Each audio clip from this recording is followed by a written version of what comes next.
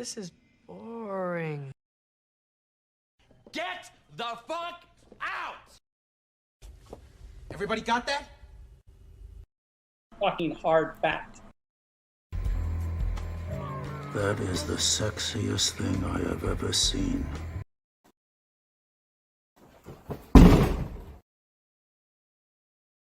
You are watching the Vodka stream.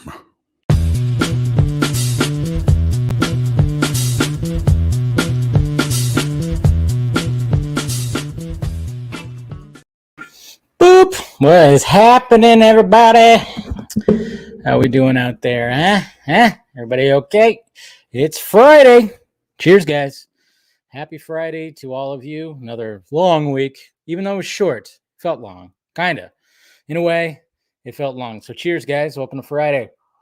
Friday night to be precise. How's everybody doing? Doing okay, huh? It's freaking, I gotta turn the heat back on. It is humid outside. It is raining outside in good old Southern California. But yeah, it is stormy, humid, all that stuff. There you go. I figured you were getting pretty, riled up with that one. I still haven't seen the first one. Selena Kyle has that black girl magic now. That's right. I'm just not into it, though. I'm not into it. I haven't even watched the new Pinocchio movie. Not even, I don't know if I will watch it. I don't know. I'm kind of over the live action Disney movies. I never really watched the regular Disney movies. Destiny has here, or should I say I am. I don't know what that means, but yes. Still extremely pissed. Tony movie Chappie D9 Neil Blomkamp fan. They canceled over some stupid rights. Yeah, it's really stupid. It sucks, but hey, what can you do? Hoy, hoy, Mr. Jason McKenzie. Always good to see ya. See ya. What's going on, Mr. Fear Jason? Always good to see you, too. Hey, what do you think Marvel's biggest announcement will be tomorrow? I think probably. I would say that's pretty big. And then I would say possibly if they announced any plans for mutants, some X-Men, maybe they'll be doing something with that. That could be big, too. What time's the Marvel panel at? Starts at 10 a.m. Pacific Standard Time. I thought about live streaming, but I think I don't think I'm going to live stream, but I will be reacting stuff to it. So we'll see. JD McRae, what is happening? The Little Mermaid and Disenchanted are the two best trailers we got so far. Yeah, she's got a very beautiful voice. You got a very beautiful voice, damn sure. What's up? First time here. Well, welcome, Stephen. Thank you for joining. What's going on, Lane? How you doing? How's it hanging? All right. Who else we got? We got Mr. Purchase Fiddle. What's going on? Zed. What's happening? Honestly, the whole Disney and Marvel game showcase. Oh, yeah. There was some of that, too. Yeah, they didn't have like that World War II game with like Captain America, Black Panther. That's pretty cool. That seemed pretty cool. 13th like. We'll keep on hitting that like thumbs up if you could. Going on, Joshua, spending my Friday night birthday. Hey, well, cheers, man. Happy birthday. Happy birthday. Okay. What are you doing? I know. That's what I'm worried about. I was like, man, if it starts because it was a little windy and stuff, and I was like, oh, man, please don't let the power go off. That's what I was kind of worried about. Just watch Morpheus, boy. Yeah, it's pretty bad. It is pretty bad. Yeah, it's pretty damn terrible. Saul's line from yeah. I bet it was. What's going on? Yep. Hey, cheers. Hey, Dave, hope everything is well. Do you think Cavill would be a great Cyclops? I think they want to get somebody. Maybe. Well, I mean, age is not really a thing, but yeah, you'd be all right. I know, be all right, but I don't know. Like I said, like I was going, man, I would like him to play a villain. I would honestly like him, if he's going to be over at Marvel, let him play a villain. And when I heard like possibly a Doctor Doom on the table, I was like, oh, I really like that. I really like that. Nah, it's not going to be Emily Blunt. Well, I think the rumor is Jodie Comer is like the big rumor right now. Glenn Powell, could see that. Yeah, happy birthday, Joshua. Toast and a drink. That's what I'm talking about. I probably will watch the Pinocchio live eventually. Yeah, I might throw it on. I don't know. I don't know.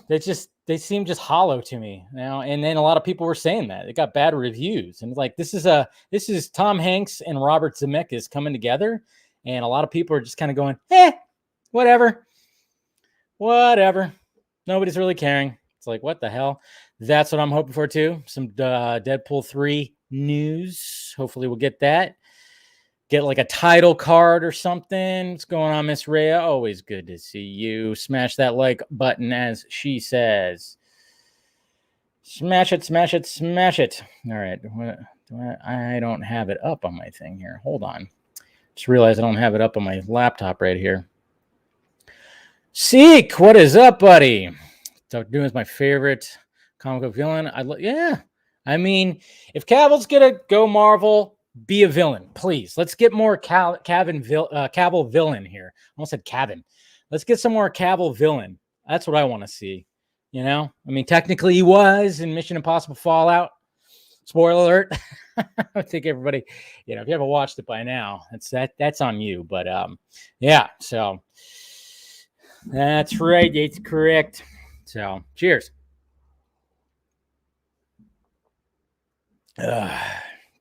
Truth be told, the mid and post-credit scenes really ruined Morbius. If not for those, it could have been a half-cooked vampire-ish B movie. Yeah, absolutely. Yeah, it really could. They could have just leaned into it like that, but they didn't. They just didn't. You need to stop with the Disney remakes. They're all garbage. Yeah. Well, Dumbo was good because you actually felt Tim Burton's fingers in there. I like the Jungle Book one. I thought that was well done. Favreau did it pretty well, and then Aladdin was decent. It was better than I thought it was going to be, but I didn't see Beauty and the Beast. I didn't see Cinderella. Lion King was just all right, cool. And next, it didn't really. It was like it was cool, but it didn't feel like anything. And what was the last one? I don't think there has been one since then, right? Oh yeah, there was Mulan. I didn't even see Mulan, so I heard it was kind of good though. Maybe, I don't know. So yeah, Morbius is not good, but it's very fun, bad movie to watch. Very interesting. What's going on, Kat? How you doing? Let's see. We got Mr. Nate right here. What if Miles Teller's Reed Richards returns and Glenn Powell is cast as Dr. Doom? Then you have Rooster and Hangman united. That's something. That's definitely something. Just with memes, I think Morbius will gain a cult following. Oh yeah, it's already gained a little bit of a cult following. It's on Netflix right now, which is funny. Yeah, so Beauty and the Beast was solid. Emma Watson was darn good.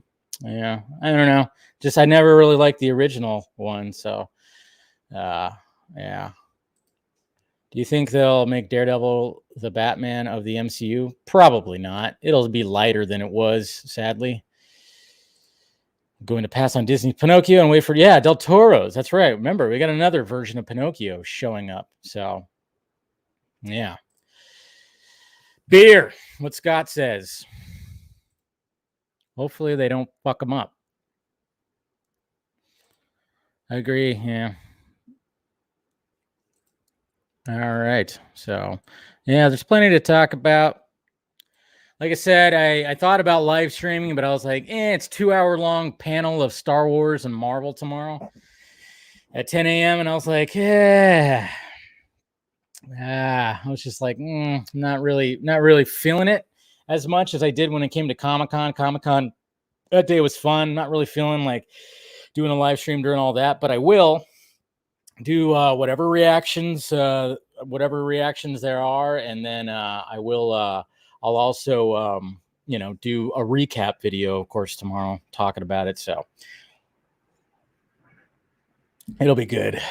Yep. And just like I say, I don't know. Disney movies just never, they just don't pull me in. They don't pull me in.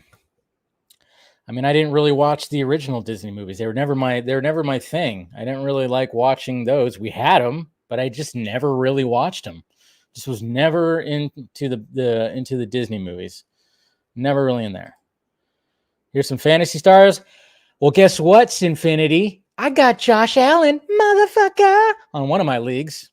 And he had a good game on Thursday. So, and in my other league, I got me some Patrick Mahomes. That's right. So I got some good starting quarterbacks in my leagues. That's for sure. I got some good starting quarterbacks. I did make the mistake, though, of not putting Buffalo in as defense. I should have put them as defense because I was like, they're playing the world champions, the defending champions. Maybe I should put the other defense in. And then I'm like, oh, crap. I should have had them in the whole time. So what can you do? Yeah. What's going on, Mark? Good to see you. Thank you. Thank you. That's right. Mos Eisley. No droids. Live music. Cantina. Disney's never been my cup of tea. When Disney bought Star Wars, when I was a kid, I cried. When you were a kid, oh, jeez. I already had a full-time job. Hello there. Alakazoo. All right. And then we got Josh. Yeah, I have Josh Allen in my fantasy. Good. As you should. That's good. Oh, yeah. Yep. I watched the first 2 episodes of Cobra Kai. Chosen, man. Badass. He's a badass. Let's face it. He's totally a badass. Yes, I'm totally ignoring you. I know. I saw you're not a Tim Burton fan. How dare you? How dare you? The best part of live action Dumbo was Colin Farrell calling Dumbo Big D, right? Yeah, it's great cast. See the beauty part about Dumbo was the fact that they had to take this relatively short movie. It's a short movie. The animated movie is really short. So they had to extend it to full length. So they had to add more into it. And you had Michael Keaton, Danny DeVito, Colin Farrell. I mean, you had all these people, and it felt like a Tim Burton movie. And that little big-eared elephant, he was adorable. He was absolutely adorable. The visual effects were great, and he felt sad. I got choked up. That's the thing. I got choked up. So that's why I'm saying that, it's underappreciated, underrated, whatever you want to say. Chosen's awesome. Salute. Absolutely love Cobra Kai. Yeah, I've only watched the first 2 episodes, but yeah, it's good. It's good, of course. So is it pretty much set in stone? It's not set in stone. It's all very much up in the air. When it comes to Cavill, we don't know what the hell.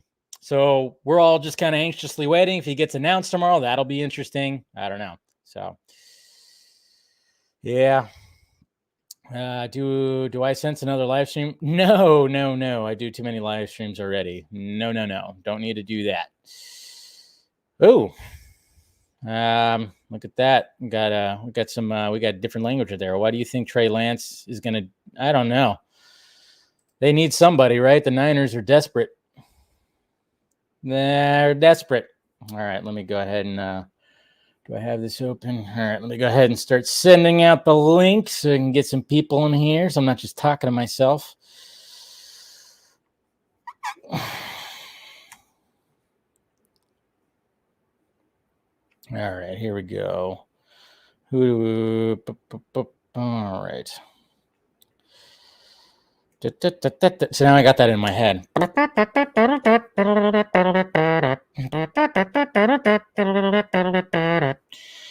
don't know why, but that's there. Okay.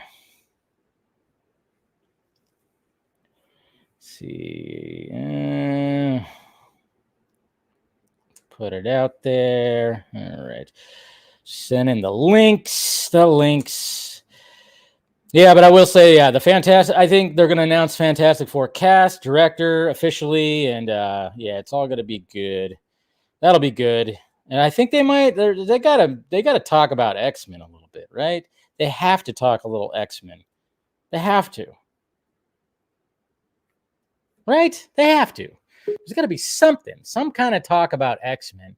Tease it, I don't know, something. Let's see here. Yeah, they got to tease it or something. I don't know. Like, I know there's like some kind of rights thing I thought there was that they can't introduce the X-Men until after like 2025 or something, but can they at least talk about it? I don't know. I really don't. That's what I don't know. That whole rights thing is crazy. It's all crazy. Hold on. It's got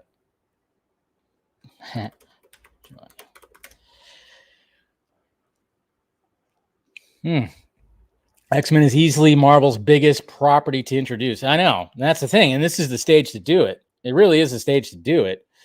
So, I mean, I just don't see why they can't. I don't know. I remember reading something about, I don't know. Stream. Okay. All right. Let's get my first panel contestant in here. Scott! What's going on, sir? Now you got stuck in my head. Yeah, right. I know. Did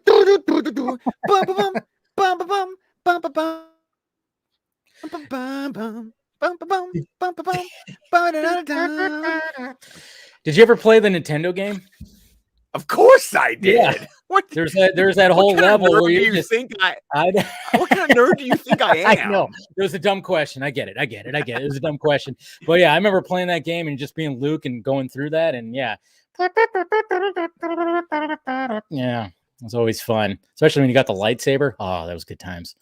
Oh yeah. That was the big thing in that game, was like getting to the level where you could actually have the lightsaber. The lightsaber, like because you start off with just like just a regular blaster, and then it was cool when you play when you get Han Solo, and then it had his theme, the theme song, that romantic theme song. Yeah, and he had and of course his blaster was like good stuff. No, and then of course you could play Leia. Leia was cool because like I always liked it when she jumped, because she was in like the her white dress, so like it almost looked like parachute when she would jump. I'm just totally going down a whole memory rabbit hole right now. I'm just saying, guys. Oh no! How about when you played Super Return of the Jedi and she was in the bikini when you're in the Jabba level? Oh, yeah. See, I didn't play that one that much, but I do remember that. Because how could you forget, right? I know. Yeah. Anyways, how's it going? We've already. It's going okay. Once again, I have to say, I stopped watching Star Trek: The Motion Picture Director's Edition to jump on the stream. Like I was like half an hour in. I was like, okay, stop the movie, go talk to Dave. Well, I appreciate it, sir. Pity conversation for the man with no gas. Oh man, you're so nice, Scott. You're so nice. I appreciate it, though. What can I say? Truth hurts. Truth hurts, right? What's funny though is like on last week's Fanimated, we didn't mention that it was like going to be the 30th anniversary like the next day. We didn't mention it. I know, and totally slept. And it's always Labor Day weekend, because that's when it started. Yeah. When I saw that the next day, I was like, oh shit, we didn't even talk about how it was like the 30th anniversary the next day. Didn't even think about it. Did not even think about it. So it's okay. It happens. We still talked about a good episode, at least. Yeah, we did. Thinking about what was I? Oh yeah, the guy, the person in chat. It was like, yeah, I was I cried with a kid when Disney bought Star Wars, and I was like, okay, let me look this up. Fuck, I've been married for 3 years. I was gonna have a kid the next year. Okay, thank you. Like I need to feel even more old than I already. Yep, do. that was Zed. Yeah, I know. It was like, oh man. I was like, when did that happen? It was like what, 2008? 12. That's when it was. 12. Oh, even I was shooting for, that decade, the 2000s decade. Man, it was in the 2010s. Jesus, man. Oh, no, I was married, man. I was married. Yeah. It's like, jeez. Oh, I know. Geez. I was already, man. I was back. Now that I think about it, see, I was just about to quit my cable job like the next year. I had that cable job. That was my first like 40-hour week job that I had. Before that was like restaurants and shit. And then I had that job for like 8 years. And like a year later, I was quitting that to venture off into, well, pretty much the same thing. I'm just not out knocking on people's doors, but still doing telecom work. Crazy. Journeys. Okay, by the way, I gotta tell you, so Labor Day, wife and I finally finished watching all 10 episodes of The Offer. So fantastic.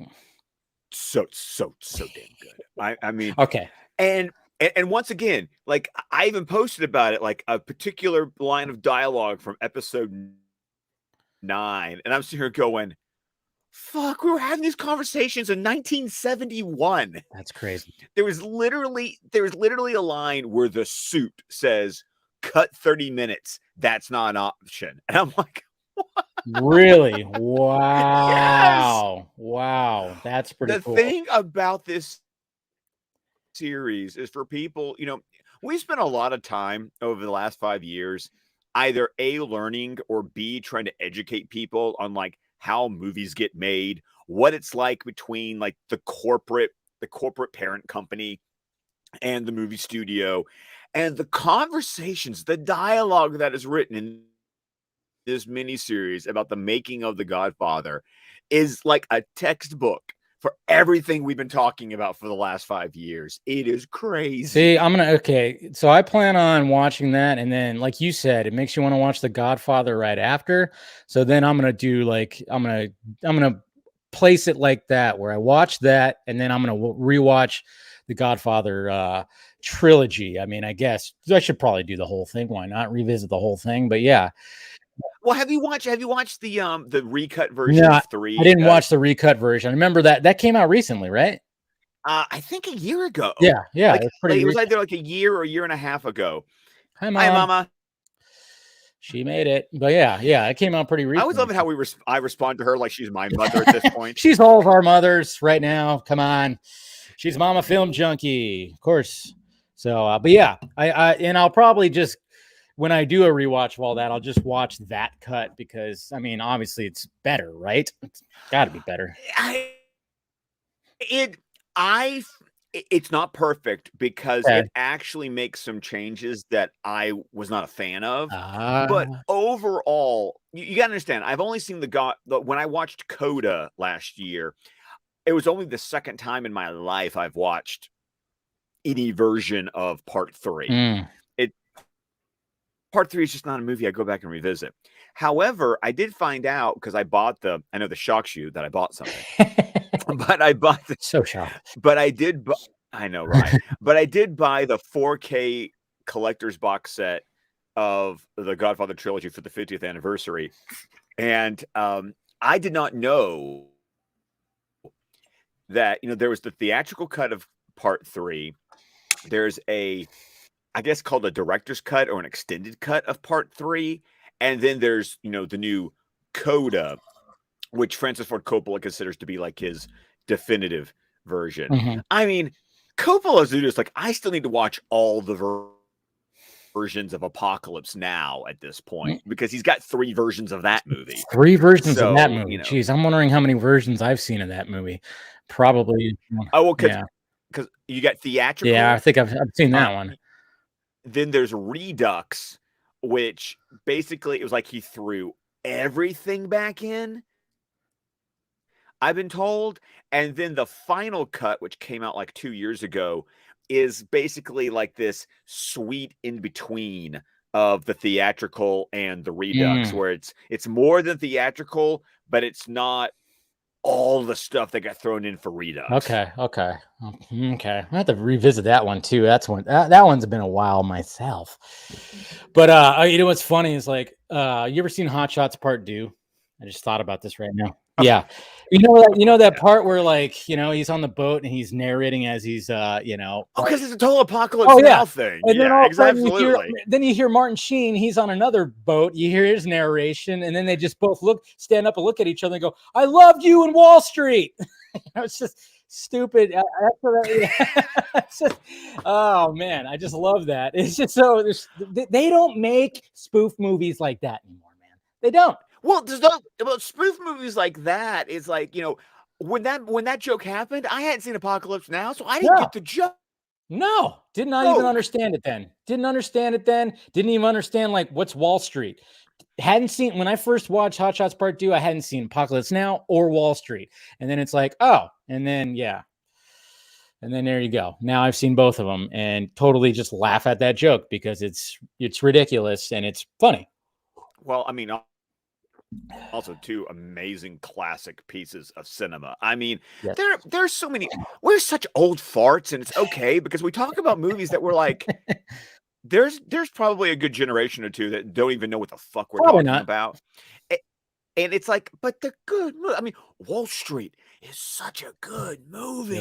Really is. Charlie Sheen, Michael Douglas. Yeah. If you haven't done, yeah. Who directed that movie again? I'm totally blanking out who directed that. And Oliver It Oliver was Oliver Stone. Stone, right? Okay. Yes. Okay. Or he at least wrote. Oh, now you Yeah, you making me gotta have to question look it up myself. because I'm like, I think you might be right, but I'm just like totally. No, because he directed the sequel too. So yeah, it was Oliver Stone. Yeah, That's right. The sequel was Shia LaBeouf, right? Right. Shia LaBeouf was in the sequel. Yeah. yes. I didn't watch it. Did you watch it? Or did I? Oh no, Yeah. that was one of those that I was like, okay, direct. Yeah, and I was right. Oliver Stone also co-wrote Wall Street. I knew that felt right to me. Okay. But okay.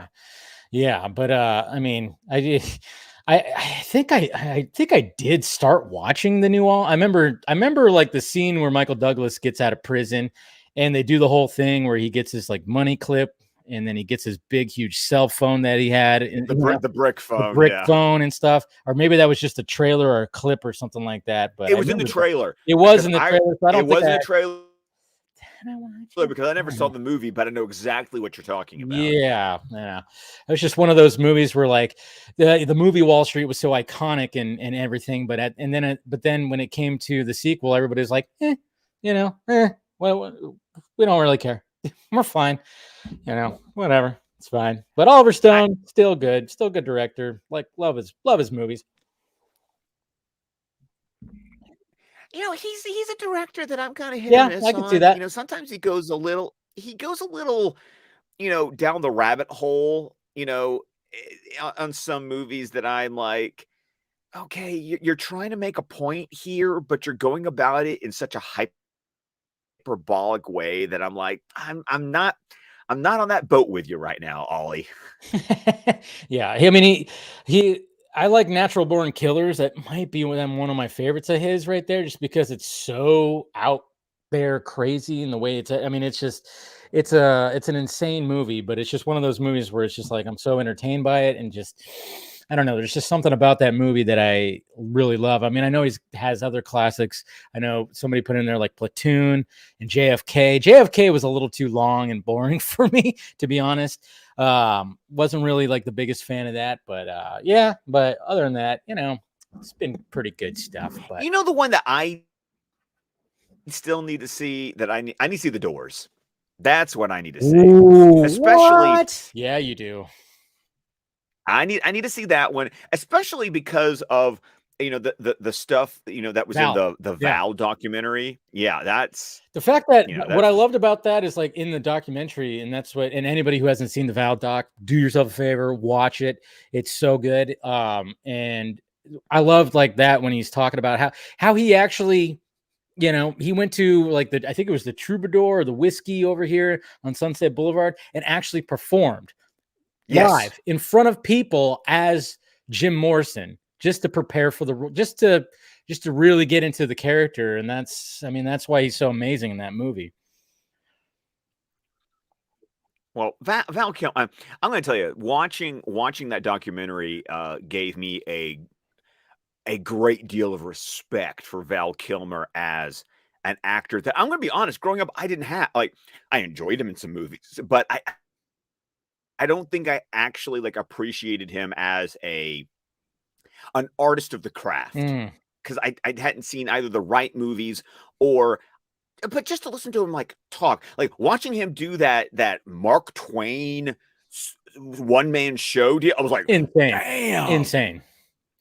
Like, yeah, because in the 90s, it was like you just when you thought about Val Kilmer, you didn't really, you thought Iceman, you thought, oh, this good-looking dude right here. You almost thought like, but he really took. I mean, and yeah, he even admits in that doc, like, oh yeah, I was a dick sometimes. I'll admit it, I was a dick. He comes clean with all that, but then you see like he takes things seriously, and then obviously my favorite role that he was in was just Doc Holliday in Tombstone, because Oh So God. good. Oh boy, you're Yeah, I'll be Huckleberry. Huckleberry. Yeah. Oh, that's I such a mean, good yeah. movie. See, that's the thing. It's like you forget like how many good roles that he did, and then you look at Jim Morrison, same thing. You go, oh yeah, The Doors, that movie, and then you just go, man, this guy was really talented. And then I love how like in the doc also because obviously they talk about Batman, Batman Forever, and I mean, I will always say that Val Kilmer. Don't I mean he's always I thought he was a great Batman, but I thought his Bruce Wayne was like Oh, his better. Bruce Wayne, because like I Yeah, said, like I talked about the fact that over at Squadcast Media, we just did a full 6-host review of that's Batman right. Forever for Patreon. Dude, that movie holds up. I mean, It now does. once again, seeing it and realizing like there are some like juicy scenes in that movie, especially whenever like Kilmer and Kidman are going at it. It's like bring on that Schumacher cut, bring on that Red Book edition, Seriously. because it's like there's that stuff in there, before you go to the complete wackadoo stuff with Jim Carrey and whatever Tommy Lee Jones was doing in that movie. Love me some Tommy Lee Jones, but I don't know what he was trying to do in that movie. Oh yeah, he was trying to outdo Jim Carrey essentially. I mean, Yeah. that's the thing. He was trying to outdo it him, which we know. And anyways, but yeah, but like what I liked about the fact that they wanted him to come back for the sequel and he's like, I'm going to go do The Saint right now. And The Saint is not Don't sleep on that movie. Please do not. That movie is fantastic. We've talked about it before. Yeah, that movie is just absolutely fantastic. And I'm like, I'm so glad for that. Just so glad that he did that. Oh God, and oh God, help me out here. The girl in the movie, um, Elizabeth Shue. Yes. Elizabeth Shue. Oh, such the crush. Such the crush on Who Elizabeth doesn't? Shue. So I've had a crush on her since Karate Kid, Babysitter's Club, whatever. Yeah. Or The Babysitter, not Babysitter's Club, The Babysitter, right? Adventures in Babysitting. Adventures in Babysitting. There you go. Jeez. Yeah. No. I mean, yeah, but in that movie, yeah, for sure. Sorry, I was trying to find the link. What the hell? Where did I put the link for this? Sorry. Someone was in backstage and then all of a sudden they disappeared. It happens. They got scared. We scared them away with all the Val Kilmer talk. So, well, that's a lot of man there. there's a lot of man there. It's a lot of, yeah, but yeah, no, but I love The Saint because I mean, not only did Val Kilmer like not have to wear a heavy rubber hot bat suit for for half a movie, but he got to play like different characters. That's what's so great about The Saint is he was able to, so good about because part of the character of The Saint is like basically just being like these different characters, different disguises and different accents and all this kind of stuff. And you could tell he had a lot of fun with that role, a lot of fun with that role. So, and that came out like just around the time of the first Mission Impossible movie. So like we were like eating good with like really good espionage movies. When did The Saint come out? I think it was 1996 or 7. I think it was 6.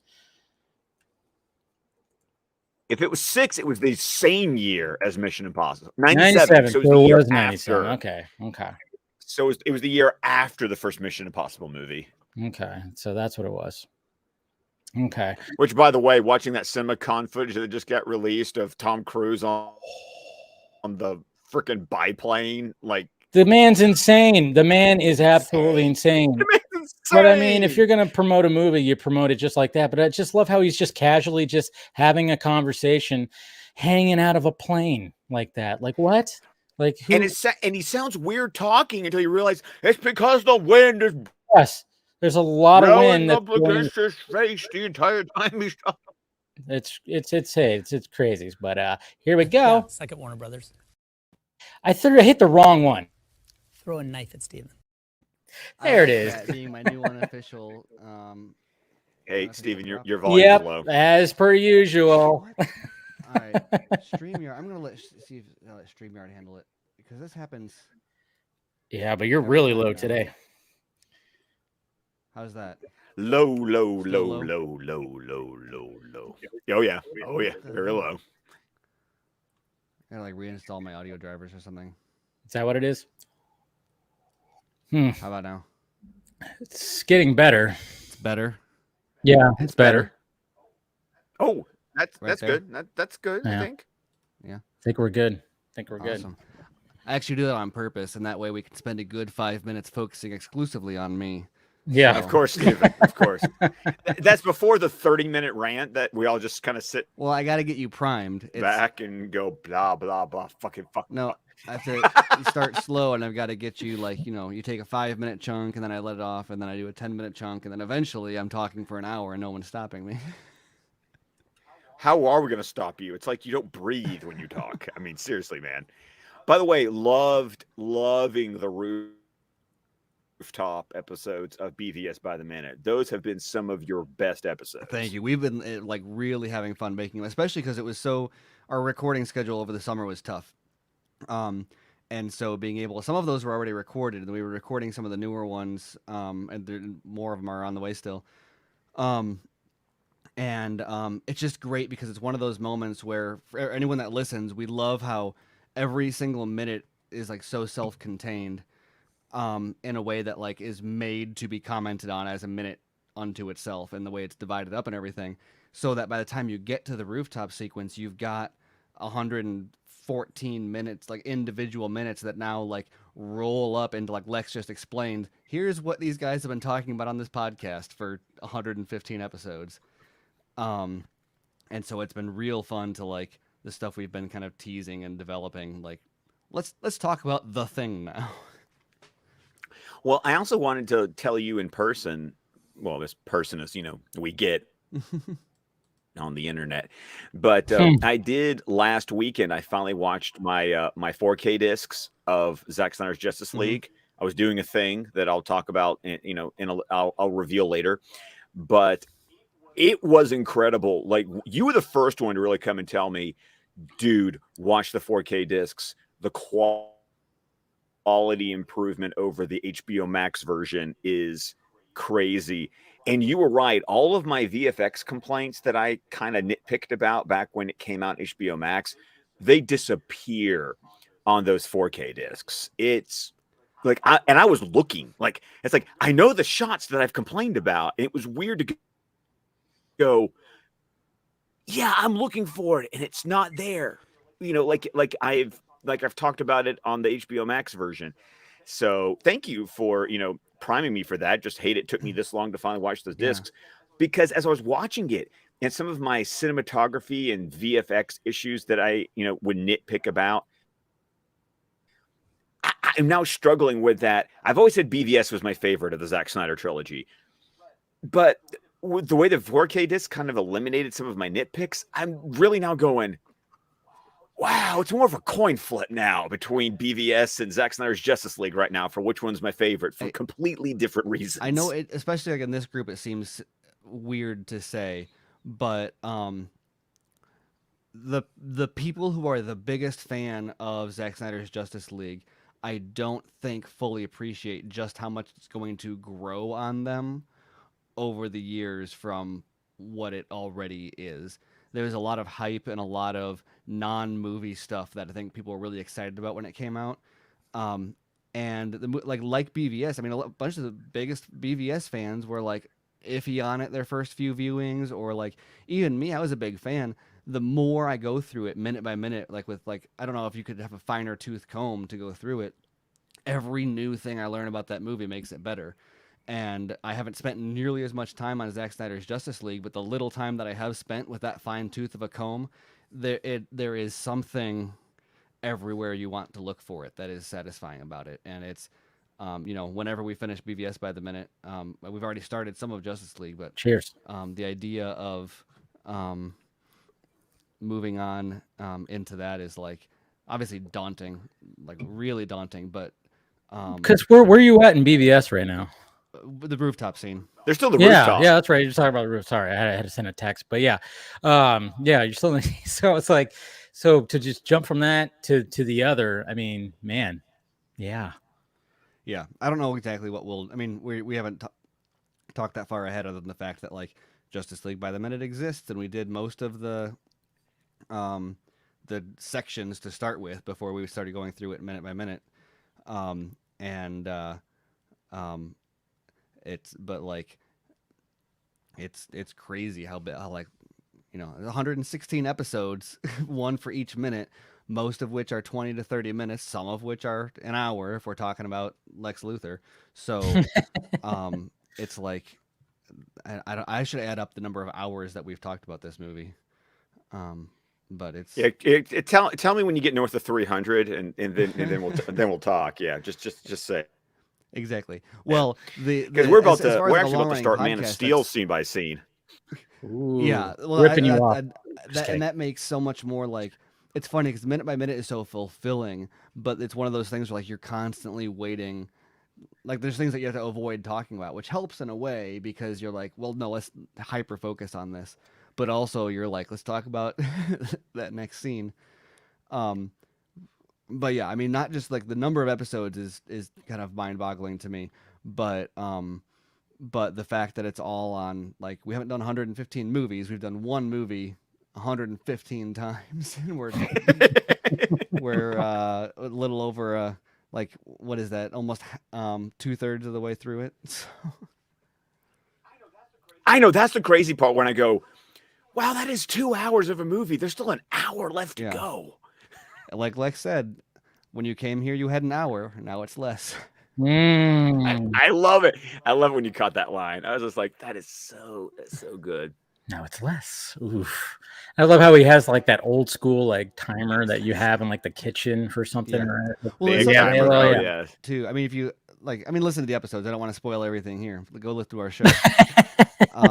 Give us the downloads, please. Yeah. But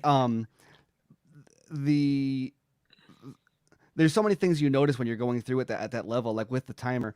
It's always just been a fun line and everything, but when you think about it, it's such a dick move to be like, oh yeah, your mother's life depends on this timer. And I started it and then took my time explaining what it was. Like, it was ticking that whole time and you had no idea why it was ticking. So I just burned, like, pontificating about the nature of God, burned a bunch of time off that egg timer for you. And now go save your mom. Like, man, what a like a weird flex. Definitely is. Oh man.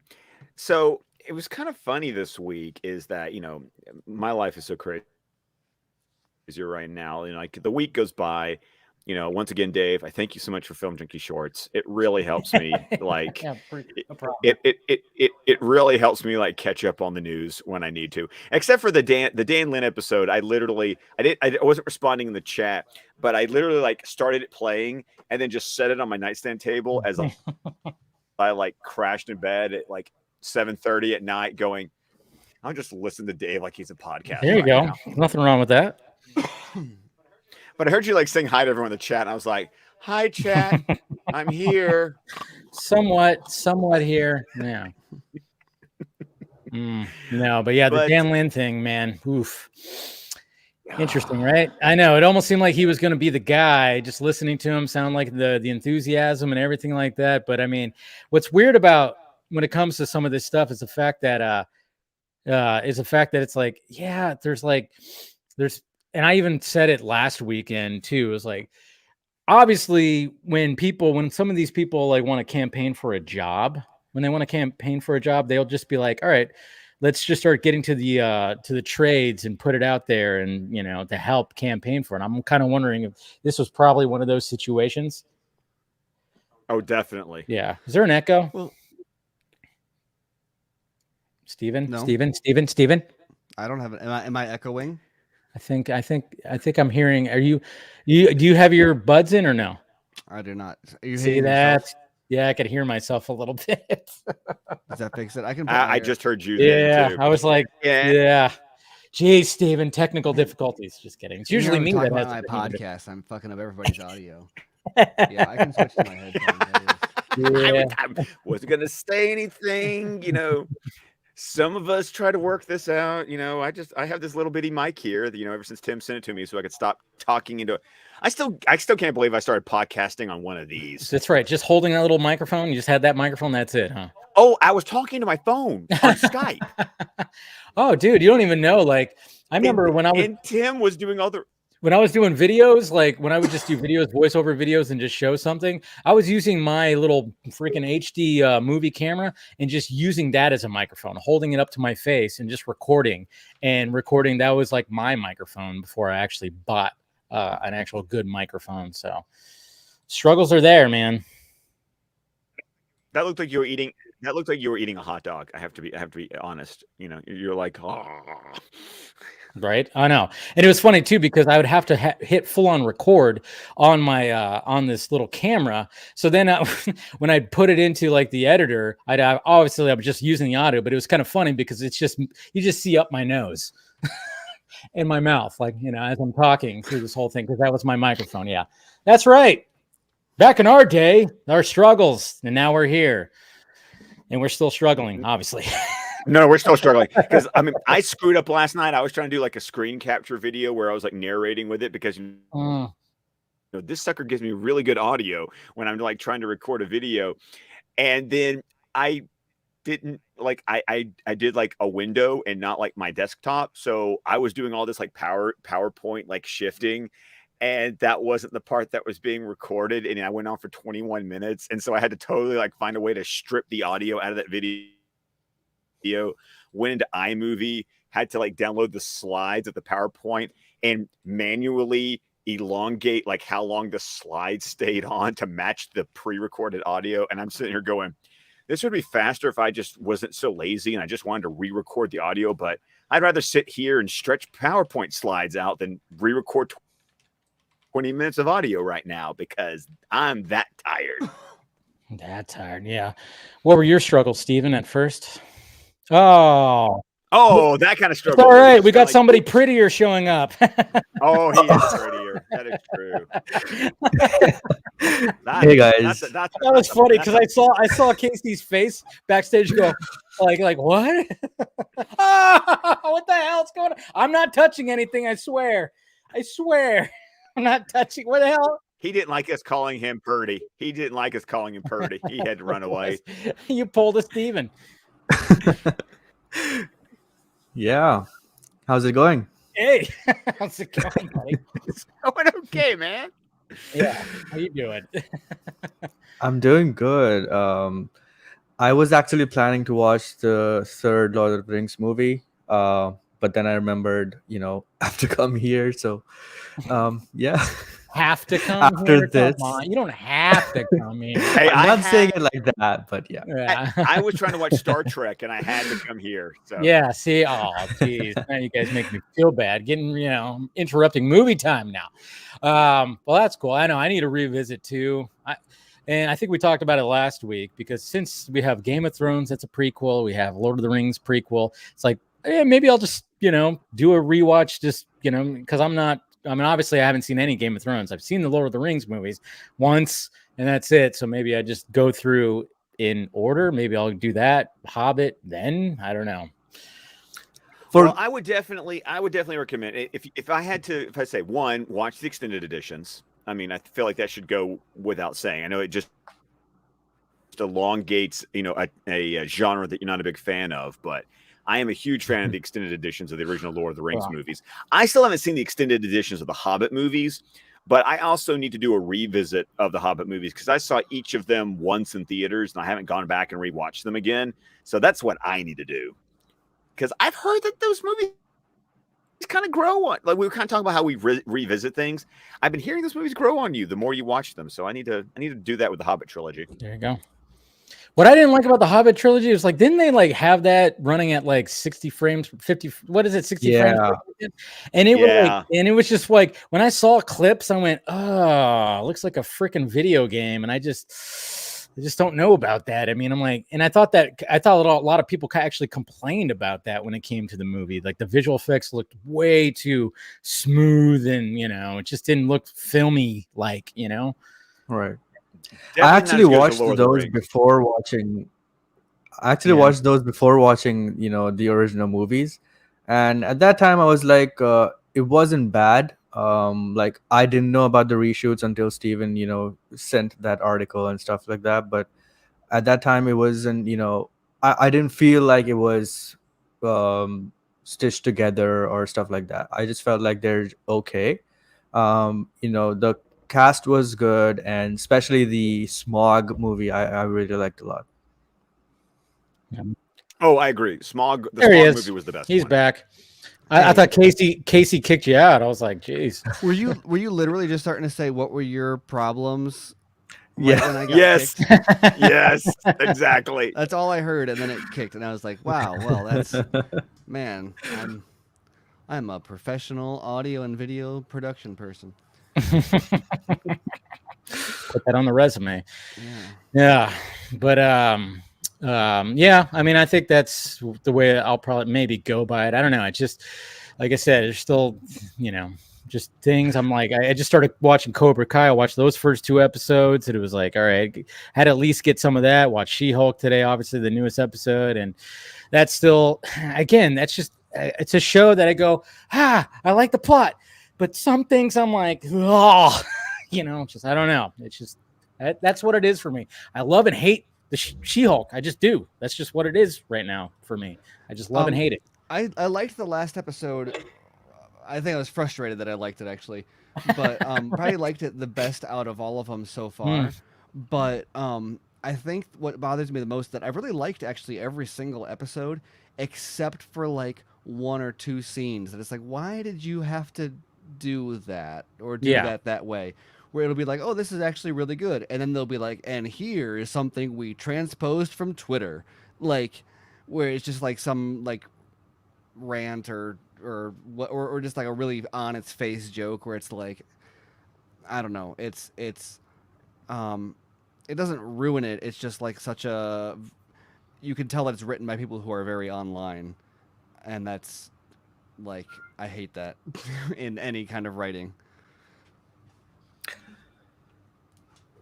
You gotta say something. I can go on.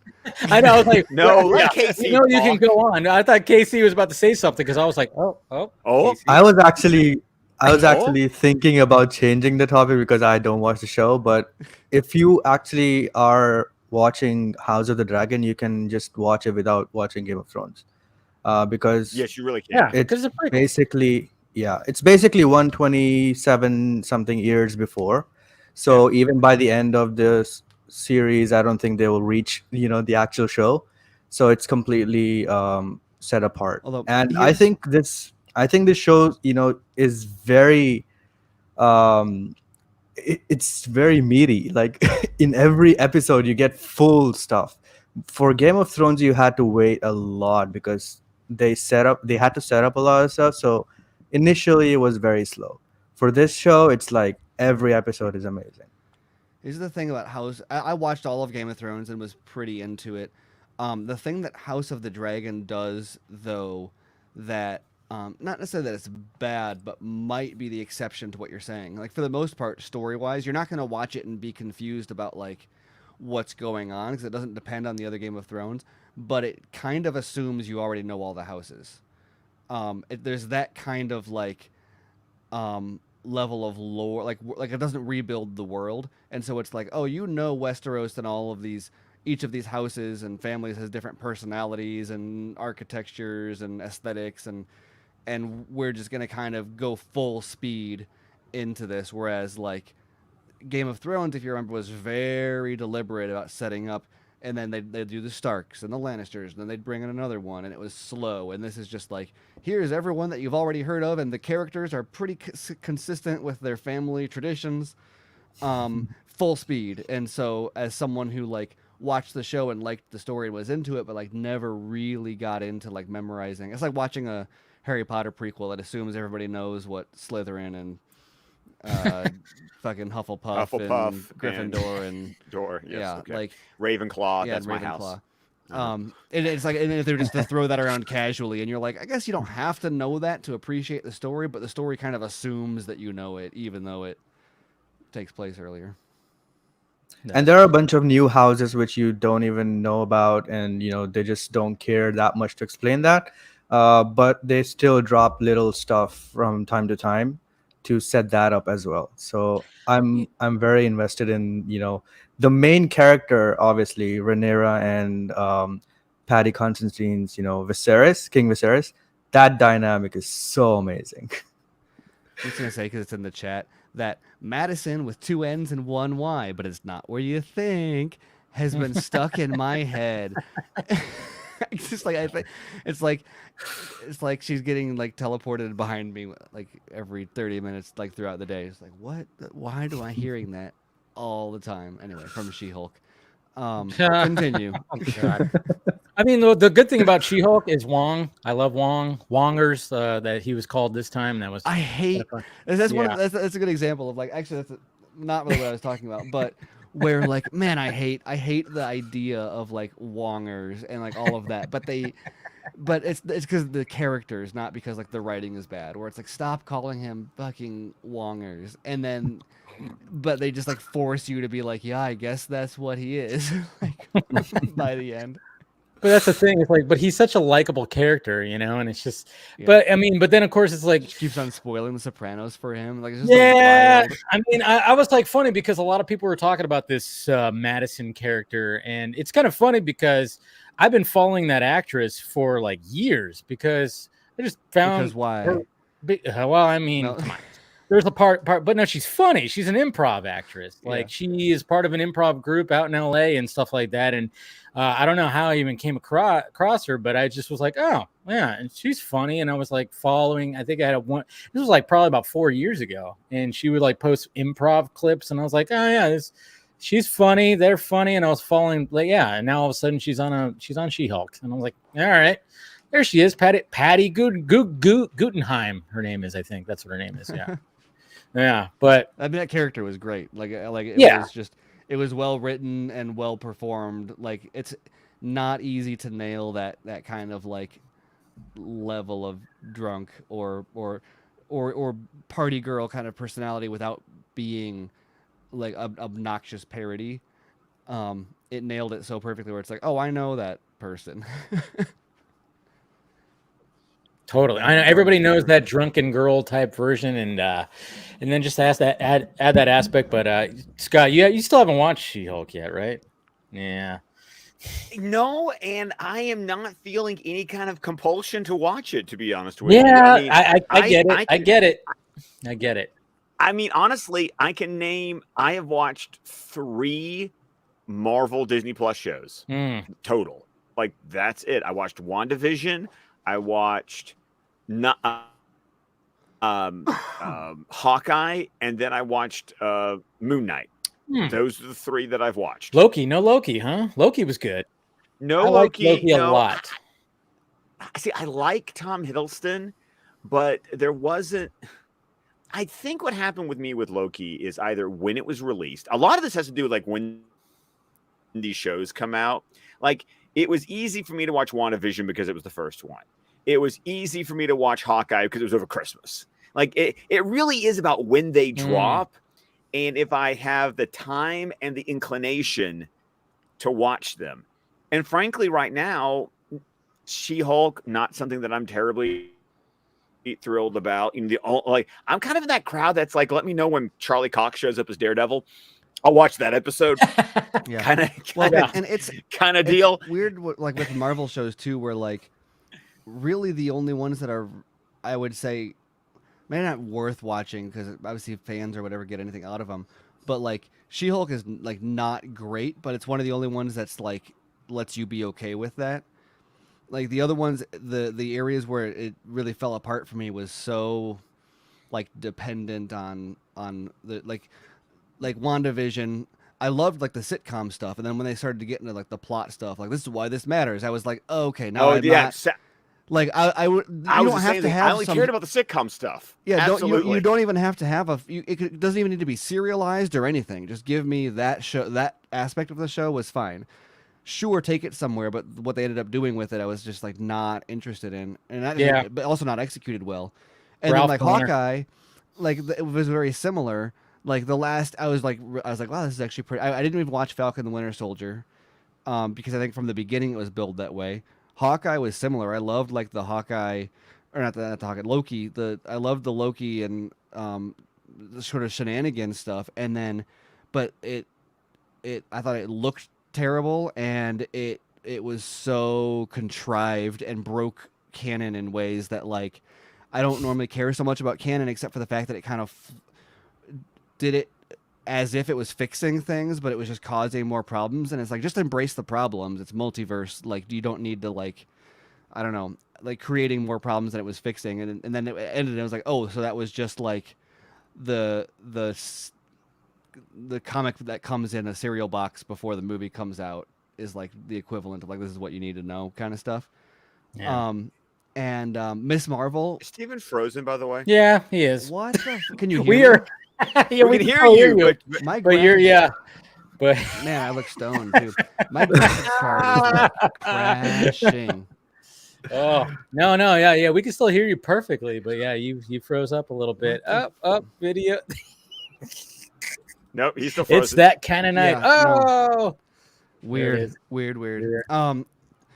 And but like Miss Marvel was great once again because it didn't have those high stakes. Yes, You were Miss allowed Marvel's to like great it too. for what it was. Moon Knight I fell off of. Like, I couldn't finish it. It was fine, but I was just like, it was trying to make it a really big deal where it was going, and I wasn't really curious or interested in that. I was more curious and interested in the character stuff. And now She-Hulk, we'll see if it takes a turn, but I mean, it's just being what it is, to the point where she'll like look at the camera and shrug, or like opened the last episode talking to the camera and just said like, oh yeah, that's right, Wong is back this episode, we know you guys love him. And it's dumb, but it's not so much funny because it does that. It's just like gives you permission to be like, oh, this is just like a cotton candy comic book thing that I'm watching, and that's what makes it enjoyable to me, because I don't have to care about the stuff that isn't great. I like Moonlight. Yeah, I just got too much other stuff. I liked Moonlight, but that was also Oscar Isaac. Yeah, I mean that's the I thing. love It's Oscar like Isaac so it was, much. and it was something a little different. But I get like if people, I could see how you could have fallen off of that, but but I was still very much interested. I just like the whole dual personality. Well, not even just dual. It was, I just like that whole aspect of it, the psychological. I always love that kind of stuff. So It was. And Ethan Hawke. Let's not lie. Ethan Hawke. I was like really into it when I was watching it. It's just that I missed a Oh week my or- God. Steven, what's going on now, man? What? Now your audio is like. Okay. Yeah, your audio kind of because something. Is, okay. You're good. You're good now. But yeah, for a moment there, your audio started. That was like, oh yeah, man. I'm like gonna snap, reboot my crackle, computer pop. regardless, because for some reason everything is just deciding to like. Dude, welcome got, to like, a dude. RAM Imagine error doing or this, something. doing your own live show by yourself. Imagine when Oh, your yeah, I'm computer sure just everyone's goes, dying to- hush. Yeah. Oh yeah, that's happened to me a couple of times, and it's just like, yeah, you just kind of go, okay, keep it together. It's just like, oh man. Yeah. I know, and it's funny too. I mean, Yeah, Stephanie, I don't know what's going on with my video lagging. It's just one of those nights. It's just one of We're The those- all on our funniest, A-game. the funniest technical difficulties with Dave was the 4K one, because Oh yeah. I knew exactly what was happening, and it was Mhm. just so funny. Oh dude, well, are you talking about the first time I went 4K? Yeah, Yeah, when I totally forgot to adjust everything for 4K, Yeah. all my scenes in my Streamlabs, because I totally was like just concentrating on my main one. That was just like, and then I went to the happened other to one. me too. That is why Yeah. it was funny, because I knew exactly what happened there, and was I so thought it bad. would automatically adjust, but it didn't. Didn't. So Nope. yeah, Oh yeah, it was so bad. I don't know if you saw that one, Scott, but yeah, ever since like yeah, when I convert, I was like, all right, I'm gonna do 4K now. Let's see if I could pull that off. And for the most part, I've been doing it for like what 2-3 weeks. It's been fine. And well, I had one little mess up that happened that one time where it just for some reason everything went to shit. But the first time I did it, I didn't realize that now in 4K I had to like enlarge all the templates on all, because when you do it in Streamlabs, you have different scenes. So I have my main, and then I have my shared screen, and I have any clips that I have, or I have to make sure it's when you automatically change your settings to 4K, everything has to be basically scaled out to that. And I had my main screen like that, but nothing else was. And then live, I'm going, oh shit. So I go to my shared screen one and I'm like, oh, it's not. And then I was trying to adjust it live and it just wasn't happening. So I literally was like, oh, I'm sorry, guys. I have to just start over. And it was just one of those things. And it took me like a half an hour to adjust everything I had. And then it was, woof. Yeah. The struggles. Yeah. And Stephanie, I think I've talked to Dave about this. Hmm. I'm sure my wife is watching TikTok on her iPhone right now. Is that what's happening? And there's just something about, well, it's something like she could be watching TV on the Apple TV, watching Netflix just fine. There is something about when she uses her iPhone that it like sucks up the bandwidth of our Wi-Fi in this. It's so weird. I don't know what it is about her phone, but it's like somehow her phone gets priority over the Wi-Fi. And like I'm like right underneath the router. Help me out here. The router. Yeah. And I get the short end of the stick here. It's like I don't know what to do. I know. I know. It's like the internet's, it's crazy. I'm luckily I'm hardwired, of course, like when it comes to my workstation and stuff like that. I remember when I was doing stuff over there, I had to do it wirelessly, which was crazy. And that's why I was like, it's a little too risky. But anyways, if Steven gets back, maybe he will. But let's talk a little bit about the Black Adam trailer. That's our thoughts here. Scott, you go first. I'm going to be honest with you. This is my favorite trailer so far. Like, mine too. If you're talking about the three things we've seen so far, yes, I'm like, this one was interesting because it had the needle drop like the first trailer, which I could take or leave, but it felt very rockish. Like, like I expect a needle drop in a trailer for a Dwayne Johnson movie kind of deal. But then the footage that was included in this trailer felt more in line with what we saw in the Comic-Con footage. Plus, we got a whole hell of a lot more of the Justice Society. Yeah. So you saw more of Black Adam being a badass in a bad guy way. You freaking get Amanda Waller, and I'm sorry, you put Viola Davis in a trailer, and I'm like, yeah. I was wondering if they were gonna I was like, okay, so. And when I did my show the day before, obviously the whole thing is like, the whole thing around this is just Cavill Superman. But, and then it's like the question is like, if you have it already, do you tease it? Do you do this just to build the hype? And then it was like, it was like one of those things like, yeah, you don't want to, do you blow your wad or not? And then of course it was like, but they at least were like, hey, we got to show at least some kind of connective tissue. So we're going to show a shot of Viola Davis, Amanda Waller. And to be honest, I think that was pretty smart. Now that after sitting on it, watching it a couple times, I'm like, yeah, it was smart. And of course, if you zoom in, it actually on her screen, right? It says like Justice League. I think you can actually see Suicide Squad, like kind of a little bit, but there's like team affiliations in like the bottom right-hand corner. Yeah. So they're making it like, hey, this, at least we're going to have some connective tissue here, God knows. And, but yeah, you're right. It was a stronger trailer. Hopefully, does it move the needle more a little bit, but who knows? I'm going to see the movie anyway. Yeah, I know. That's what I said at the beginning or at the end. I'm like, I'm going to see it anyway. Yeah. But that's the thing is like, we're guaranteed giving money to this movie, no matter what, because we're nerds and we, it doesn't matter. We're going to go. We watch this shit. Part of our, the stuff that we like to do when it comes to this is part of it. No matter what, you have us. So then you got to be like, did this move the needle for everybody else? Was it smart to put it on the opening night of NFL, Thursday Night Football? Absolutely. It kind of showed up a little early though. I thought it was going to be like, are they going to show it like during the game? But they showed it like kickoff was at 5:20 my time. It showed up at like 4:47 my time. I went, what the hell? I was getting prepped. I just got out of the shower. I was prepping stuff. I'm like, oh shit, they just dropped it already? I thought it was supposed to be 5 o'clock. And they dropped it early. Apparently, Casey, didn't something weird happen when they dropped it, when it came to the spots that it dropped it? Talk about that. Yes. So, firstly, I really liked the trailer. Yeah. I thought that it started strong with the Man of Steel kind of callbacks and stuff like that. We clearly know that Dwayne wants to set up his movie as the Man of Steel of whatever his corner of the DCU is gonna be. But apart from the DCU stuff, I actually liked the trailer on its own as well. It gave us the story beats of what the movie is gonna be. It gave us more JSA, and obviously the Amanda Waller scene was just amazing because now we know that she kind of hires them to go after Black Adam, like the Suicide Squad 2 was gonna be, in that movie. But yeah, I really liked the trailer. The action was great, the tone was great.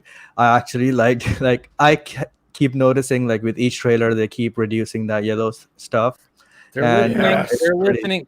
By the way, you had a little bit of a viral tweet happen with that, and some people were like, "Just giving you the business, man." And I was like, "What is wrong with what? Like, Some what was people- your tweet?"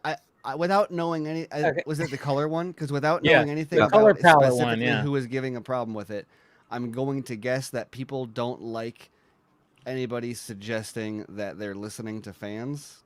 Right. That's basically it because a lot of people even were being like sarcastic, like, "Oh, we didn't know that Rock was a color grading. He's doing the editing himself. Wow. Director or editor maybe just don't even matter now." People are so threatened by the idea of giving people credit. Yeah. Like there were a lot of people who actually appreciated that as well. So after it got I don't even agree with it. 2000, I think that that's just a normal Yeah. trailer process. Not disagreeing with you. yeah. To be I argumentative, agree. so much as like I think that's dumb, and I'm not even like they're dumb for like Yeah. being so triggered by it, and I don't even necessarily think that I agree with the Yeah. point being made, and I'm not offended by it. It's weird. It was No, weird. but like, I mean, when you pointed that out, I was like, when I watched it, I was like, huh, I think they adjusted something with the color palette a little bit because, yeah, it just felt like that first trailer and even the Comic-Con trailer still had that, like, it just that color palette of that yellow just was very extreme and noticeable. But then I was like noticing some of the shots in this trailer. I went, it doesn't seem like it's as there.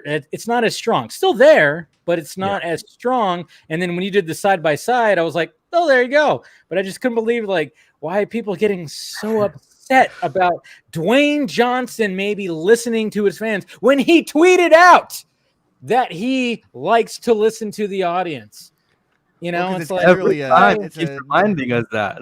Well, it's a narrative that he's trying to establish. He wants to be the people's champion, right? Right. And so, and there's people who have other hopes for what the studio does, and so okay. anything that looks like they're trying to spin in a positive PR way, people want to stomp on it and be like, no, this is actually not Warner Brothers Discovery, whether it's because they hate David Zaslav or because they want to restore the Snyderverse or because they're whatever it is, they're like, Yeah, they everyone always is- want to say something. Yeah. yeah.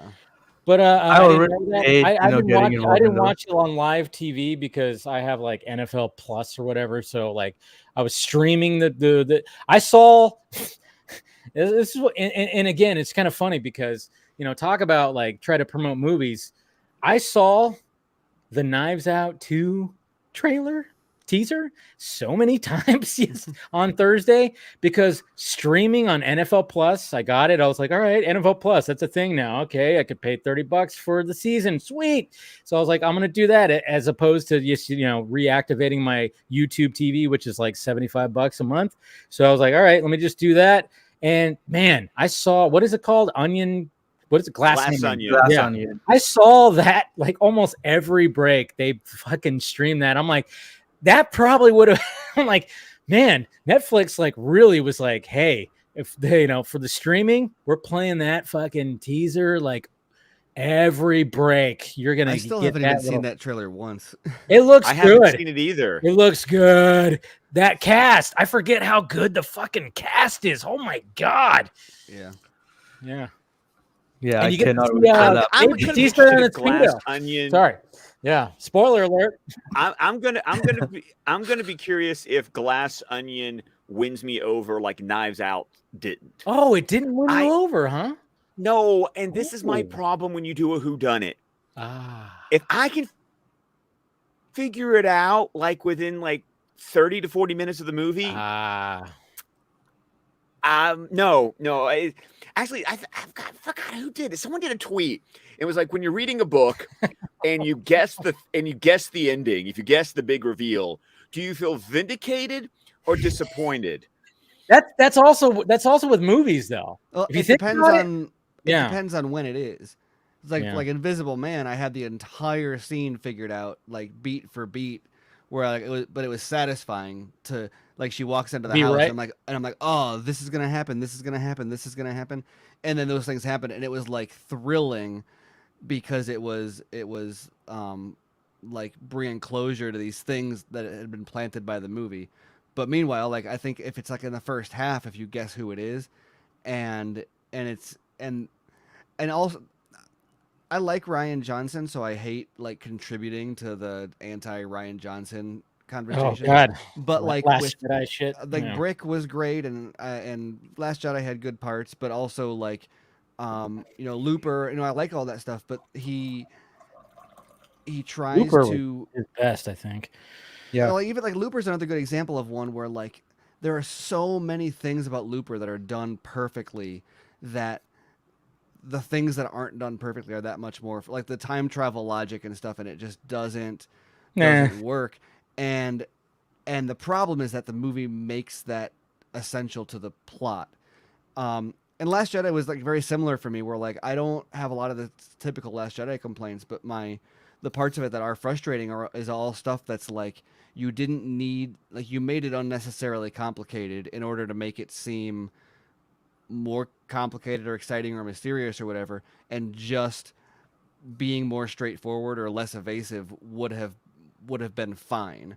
And so it's like and so that was very much with Knives Out. It was like characters were great, the writing, dialogue, everything was like production design. It was also like the aesthetic was amazing. I loved so many things about it that like the fact that the whodunit at the end of the day just wasn't really that enticing. It felt like it was like the Ocean's 12 effect, where it's like, well, the heist isn't really that great, and the way that they do it is like a cheap trick where they're like, surprise, we didn't show you all this shit and then we're like the whole time they're like, I bet you don't know what's going on, and at the end they're like, you didn't know what was going on because we didn't show you it. And like, that was disappointing about Ocean's 12. It was like, oh yeah, by the way, we have the real egg, and it was like, what? Oh, because we actually knew where it was on this bus in this backpack while you did all the cool shit and stole the thing, and you did all the dancing around the lasers and shit. And that was all like fun and entertaining for the most part. But the problem is that the movie tells you this is the important part. And as a result, like there's lots of good character beats and stuff like that in Ocean's 12 also. Yeah. But like compared to Ocean's 11, the heist in Ocean's 11 was exciting, and the twist was exciting. The heist in Ocean's 11. Oh. And the twist, when you find out the twist, you go, oh shit, and then you go back and listen, you're like, that was Brad Pitt's voice right there. Like he was the SWAT guy right there. Look at that. You hear him. All right, everybody move out. It's like, oh, it's Brad Pitt. Yeah. Spoiler alert, anybody. Yeah. You ruined it for me. I've never actually seen shit. Yeah. But yeah, I agree with you, Stephen. He's like 20-something years old. Get over it, internet. I know. Exactly. I saw that movie in the theater, and I really liked it. And I still really love it, but I don't love the reveal as much as the other parts. Like the characters, the story, how it's structured, the main character, the detective, and the cinematography is great. Like the vibe is very good. Like I am into that franchise just from that movie. But the reveal, halfway through, just putting it in your face what we have already guessed, and just saying that, oh, here's the reveal. Now watch the rest of the movie with us, and how it plays out. That was kind of. Yeah, like it had the potential. I liked how different it was, though. I was like, oh, okay. They're not waiting to the end. Now it's like, okay. And then all of a sudden they just kind of do like a reverse thing.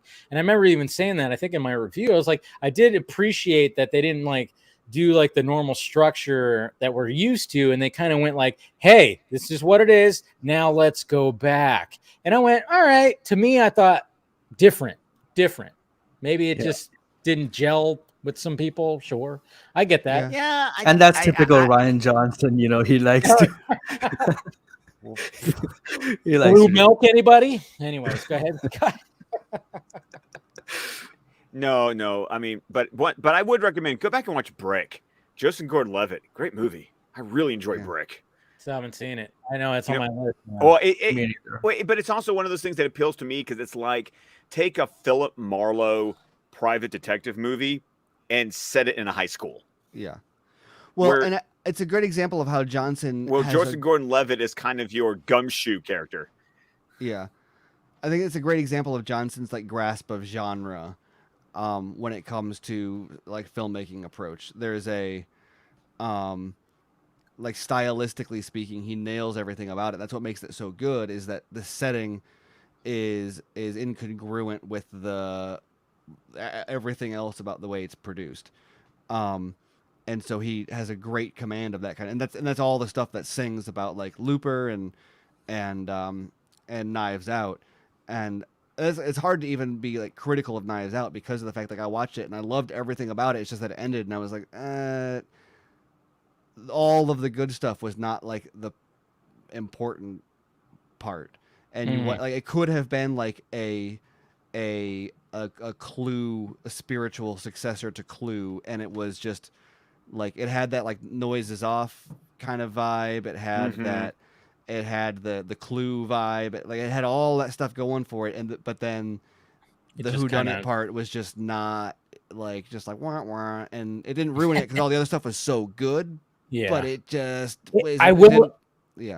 I will say that it took me a little bit to get used to Daniel Craig sounding like Foghorn Leghorn. I was like, that took me a little bit because I'm like, this is James Bond right here. We know his voice. And like when he was just had that twang, and I was like, oh, I'm like, it took me probably about 20 minutes to be like, I think I'm okay now, because it just caught me by surprise. I mean, I remember seeing a little bit in the trailer, but man, I was like, whew, this is rough at first, but yeah, it took me a little bit to get used to that accent. No, that was fun because I felt like that was just Daniel Craig like swinging for the fences. That's what I felt like at the end. Right. It's just him swinging for the fences, and also it's so obviously an intentional choice. Yeah. There's something where it's like, no, you're not doing a bad impersonation. No, this is a choice of who this character is. So I can go with that. What was that Steven Soderbergh movie he was in? Have you seen that? That was real good. Oh fuck! I know you're talking about Lucky Logan. Yeah. Yes, with Adam Driver and Channing Tatum. That movie doesn't get. That's an. I hate saying underrated, underappreciated movie. That is. I'd say even underrated because like I saw praise for it, so it's not like people disliked it, but even the praise that I see for it doesn't quite. It's like it's one of those ones where you watch and you're like, why is everyone not like crazy about this movie? Like, I thought it was really good movie. Really good movie. Good heist. Speaking of good, like heist whodunit kind of stuff, where they nail the twist and the characters, and like that had all the pieces.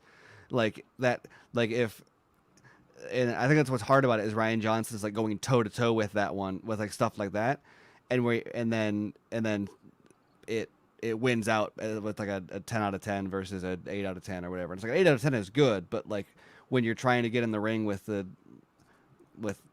or with Oceans or with anything Soderbergh has touched, I guess, and that's like, I know I just like. It misses that edge. Yeah, I know. So another franchise that I actually like is Murder on the Orient Express, and I liked how different the murders reveal was. It was kind of weird because no one would actually guess that, but I feel that kind of makes or breaks it for most people. when it came to I'm digging it too. Like when it came to like Murder on the Orient, did Kenneth Branagh direct the first one too? Right, he directed both. Yeah. Okay, He directed did. both of them. I mean, yeah, I mean, I love his character. I love that character, big mustache, the way that he is, the way that he talks and everything. Love the character. Murder on the Orient was better, I thought. What was it? What was the second one? Death on the Nile, right? Death on the Nile. Yeah. Yeah, it was not as good, but I did like the fact that they went back into his character, that detective's character. You actually got more backstory with it, so I dug that aspect of it. And I know there was like controversy behind it because one of the actors got fucking I was so ready to shit on that movie because there were Twitter were just hating on that movie before it came out, and when I watched that movie, I was very surprised because it was really good. Work. The what?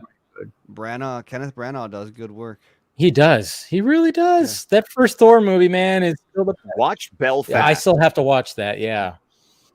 Oh, such a good movie. But I mean, just after watching Thor: Love and Thunder, I did a rewatch of all the Thors again, and it just was like, yeah, he nailed the first one. Like it was the Shakespearean level of it, the cinematography, the acting, everything was just like, this is it right here. But of course, it just wasn't capturing that audience, so they had to like steer off into a fucking parody of Thor, which is what it's turned into. And it's just but at least it makes you really appreciate anytime a new Thor movie comes out, you just gotta watch that first one and go, this movie's gold. You really gotta do that. Yeah, it really makes you appreciate that movie. Oh yeah, it was less funny than what Thor is right now, but also it looked really good, right? The cinematography the cinematography of that movie also is pretty amazing. The way Asgard is set and all that. So that is also we all another. Get our shit together tonight. I know, right? The technical difficulties. I intentionally left. I was going to try to get rid of my lag.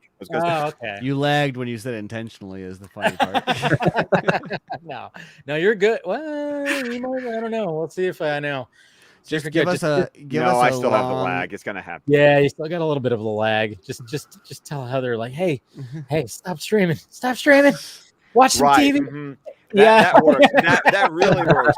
Hey, honey, could you stop watching the TikTok on your phone so I can talk to my friends on the internet and drink? Right. Gonna have some fun tonight. Oh, yeah, I know.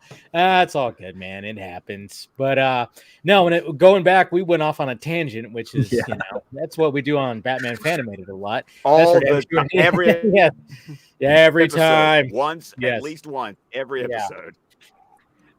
But to the Black Adam trailer, Steven, thoughts? Your full-on thoughts? Because I don't think we got yours yet. I'm just not feeling it.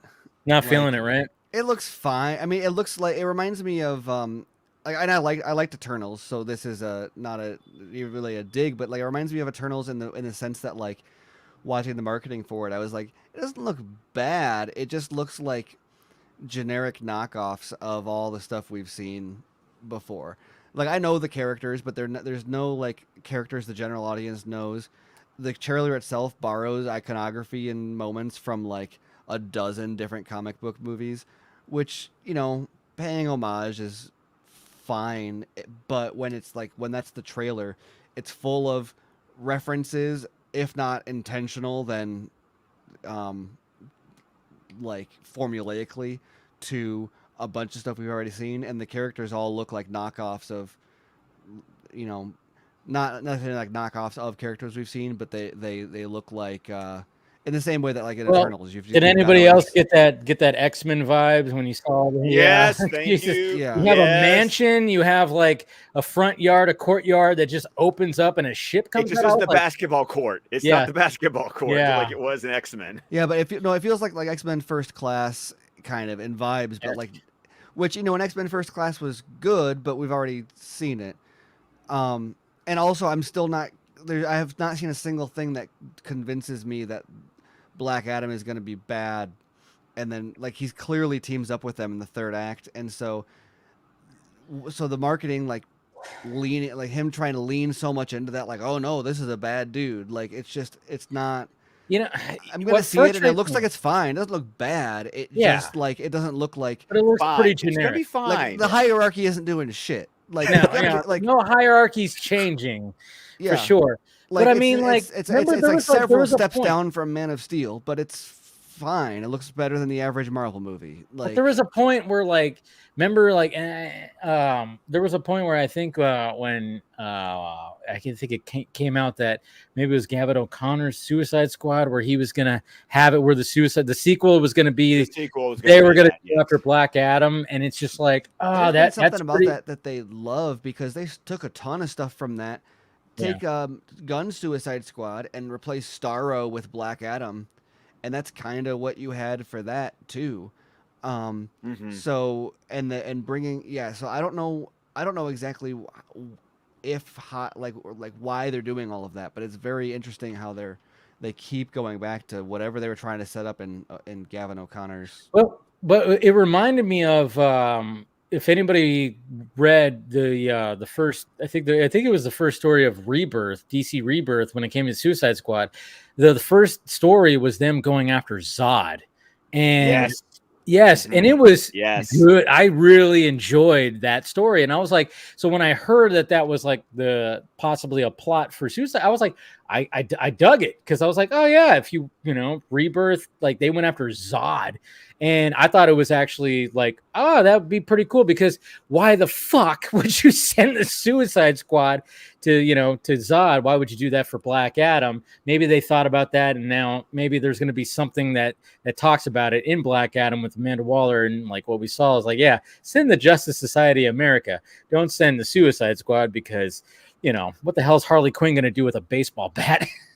I also liked how the theme of Justice Society is, established within this movie itself. They're not coming together or something like that. Mm-hmm. And even on the Waller frame, we see the Justice League being, as a team, which we saw in Peacemaker. So this is twice now that they reference to the Justice League as a team that's already established in this universe. But there's no second movie. Come on, dude.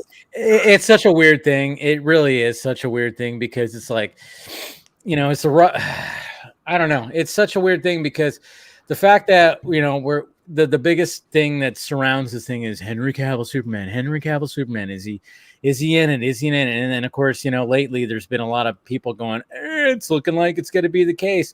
But then it's like, but is it? I mean, it just seems like, it's just so up in the air. It's so the up problem in the air. with making this a rock vanity project too is, like, I don't know if there's any other kind of rock project, but there's so much writing on this movie. It needs, in the way that it has to change the hierarchy. And I'm not saying this is like putting my own standards on it. I'm saying Dwayne Johnson is saying the hierarchy of power is going to change.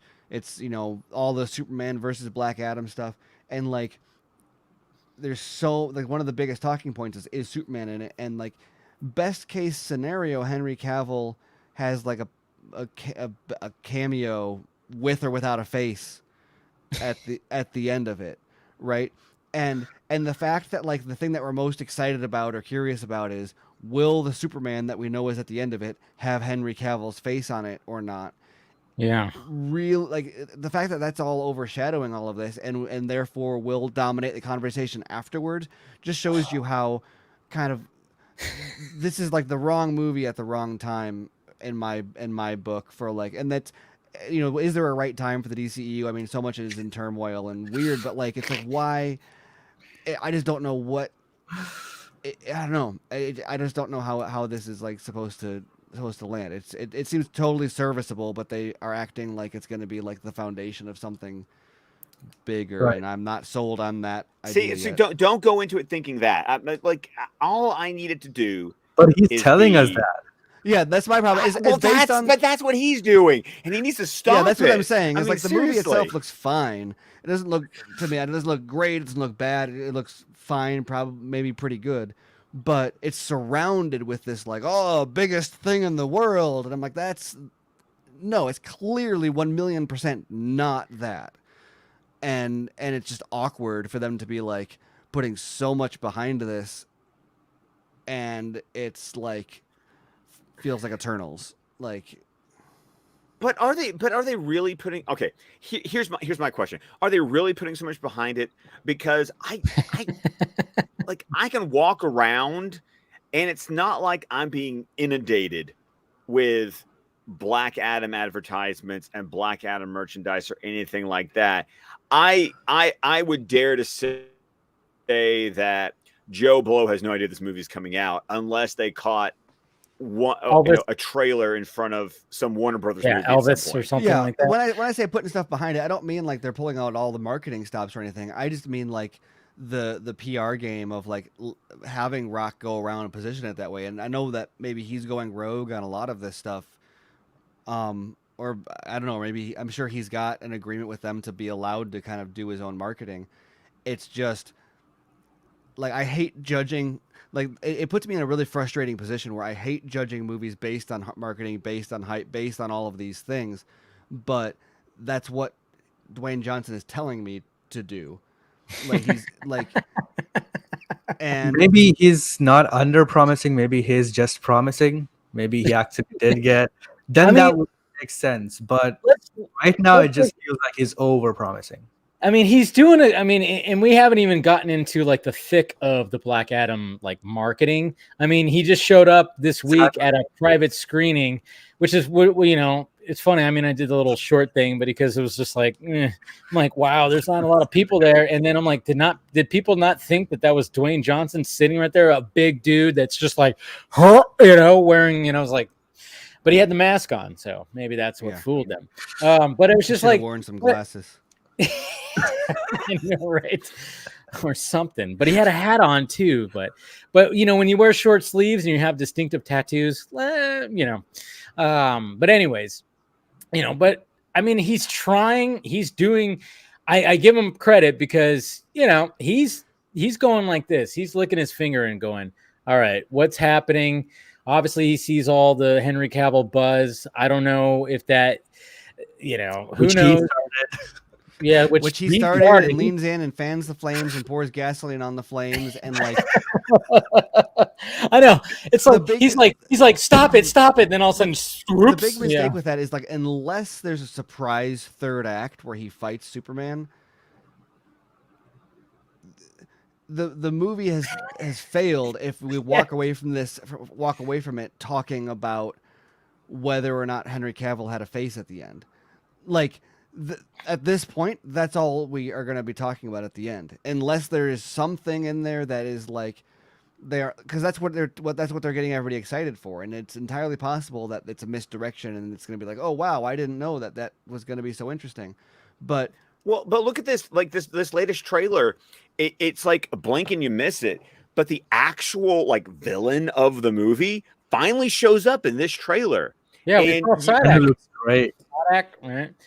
He looks fucking accurate as hell too. It was like, oh, look at that, That's also another thing that I actually liked about the trailer. Like there was no Superman hinting or anything like that. So especially they definitely won't do that, this early.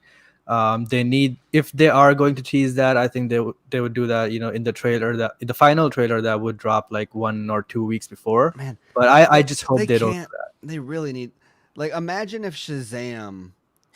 if leading up to Shazam, if there was chatter, but imagine if like Zachary Levi leading up to Shazam was like, will Henry Cavill be in it? I don't know. We'll find out. Like, and then that movie happened. Yeah. Like the people who don't care about the post-credit scene don't care because for them it was just a pleasant surprise. Dude, this is what's going to happen. I have a bad feeling this is what's going to happen. I mean, like, as much as there's like people that are like keen on all the stuff, I still don't know. I'm still on the reservation when it comes to all this kind of stuff where I'm like, I just don't. And, it's going to be funny. I'm just going to laugh when the week of people start seeing it. And then it starts coming out that if that happens, like, oh yeah, there's a Superman, you don't see his face, and they play John Williams' score. I'm gonna be like, Yeah, like the Rock, like Dwayne what Dwayne the Johnson fuck? knows his marketing and like knows how to hype stuff. So I realize the naivete of me like second guessing him, but imagine just like if he just came out and was like, everything has to be all connected these days, and we just wanted to give you a good superhero movie about a character you might not know about. Like, he could hype it up that way, but no, we spent 5 years with this. Like, he started teasing Henry Cavill Superman versus Dwayne Johnson Black Adam in like 2016.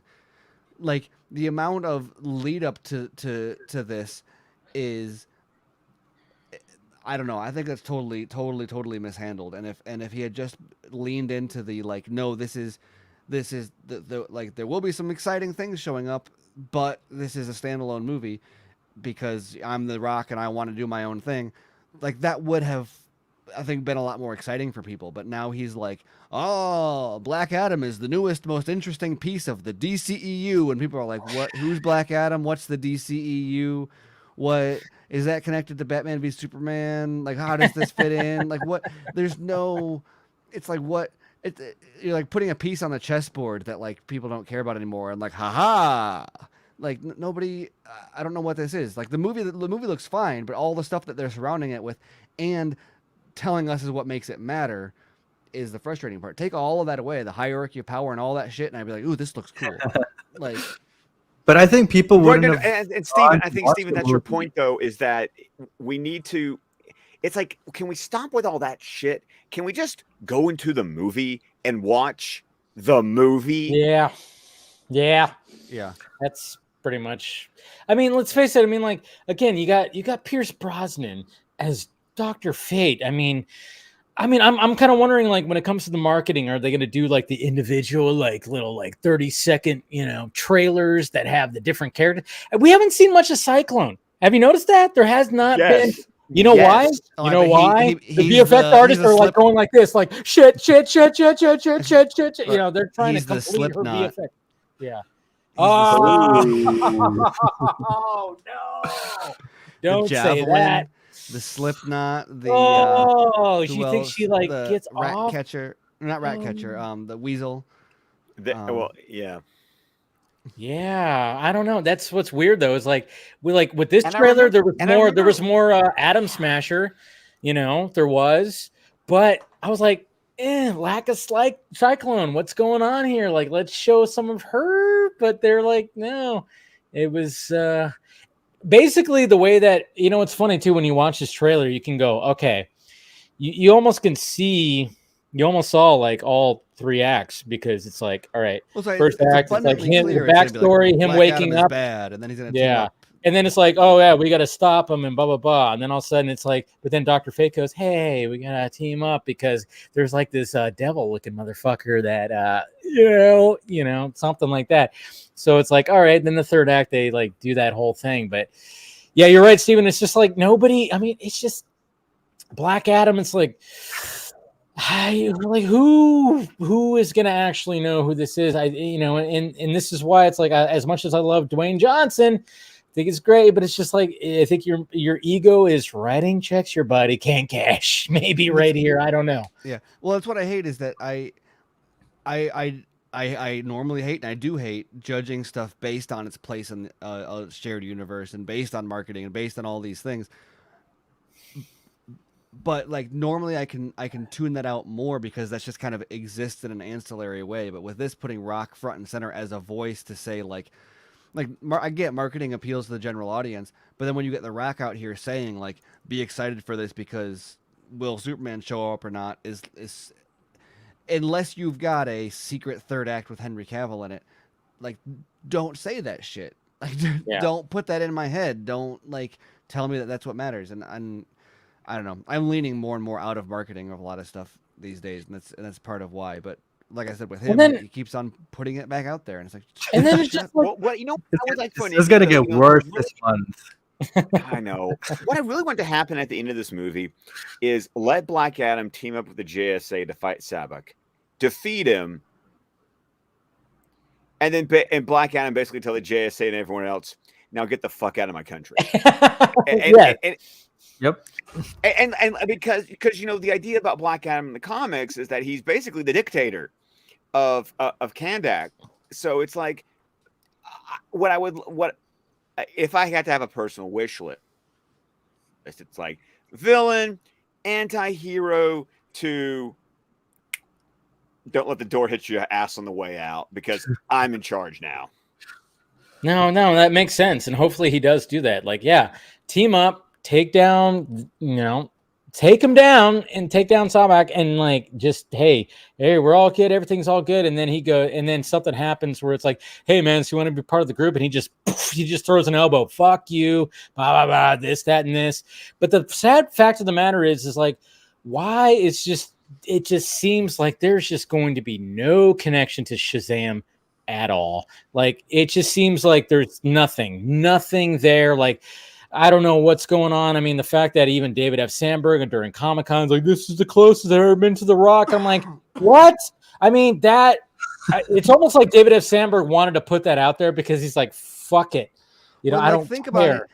The fact that like they're teasing Superman so hard when like do that same shit. Like I get it, Shazam isn't as bankable of a like you're not going to get as many eyeballs by being like, is Zachary Levi going to be in this movie or not?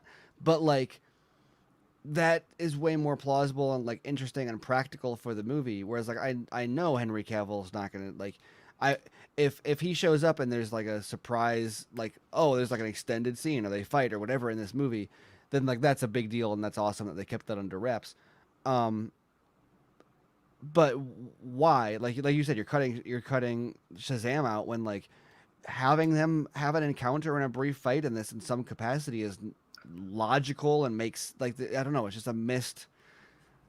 It's a weird sidelining, and I think it's all because he's like, no, I don't want to be heel to Shazam. I want to be heel to Superman if I'm going to be in the like that's a Rock. Yeah, he doesn't. It almost seems like it's like I don't want to take on the superhero that is a boy that goes Shazam and I don't want to be that. I want to face Superman, right? I think that's the biggest thing. But it's like, dude, you can't just skip. Yeah, you can get to a Superman fight eventually, but you have to have the Shazam fight first. And that's what's sad. I don't have him beat the shit out of Shazam and then have Superman be like, "You messing with my boy?" Like that is like way more interesting. Yeah. And please, the thing is that he's the Rock, and he doesn't want to fight against the kids. I mean, he's got to say Shazam in the movie. Yeah, he's got to say. Yeah, you're both right. Yeah, I mean, that's the thing. It's like there's just so much that's right there, but I think like the Dwayne Johnson just wants to skip. He just wants to skip a boss, I guess you could say, or a level or something like that. And Black Adam says Shazam in the same. No, he says Shazam too? No, he doesn't. He does. So he does. Yeah, see, no, because that's the name of the wizard. Okay. Yeah, I get it. I didn't. It's the name of the wizard. I didn't know if that applied to him or if he was a different. But no, he says Shazam. So look at in the comics at least. So look at. If they even do that at all, I'm going to bet they don't do it at all. But yeah, they probably won't. Compare what The Rock leaning into the Shazam phrase would do for the franchise versus leaning into this will they, won't they with Superman stuff. Like, imagine if you had The Rock at Hall H being like, Shazam! Like, that's way cooler. I don't know. I kind of disagree with that because I don't think general audience cares about Shazam, especially with The Rock taking on. They don't. But the point is that he can bring attention to that though. Well, and I think that's the problem is that it's going to be like a Goonies. He's going to be like a Goonies villain then instead of a. But hey, you guys. Yeah. It's like the WrestleMania event, and you have and they should have did a WrestleMania event at Comic-Con. No, but like if you have, for example, like you have Undertaker or whatever, and you're teasing something. You don't go out and tease Undertaker versus some random, small time wrestler. You just go against Kane or something like that, right? To make it a big event. So I don't know if teasing Shazam would have, hyped people up as much as it does with Superman. especially Mhm. because it's The Yeah. Rock, Well, I know not just because it's Superman Black is Adam. obviously the choice for the hype, but unless you like, I don't think it's possible to deliver on that tease. I think Unless that he kept it under wraps. but but but it's not just But that, even like, that, surprise there's a Henry Cavill post credit scene does not fulfill that tease. Right. Or like finishing Black Adam and being like, "Oh, Black Adam 2 is going to be Black Adam versus Superman" is not a like you just do Black Adam versus Superman then. You just did a whole movie in order to tease us for another movie that we don't need this movie to get. yeah. Welcome to the shared cinematic universe. And they're not even bothering to promote the first movie. They've been promoting the second movie this whole time. It seems like it, right? Like- It's like no, yeah. Here's a taste of things to come. And I hate this You because know? like why can't we just be excited for this movie? Why can't you give me a movie here that we want to talk about what's in this? And maybe I'm the only one. I don't know, but it's just like I Yeah. don't. It's so hard to get behind it because it feels like they're not even behind it. It feels like even The Rock since 2016 has been like, well, we got to get this one out of the way. So, like, Yeah. Or maybe he's just, setting up some cool stuff with JSA and his own stories too, apart from Superman. But right now, I don't see that. Maybe after the movie, we will. But yeah. I just want to see the movie at this point. Like all Yeah. these movies have been like we were supposed to see this movie back in July. Like it's like yeah, I'm just ready to see the movie. And I still think the funniest thing, I think the best marketing this movie ever had was I think it's late to say, but the cameo at the end of Super Pets. yeah, Because damn, my 6-year-old is excited for like because they even showed the Shazam trailer before Super Pets, and my 6-year-old was like, Shazam. And I'm like, yes, son. It's just like I'm not taking you to see Shazam. Like you could I wouldn't even let you watch the first movie because of the boardroom scene. I mean, seriously, it's like All right.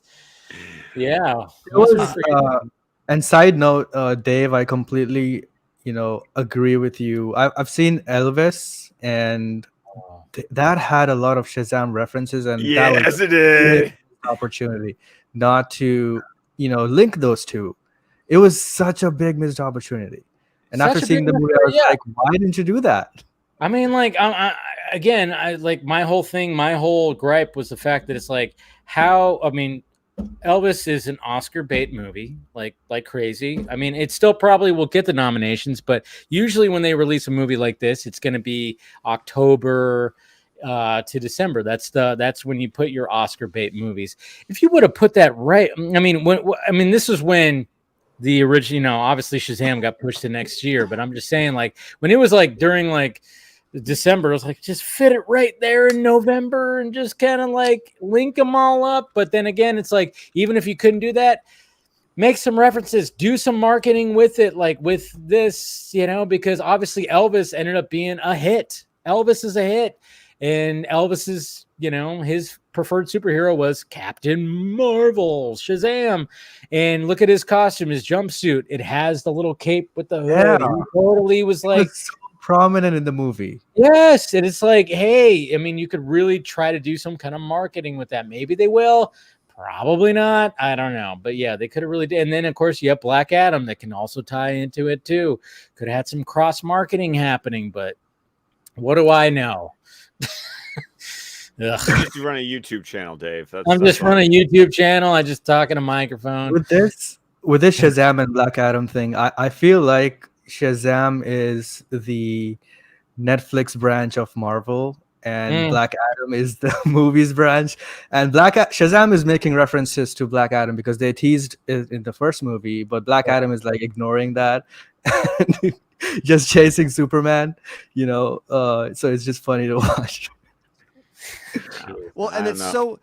The more I think about it too, the more mad it makes me for Shazam because like David Sandberg, I don't know, it's not the greatest that guy. like, DCEU movie, but like David Sandberg is great, and the movie is like super solid. It's just it's a the fact that it kind of fits in the universe, but it's more childish. I mean, there's a lot of things about it that I like, but the fact that Black Adam from the get-go is positioned as like you don't go for Superman and be like the hierarchy is going to change and Superman, and then I don't think we're ever gonna get a Black Adam. I mean, maybe we'll get a Black Adam Shazam fight, but we're not gonna get like a Black Adam versus Shazam movie or arc, or Yeah.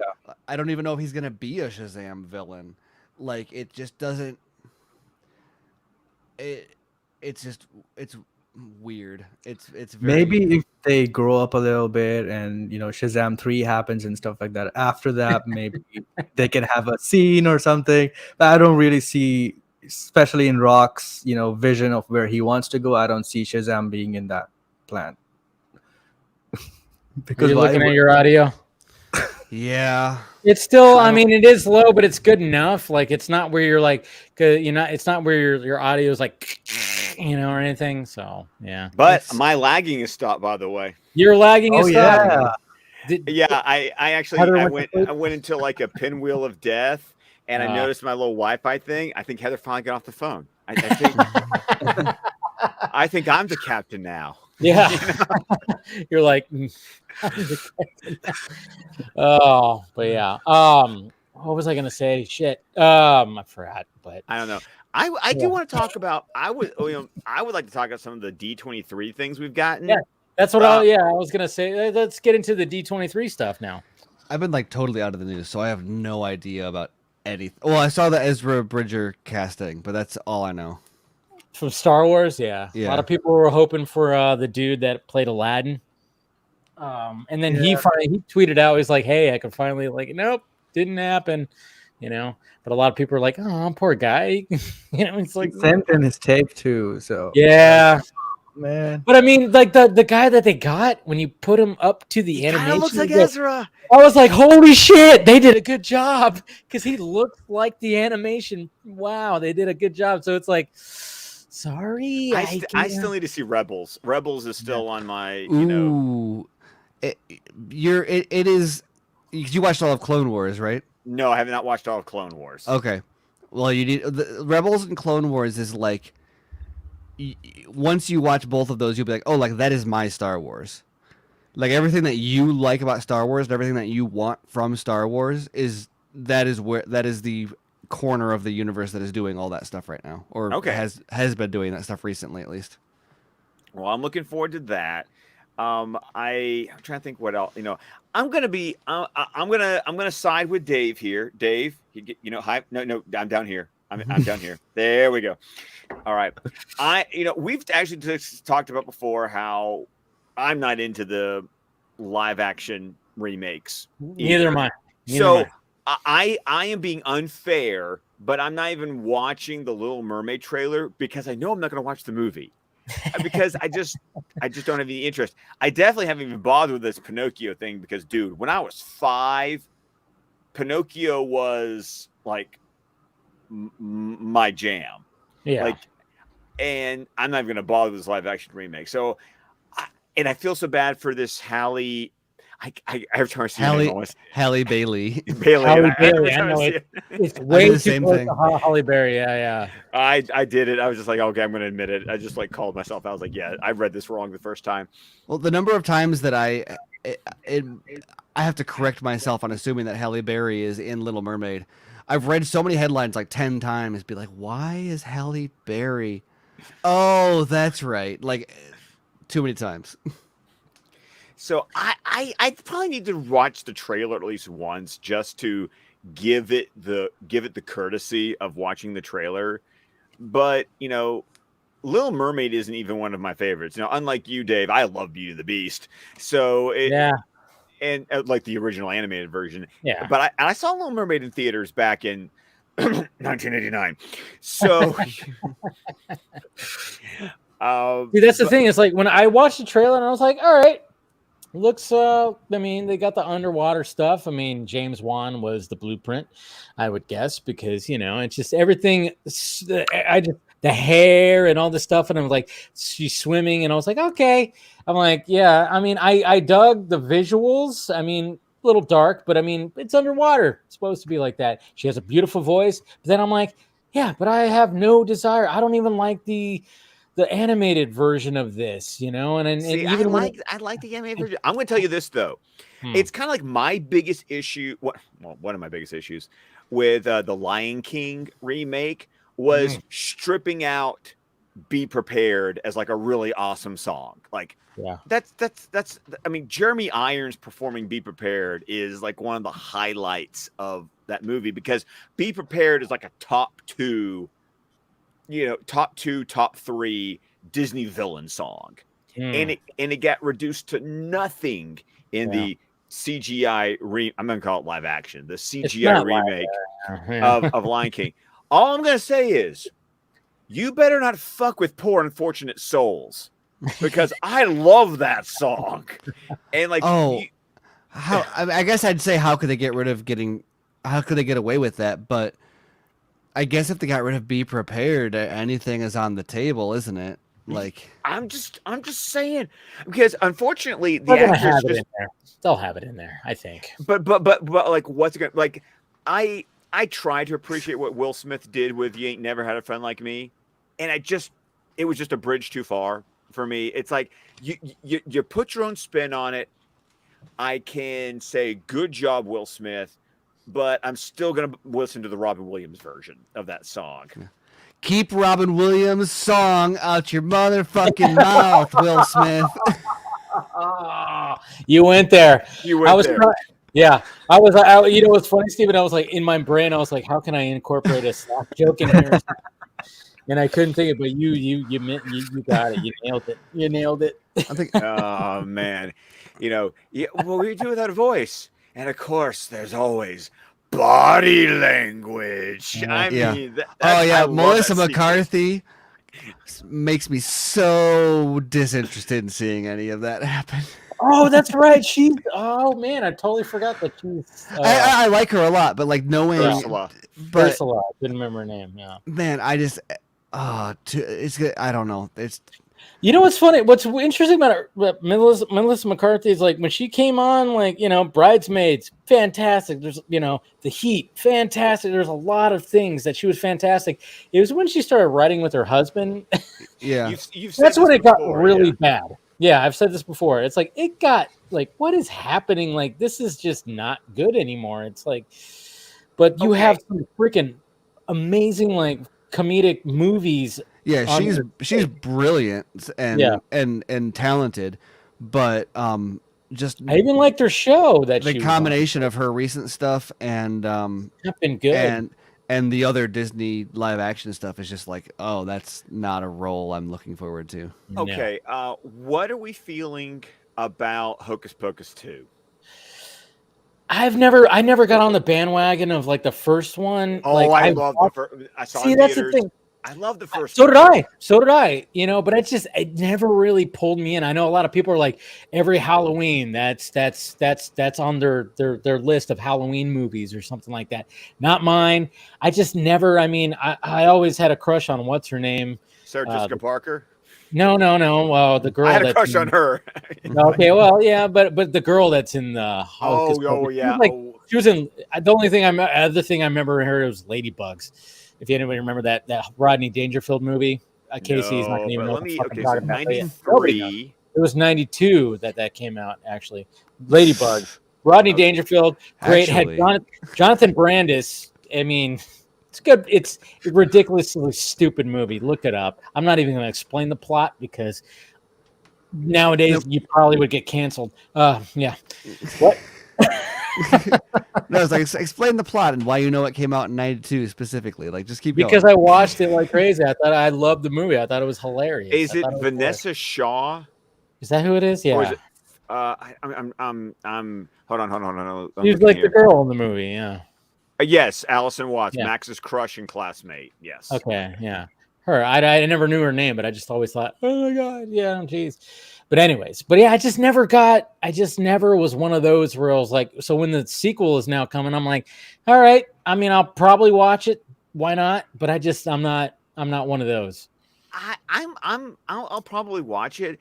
I'm gonna admit that the teaser did more for me than this trailer did, and I don't know why. It was, however, great seeing the three witches, like those three. I think that's it. It's like, I love seeing those three. It's cool. It's everybody else that I'm just like, Yeah, I don't know. What do you feel, Casey? Anything? Hocus pocus. You're like, You haven't weren't even even seen born it. in '93. you wasn't even right? born when the first one came out. Yeah. Yeah, I haven't seen it, and I have no interest. It's And then fun. we had It's Disenchanted. fun. Disenchanted. Okay. Now that one, that Yeah. Oh, he's glitching. Uh-oh, we lost Scott. Oh, his wife said, "Fuck this." Perfect. Yeah. Perfect freeze moment. I gotta screenshot this. Yeah, screenshot that one. Jeez. But no, like when it came to that, I still haven't watched the first one. But you know, I mean, I hear good things. And one of these days I will watch it. Maybe in prep to watch this one because obviously it's Amy Adams. We love Amy Adams. She's great.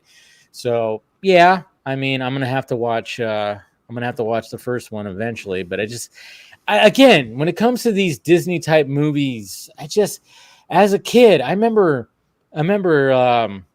and you know, you're not going to know anything about this, Casey, but I remember like when it came to VHS tapes and we had our shelf and we had those big huge. Can I you hear I the? know that, but did you have them like in a case in a bookshelf or like a shelf, and they were like in these big huge. The Disney movies the were always, plastic ones. yeah, the like plastic, the white. like you Yeah.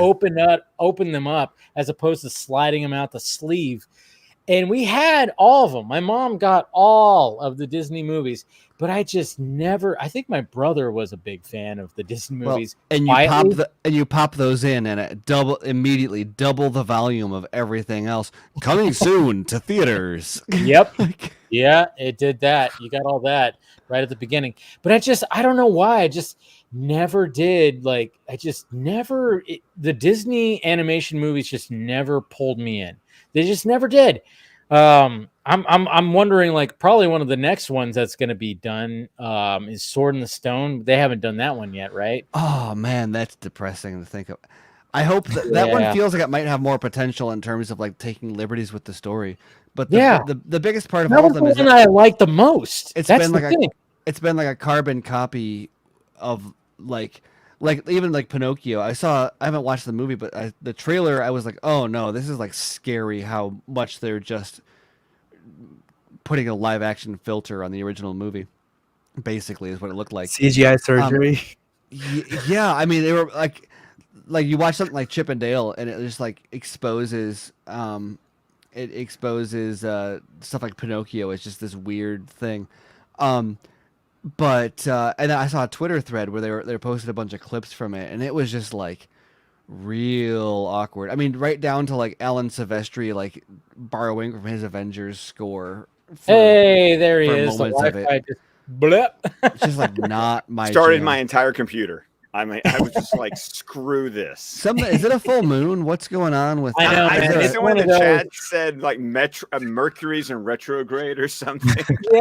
Yeah. Yeah, and what's funny is like, I had nothing, and there's like it's storming over here. It's like It's a solar flare. Yeah, Solar something flare like is that. far more likely to affect us than a 5% change in the distance of a planet with gravity a billion miles away. No, but we were just kind of just going like, and I'm just, saying the thing that I've said before. I'm just like, the Disney movies didn't really pull me in. I think the one that really pulled me in the most was Sword in the Stone, and that's probably going to be next in the next couple of years. Robin Hood. Robin Hood, yes. Yeah.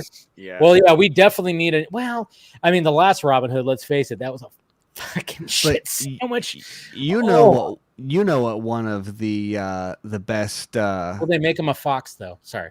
Yeah. Well, that would actually be good, I think, is all the animals. Yeah. If they did the animals. We'll see. But the one of the best last hand drawn Disney animated movies was Emperor's New Groove.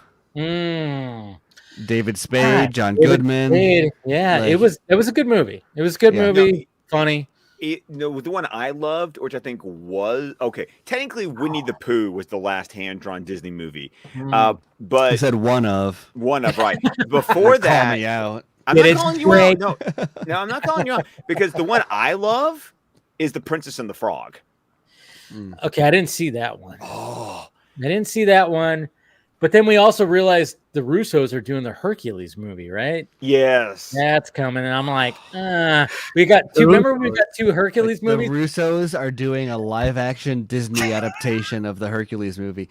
That is a sentence full of so many things. There are so many things in that sentence to talk about. Oh my god! Or not talk about. Watch it.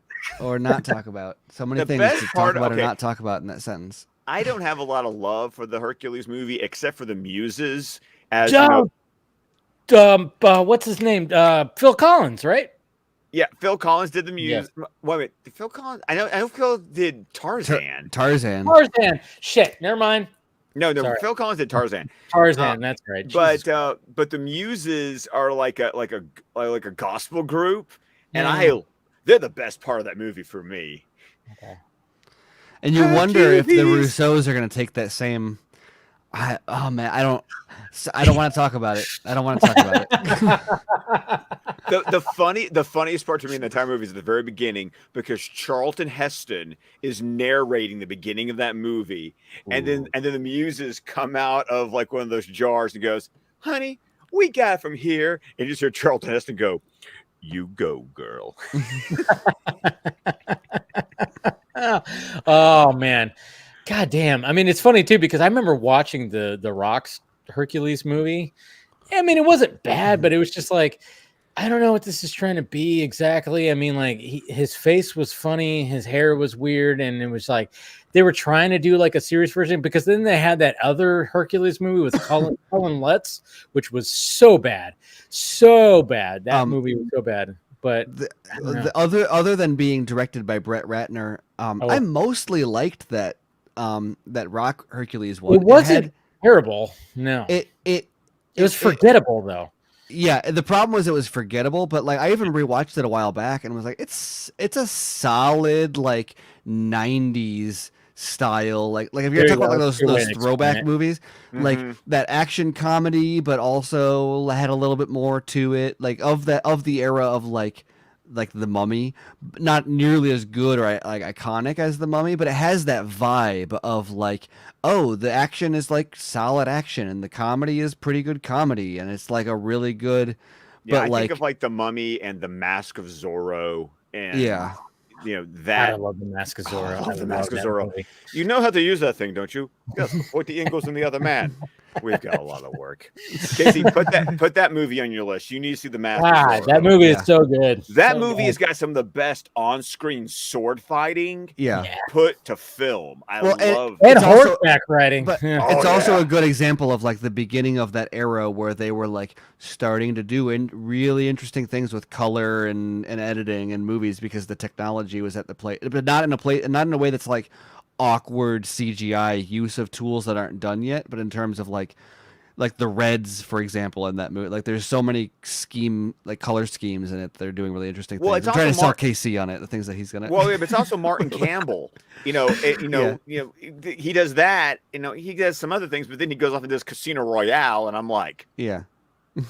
Yes. I was super into the Zorro cartoon, when I was a kid, because I was obsessed with the Z putting, the bodies and stuff like that. It was so cool. You have to watch this movie. You do have to watch this movie. You're gonna love it. You're gonna love it. There are some like big. It's the type of movie where you watch it and you're like, oh wow, there's these huge stunt sequences that like today would be like rubber band stuntman scenes, where I haven't rewatched it, but I was thinking about it a while back and I was like, I don't even know how they did that now. Like today they would have just had like a CGI dude jumping around. But like, I remember there was one in the trailer that I was like, oh my god, that happens, where it's a horror, like it's Zorro on the horse, and it's like there's a tree that's fallen down, and he's like fighting somebody, and he literally has to leap off the horse to avoid the fallen tree, and it's like one shot. It's a stunt. It's crazy. Like he literally leaps off the horse to avoid the tree, and the horse goes underneath it. He goes above it. I'm it's amazing. And it's as also, a kid, and then everyone in that movie, Catherine Zeta-Jones, Anthony Hopkins, Oh Antonio my God. Banderas, they all That's all you need. Catherine Zeta-Jones. Catherine Zeta-Jones, but they all had such incredible sword training, like because they're all doing it themselves. Like Well, I remember it was interesting too because as a kid, I was like not solely, but mostly interested in it from the scene in the trailers of him cutting her clothes off in the duel. Of course. Of And I was like, course, oh, of I course. gotta see this movie. And then Oh, like yeah. watching it and being like, oh wow, this is like, and it's one of those movies too where I don't have I haven't seen it, and I don't I want love to put that. a I love number that. on that. There was But like, I I haven't remember seen the it since it trailer was too, like, when like they were sword fighting, and she goes, not bad, and he's just like, he's like, yeah. yeah, I'm good, yeah. Because Antonio Banderas is so freaking charming in that movie. Oh God! And Well, then you got Anthony Hopkins. here's who's what it training is. him. It's that Marvel style action comedy formula before it got old. That's what I think I also liked when I was watching the cartoon, because he's like the coolest characters. He's on a horse, he has a sword, and he has a cape. Like, Yeah. And honestly, he's one of the prototypes for Batman. I mean, that's the reason Yeah. why Zorro is the movie that the Waynes are seeing the night they get murdered. I mean, Don Diego de la Vega is the spoiled billionaire playboy who is secretly a vigilante, helping the people. Like Bob Kane and Bill Finger, between that and the Scarlet Pimpernel, and throw in a little Shadow, and it's like, this is where Batman came from. That's where Batman came from. But before we continue on, we got somebody joining in. Oh, great Odin's Raven. There he is, Mr. Enoch. What is up? I was wondering who that drop was going to be for. I wasn't quite sure. No hat tonight. Look at that. A hatless Enoch tonight. I forgot to put on my hat. I'm sorry. I spent my day. I spent my day power washing so I forgot to put my hat back on. Yeah, it's okay. I just got junk all in my hair. So. No. It's different. I like it. Thank you. Yes, I'm going for that. I know. I'm the only one wearing a hat pumpernickel tonight, look or whatever that was. Why am I the only one wearing a hat tonight? That is strange. Usually, I wear my baldness proudly. That's no. You rock the baldness great, Scott. You rock that. It's a good look. It works. Totally works. It's my dad. Like, I literally just copied my dad's haircut because I actually had a conversation. No, when you start to lose your hair like this, buzz it down, because if you try to grow it out, it just makes it look worse. It's like, what's funny? What's funny? Short hair. I've been if I'm not watching a Giants game or something after I do a show, like a stream or something, and I'm editing, I'll put on, because Seinfeld's on Netflix. So I just been rewatching Seinfeld. It's pretty funny because I've never watched it in complete order. I've always watched it, when it was on TV and whatever the hell. You don't even know what order everything's in, because it had a linear story, but not really, because it's the show about nothing. It was all just individual stuff, and I loved the show. And rewatching, and I just keep going, God damn! Back in the '90s, every guy had either curly haired or they were balding. Like, every guy is like, the hair was never straight, or it was balding, and they had like the bald mullet thing going on, and blah, blah, blah. It was like, why does every guy look the same? I'm like, what is going on here? Every guy looks like they're 50 years old, and they're all 34. Well, start paying attention to all the cosmetic things that Hollywood did in the 90s. Yeah. Like guys being bald is like we got off easy, because like look at all the plastic surgery that people were getting in the 90s, like the way that aged or didn't age. My friends called me Kramer for a minute because my hair, I started growing out my hair when I was 16, and when it got long, I could do the whole Kramer thing, stand it up straight. Yeah. You know what's funny? I have one of my good friends.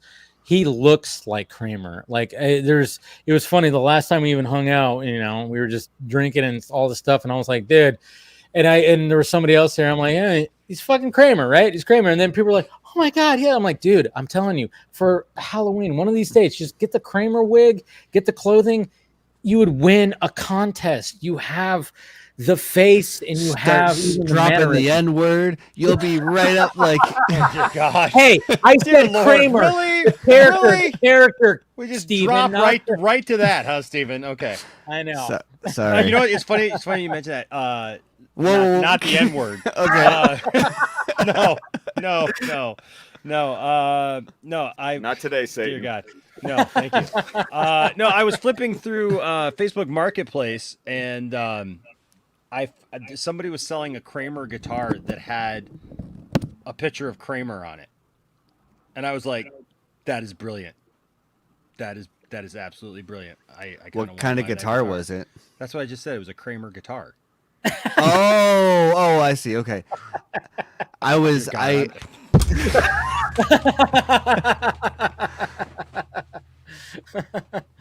Just said it, damn it. Jeez. Oh, Even the jeez. damn- Some of us were drinking before know- the show you know- started. Kramer guitars made famous by this guy right here. Eddie Van Halen. There you go. Oh my God! I don't know if anybody watched the Taylor Hawkins concert on last Saturday. Jeez, yeah, his son came up on stage and played a couple of songs. That whole concert, man. I tell you what, you watch that thing. Jesus Christ, I was a wreck. If you want, yeah, I was a fucking wreck. That whole night, not the whole thing, but mainly when the Foo Fighters went on and they had the different drummers and they were trying to sing the song. That was hard. Anyways, let's not talk about that. But Enosh, I wanted to get now that you're here. We were talking D23 stuff right now, but I did want to get your opinion on the Black Adam trailer that showed up on Thursday. Lackluster. Okay. No, I'm being serious. I don't know if you saw my tweet to Dwayne the other day. Yeah, listen. I'm excited for Black Adam. I want to see Black Adam. I'm happy that Black Adam is coming. I think that it's a great role for him. I am just so over Dwayne Johnson at this point with this role already, and I haven't even seen the effing movie. And I don't want to be because I'm not. And you're a wrestling fan. I Yeah. am, but I've never liked The Rock. I do not like his Okay. persona. I do not like the character. There's times where I've liked the character, and then there's just times where I just feel like he's just full of himself. It's not even the character anymore. It's just I just don't trust The Rock. I don't trust that, and I'm not the guy. I am not one of these fans out here who are just like, oh, I'm just gonna hate on this film just because it is what it is, you know. And Yes, you are. No, Yes, I'm you not. are. No, Yeah. I'm not. Just Honestly, I embrace- am not. Honestly, Just embrace it. I am not that guy. I am hate not flow that guy. through I you. just really look. I'm excited about the movie. I'm excited to see Pierce Brosnan as Dr. Fate. I'm excited about Hawkman, but I'm sorry. I looked at that thing and like when I saw this bad boy popping up out of the ground there for the the Hawk plane or whatever they're calling this now, the Hawk Cruiser. I was like, wait, they made another X-Men movie? Yeah. Well, you saw that shot in the trailer that was like, the mansion, That's what I'm saying. That's what I'm saying. It looked. I was like, what do we go back to making Fox X-Men movies? Like, what are we doing? It's like, is that the JSA now? What are we just making them X-Men? I don't know. Like, I don't want to hate on this movie. I swear to God, I don't. No, but this is where I was. But I did see a little. Did you guys see the little bit of blue in the background? Henry Cavill confirmed for Superman. Stop. No. I'm still waiting to see if we get any Tower of Fate, like especially with because there's such great mythology with Dr. Fate. I bet Like, yes. I bet he makes a joke about his bedroom is like on the top floor of his house, and everyone else is like, "Oh, you're not on the same floor as us," and he's like, "No, I sleep in the Tower of Fate." And they're gonna be like, "See, it's so comic accurate. We name dropped the place." Oh man, if So they I do did. that. Yeah, I tweeted out the picture of Christopher Reeve because I had to from Superman the movie where he's being interviewed by Lois Lane and he's kind of got the grin, the smile, and he's kind of like covering his face like this. I'm looking at it right now, and I'm looking at my own tweet because I just put because I literally put I think I saw a little blue dot in the background of the Black Adam trailer. Henry Cavill confirmed hierarchy of power changed right at The Rock. LOL, yes, we're laughing at you because instead of eating pie, you got pie on your face. It's just, I'm sorry. All this build, we're going to get a trailer. Maybe people really loved the trailer. I don't know. And if you did, hey, everybody's got their own thing. I just, I was like, I waited for that. I don't see how that was like. Well, I think, Enosh, I think to your point though, I'm not That's the thing. This is not a movie that I am eagerly awaiting every morsel of marketing. Honestly, I just want to see the movie. I'm at the point that I just want to see the movie. Like, just give me the damn movie already. Like I said earlier, I was supposed to have seen it 3 months ago. Right. Yeah. So, Well, I feel like that's the way I've been, like, basically since it was announced. Where I was like, just show me the movie. Like, every bit of marketing and everything The Rock says and everything that comes out about it, I'm like, just show me the movie. Like, I just want to. I'm sold. Black Adam, The Rock, Black Adam. I'm sold. I will go sit in the seat. Stop talking. Just shut the fuck up. Thank you. That's how I feel at this point. I'm tired of being promoed to. I'm tired of being like of feeling like The Rock is trying to like WrestleMania this thing. And he's like playing heel to Superman. Like we were talking before you got on, and like what does that do to like Shazam? Like if he's like chasing Superman, is there ever gonna be a Shazam Black Adam? Like it feels like counterproductive at that point. Like if he faces Superman, that's fine. I mean, of course, then there's like all the little things because that little screen there next to Viola Davis says Justice League on it. So they're in a Skype call with the Justice League apparently. I don't know, man. I'm tired of being like of feeling like The Rock is just trolling us all at this point. Well, and by his own effort, he started doing this in like 2016. The biggest question that the most ardent fans have is, will that tiny scene at the end of the movie or possibly post-credit scene have Henry Cavill's face on it or not? Right. Like, that is the thing, and that's his fault. Like, he's not being like, well, this is a standalone movie and we want to appreciate it in its own merits. No, he is like hyping you up for a Black Adam Superman. We're relaunching the entire DC universe revolved around my movie.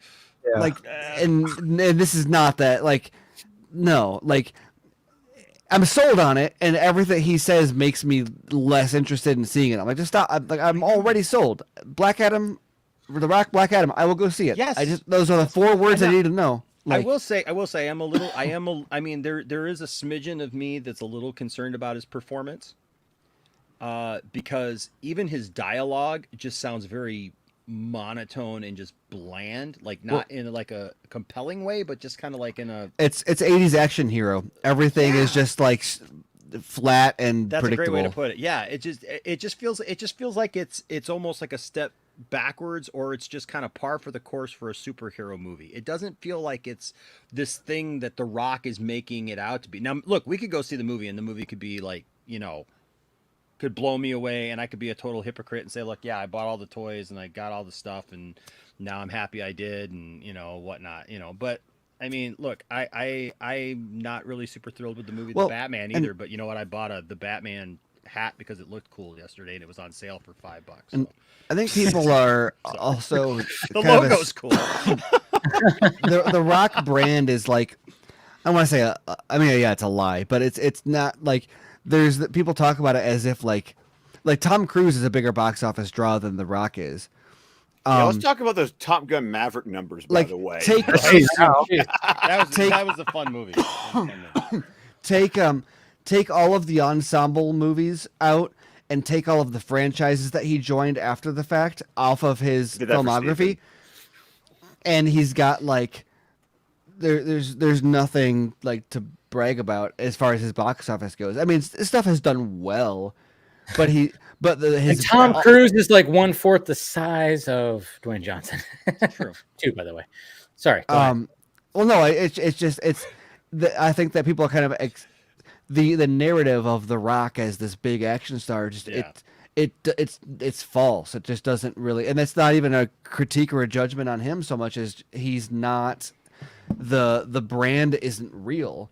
Yeah. His movies don't draw those kind of audiences. Which, by the way, Dave, your TikTok about the special showing. Hey, or whatever, hi Amanda. Hey, there she is. We need more Amanda on the stream. What's up, Amanda? I am. Yeah, no, that was a. I'm glad she didn't scare the shit out of him this time. So. Sorry, Enosh, we're too busy looking at Amanda. No, you're good. You're good.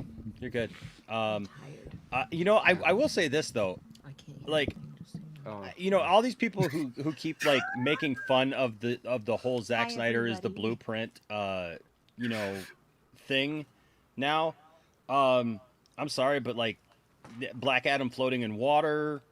Yeah, there's a lot of There's a lot of him punching Man really fast. Yeah, there's like I'm starting to notice it a little bit more now, and I don't know, man. And it's not I just just those- I want to love it. I want to love it so bad. As a DC fan, I just want to be able to go and enjoy it and not have to think about everything. I guess that's my biggest problem with all the DC things coming is just like I'm worried that I may get into the theater and just be able to enjoy the movie. I feel like I can go see Shazam and just watch Shazam because I liked the first one and I have like no negative connotations for anything really else that's happened with Shazam 2, but I feel like there's just like all this stigma surrounding everything, and as much as I try not to think about it and where it's not really affecting my ability to enjoy it, maybe it is. I don't know, man. It's just I think to your point though, I think that's why I was when Tim and I decided on Squadcast to pivot away from news and just focus on stuff that we enjoy or we wanted to talk about. I'm going to be honest, it's made it a lot easier for me to just walk into the movies and go, Yeah. I haven't streamed in 3 As weeks. a casual, it's great. Yeah, I haven't streamed in 3 weeks because honestly, I every time I sit down and like everybody's like, when are you coming back? When are you coming back? And I'm just like, I just have not felt like reviewing things to the point where it's like I feel like I got to talk about every little story and every little thing, and it's like I've been doing things in my real life, and I don't know. preach. So, yeah. Reality. You know, No, I he did gain a literally- new that's one of the moniker things though he's tonight. Been doing in his real life. Yes, I've been trying to do some good. In my Literally real life. preaching. Yes, but I did gain a new moniker though. I have apparently outlasted the whole "that preacher" moniker. Now I am the fat substitute teacher. There are T-shirts coming. 2 T-shirts coming from Poindexter Lounge. One is Tiff is not happy, and I follow a fat substitute teacher. So there you go. Nice. Like it. Nice. But Amanda, welcome. Hi. Hello, Amanda. How you been? Hi. I love You know that what I you think of Black Adam? I'm What? excited to watch it. 'Cause Okay. I'm not invested in whatever apparent drama. Is there drama? I don't know. I saw some screenshots on ACS's show earlier tonight, and I was like, those are nice. Is there drama surrounding the Black Adam movie? Those are nice. I mean, you got I the know message. there is. I'm just saying. Don't like, count on not it. even So there you go. It's just Hey, Paul, immaterial to me. It's just the Rock's. It's the Rock's hype is like, tell me the Rock is playing Black Adam, and I'm like, cool, let's go see it. And then I've got to put up with 5 years of him being like the hierarchy of power. Is like, shut the fuck up. I'm already gonna see Yes, the movie. Steven. Well, like, Steven I is my was- spirit animal right now. Thank you. I don't know. I think it was earlier tonight with ACS. I was listening in and they were talking about it and they started talking about The Rock and whatever. And I was like, the one thing I know about this film is that it's going to be the slickest marketing. And then I realized, like, oh, yeah, exactly. It's just a slick marketing vehicle. Like, It's gonna get worse. I'm not trying to for say that Black it Adam can't 2, be. where he fights Superman. I love the fact I'm that not Amanda trying came to in say so it can't be positive good. and is already like in less than a minute. She Okay, is let like Amanda gone talk. over to the I other. missed Amanda. I need my Amanda back. This is why I don't. I am a prophet. I don't He's a wanna- preacher. I'm a prophet. It's why I don't even want to talk about it. Like, because it's the more you talk about this, the more you're just No, like. but that's The Rock's entire career, though. I feel like as soon as he's attached to something, I'm just like, this is going to be marketed the fuck out, like, to the max. Pain and I'm going to gain. see him do 1,000 TV Pain and interviews gain. on this. Pain and gain with He's gonna, for Michael Bay. He's amazing. Actually amazing, though. I really, love that really, movie. really good movie. That Him movie and is Marky Wahlberg. Mark. interesting. But That movie is everything else is interesting. just like Okay. The Rock TM. Like, Okay. But Amanda, I I don't want know. to get your thoughts on this because I was about to start talking about it and then my Wi-Fi cut out and I had to reboot my computer. Did you watch the Disenchanted trailer? I haven't. Oh, you need to see this. Wait. the sequel to Enchanted with Amy Adams. Oh, Look at that look on Yeah, his face. trailer dropped today. Oh my god. Do I need to take a break so I can watch it and come Yes. back? Yes, Okay. you All need right. to go watch it. Yeah. Oh wait, do you need to go somewhere? No, I mean, Okay. Did you just leave? Oh, he just got jealous. No, I'm just kidding. well, no. If something worth watching isn't happening in this window, the stream's gonna go down. Stop. So you gotta. Pretty much. Yeah, what he said. Oh crap. No, yeah, but yes, I will that go showed up watch today. it. I will Yeah. go watch it. I live for Amy Adams. I actually, so speech season has started again. The school year has started. Speech season has started. So I'm coaching a bunch of people in speech, and one of the topics that I want to like find a way to build for a student this year is basically about female age representation and like how aging is like not allowed in Hollywood. Like Meryl Streep is famous for saying when she turned 40 she was offered 3 witch roles in the same year, and she was like, I felt like Hollywood was sending me a sign about how they felt about women of a certain age. And there's, I don't know, other people talking about it, but Amy Adams is one of the people who has said before, I haven't seen pictures of her from this trailer, but she has said before that she's like not into the whole like preserving her face in plastic thing. And I also think that's part of what makes her a really great actress, because she can actually use all of her face. No lies. Yeah. Can I go watch this and come back? Please, because I want If to you talk to you want to, about Get out it. of here. Boys Club, whatever. Put Because a sign I on the was- door. Yeah, oh yeah. Boys Well, Club we is want I to wanna- we want to hear your opinion on it. Hey, Yeah. Boys Club is I want to talk about a musical because that's who I am in this Boys Club. But I actually looked it up and it was interesting to go. I was like, okay, I remember taking my mom to go see this movie. And I was like, why did I take my mom to go see this movie? And they realized, oh, because it was a month before my first date with Heather. I was in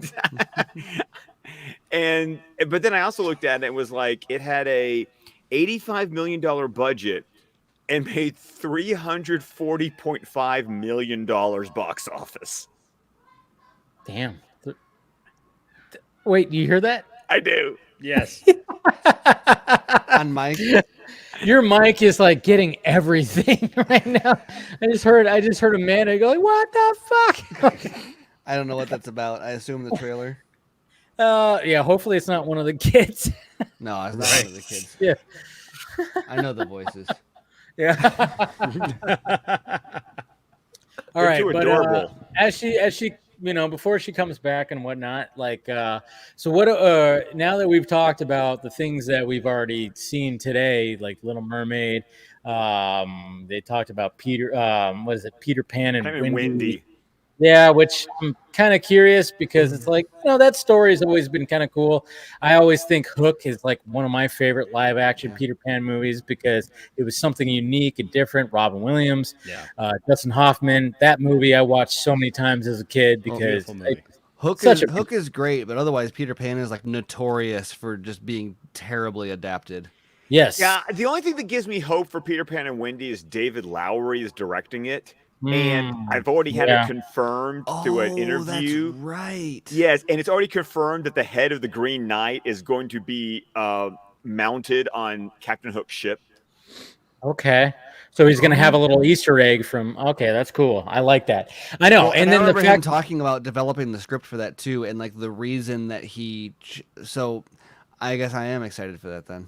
Yeah, David Lowery, you can't get it. Yeah, after watching, if anybody watched The Green Knight, you're gonna be like, all right, at least Peter Pan and Wendy is gonna be visually fucking stunning because the visuals in Green Knight are just, so good. And Jude Law, Captain Hook, right? That's pretty cool. I don't know who the casting is. I just knew that David Lowery was directing. No, it. Jude Law. Jude Law is Captain Hook. So I'm like, okay, I can maybe get. I don't know who else is playing. I I just just want remember to seeing Jude preface Law. this. Shut up, Okay. Dave. I just want to preface Fuck this no. by saying, yes, that that I knew fucking nothing about what this movie was about. I'm sorry. It's a thing. I knew nothing about what this movie was about. I'm so sorry. Until I watched the trailer. Like, I knew nothing. I didn't know what was happening. I knew fucking nothing. And I'm sitting here talking about bitches getting offered roles as witches, and literally the first line, I don't know if you guys could hear me screaming, but the first Yeah, we line, did. You went We on did. Twitters and they were like, their mic's picking up everything. That's hilarious. when she's like, I know that change can be scary or something like that, and I was like, bitch, is she talking about menopause right now?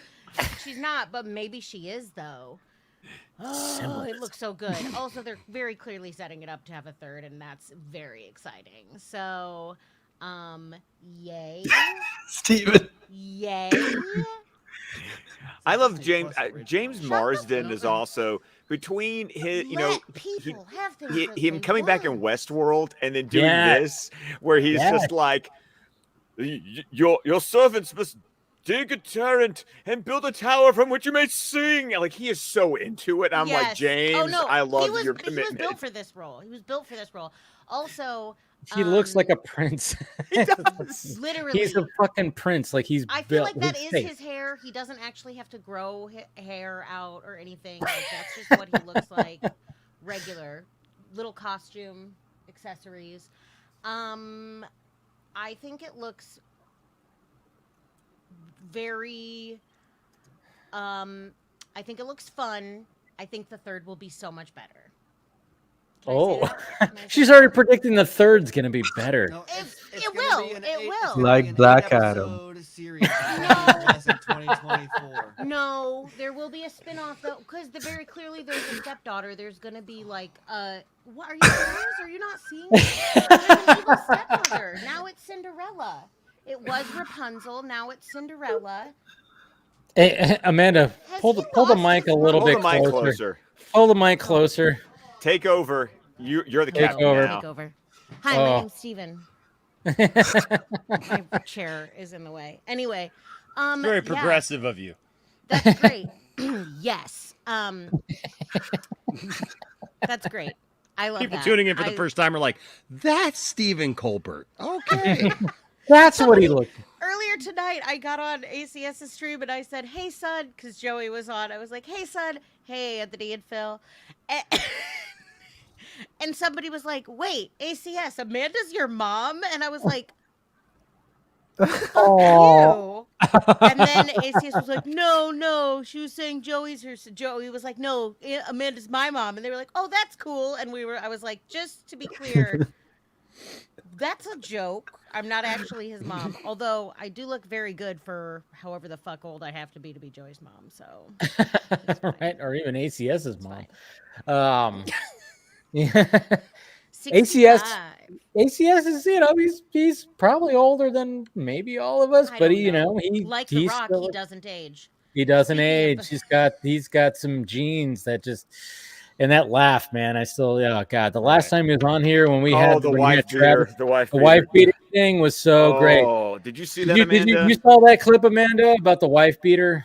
No. Okay, Okay, I have it bookmarked. I'm tagging you right now, Amanda. You've got to see this clip. So yeah, I so served it basically- up, and Travis spiked it. It was great.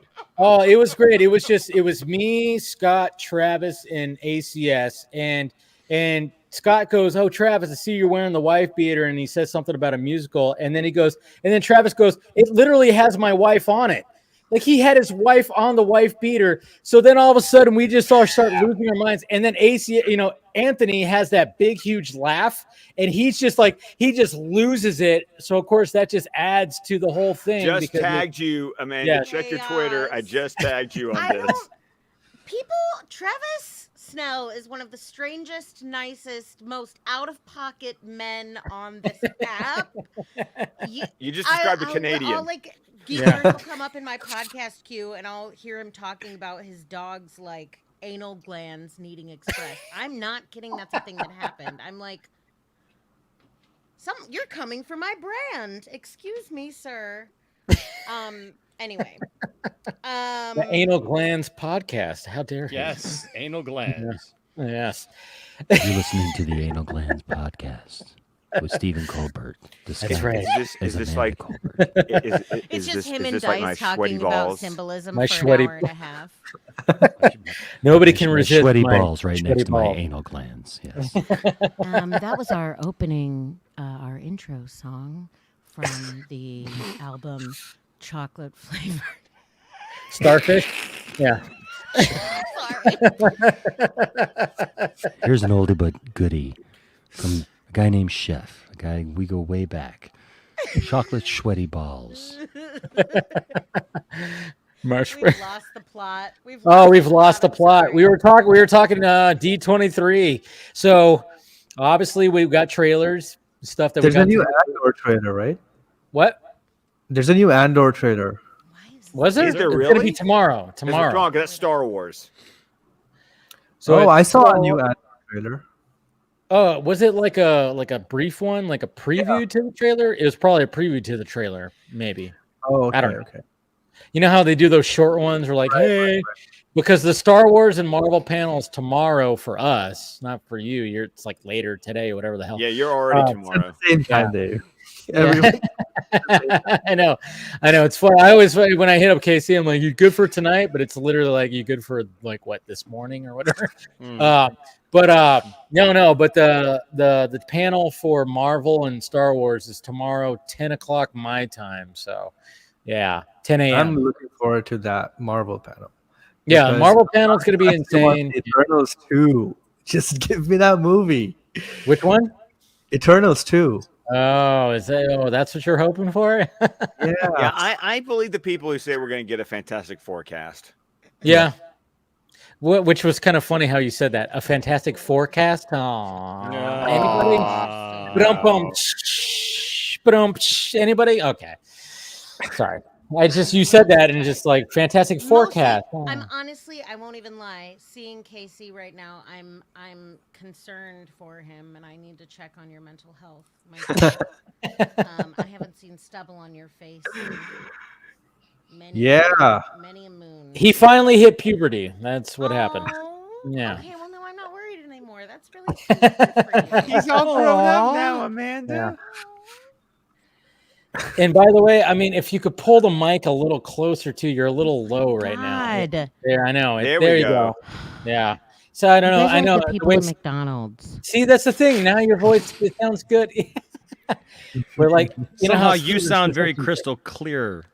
Yeah. And Steven sounds like distorted. Well, you know what it is? Just how he sounds in real life.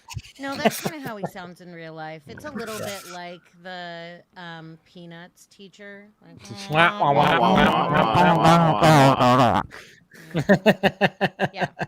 little bit like that in real life. Okay. And I've been told that I speak like a typewriter. So I love that piece of music. That's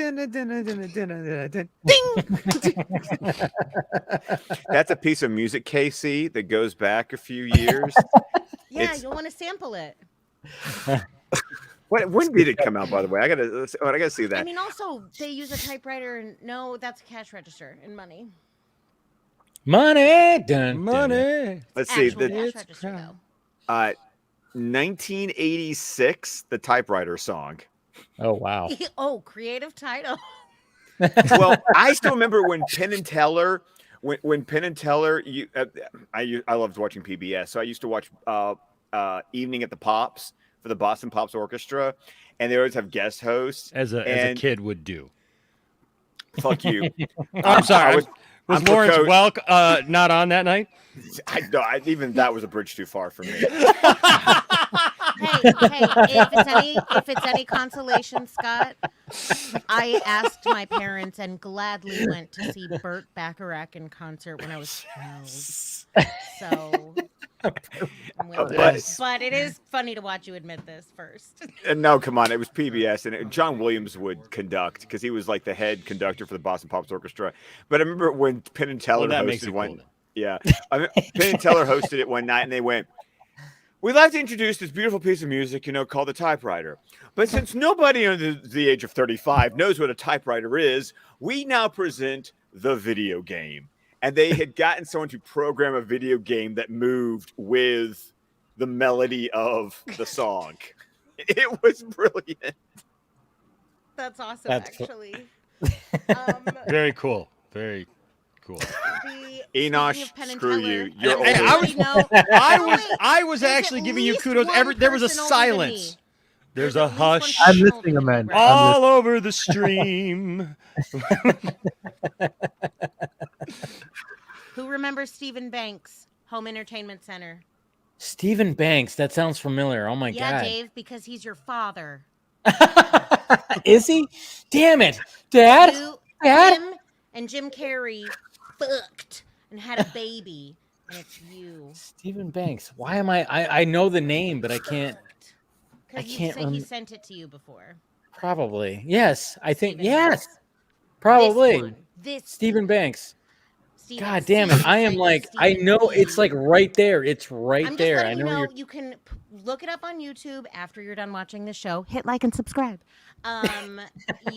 Remember that was a thing? When we were 10? Yeah. I got you. I gave you money. Circle, circle, dot, dot. Now I got my cootie shot. Circle, circle, square, square. Now I have them everywhere. No, anyone? I remember that. Okay. I remember that. I remember all of that. Yes. Yeah. Stop. Don't touch me there. This is my no-no square.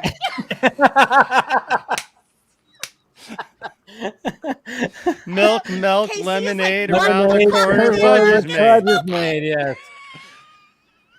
Oh, man. So many things that we said as kids, man. We were very unsupervised as children. It's very much. So... There's even things we probably couldn't even say now. Yeah, I think. Yeah, I know. I almost like, remember this one? Nope, probably shouldn't say that one. Maybe we shouldn't say that one. On live broadcast. Teller did the introduction for the Stephen Banks Home Entertainment Center. So you guys know it's a live comedy special that was taped. It's an HBO show? It's Bo Burnham's Inside from 1985. That's a 1989. Very good comparison. It's Bo Burnham's Inside from 1989. But like low tech. I mean, it's a stage with a set and a guy with a bunch of instruments. It's pretty fucking awesome. It's a one-man show about a guy who was procrastinating while writing a speech. Steven, get on your mic. What? And Dave, you're muted. This has been a night. Scott, what'd you? Oh yeah, apparently. You sent the Penn and Teller Boston Pops. Yeah, I actually I scrubbed it and found where the typewriter thing started because I was like, I bet there just is on the internet somewhere, and I found it. Thank you, YouTube. So here's what we're talking about right here, man. This is such a tangent that we're going off right now. I love it. We're nearing hour 3. This is the point where we are allowed to deviate entirely. Wrote a piece especially. Look at that earring that he's wearing. Wow, who does yours? And who was? What piece was that? The typewriter. The typewriter. You remember typewriter, you know? No one under the age of 45 in this country knows what a typewriter is. We had this great thing with Arthur Feeder banging away the typewriter. It was very, very funny, very, very clever, but it is completely outdated. So to help you guys out to learn new music, we have covered, so we have a new way to present the typewriter. But we are going to do it by playing our new video game, Penn and Teller Smoke and Mirrors. We're going to play the video game Steven said we have an echo when we do, but so it's actually going to make it so much better. Penn and Teller as soloists with the Boston Pops would like to present the video game. The video game.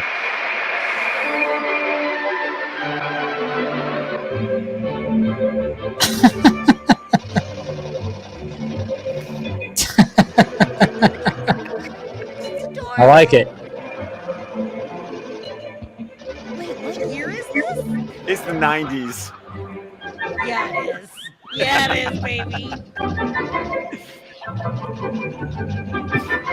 And now that's the backdrop for Doja Cat at the VMAs.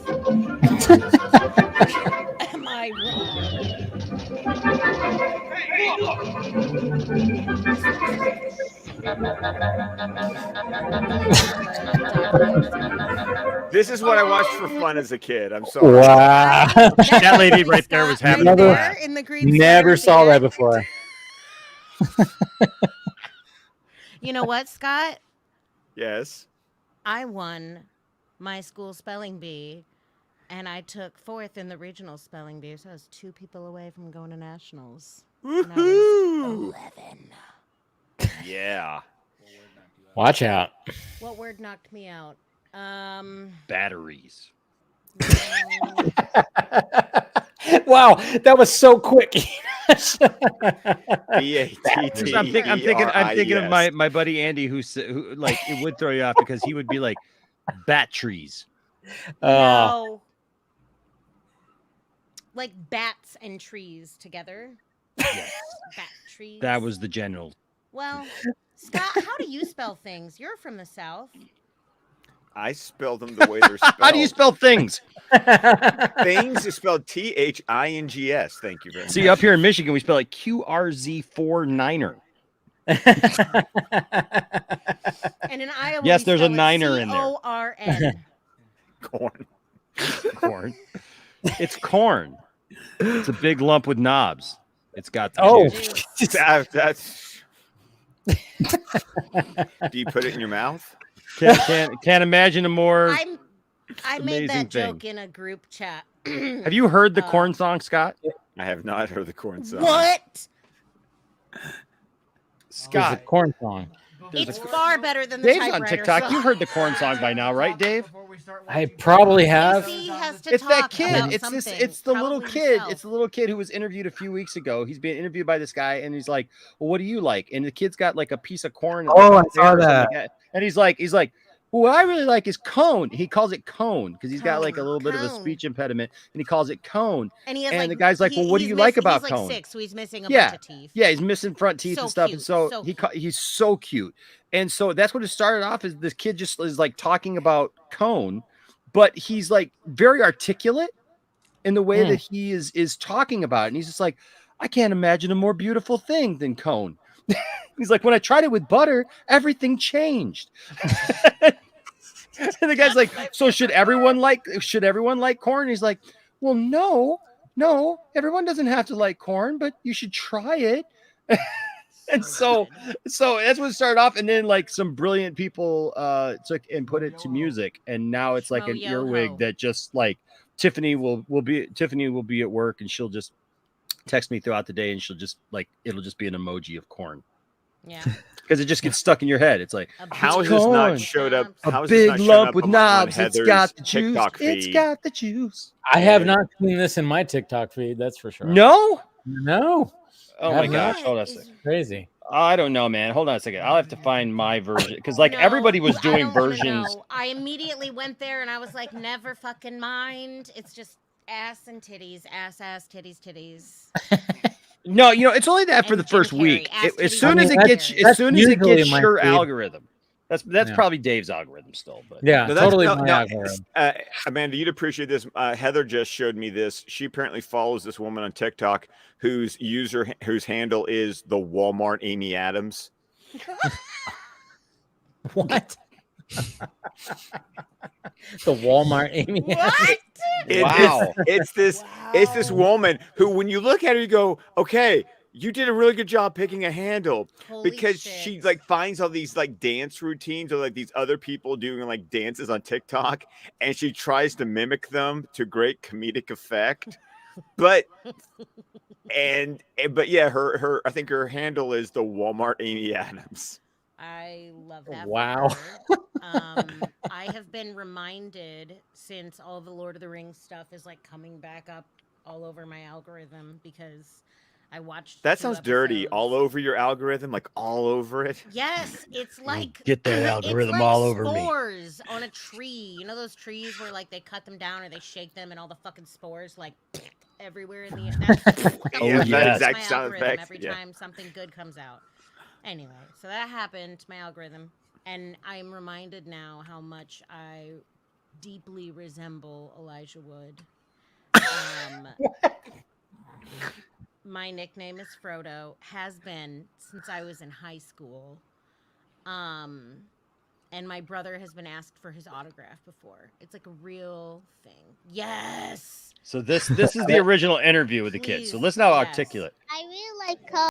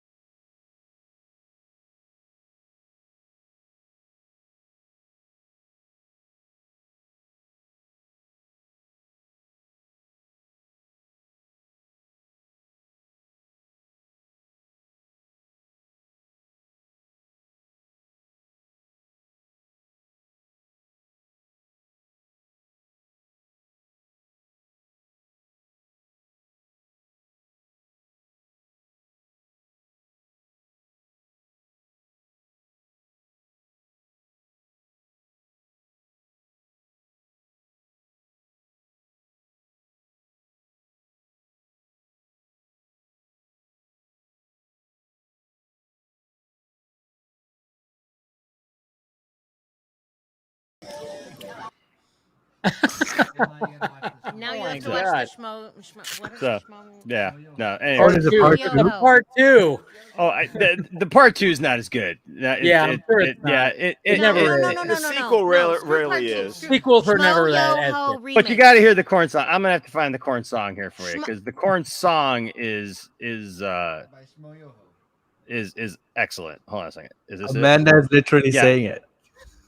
Yeah, here's the corn song where they took and remixed this kid's interview, and they're making $1 bazillion off of it because like why not, Steven, right? So who's This it is what by? the vodka stream has become, Dave. By Schmo I know. Yo-Ho, the It's really, it's come, So- it's Auto-tune the become a news porn guy. stream. here, this should be apparently. your new theme song. For me, Who did I it? really like Cone. What do you like about corn? Who did it? Cone. A good corn that knobs. It has to juice. I'm imagine a more beautiful cream. It's Cone. I can tell you all about it. I mean, look at this thing. Gonna try to get out of anything in. Do you like corn? No.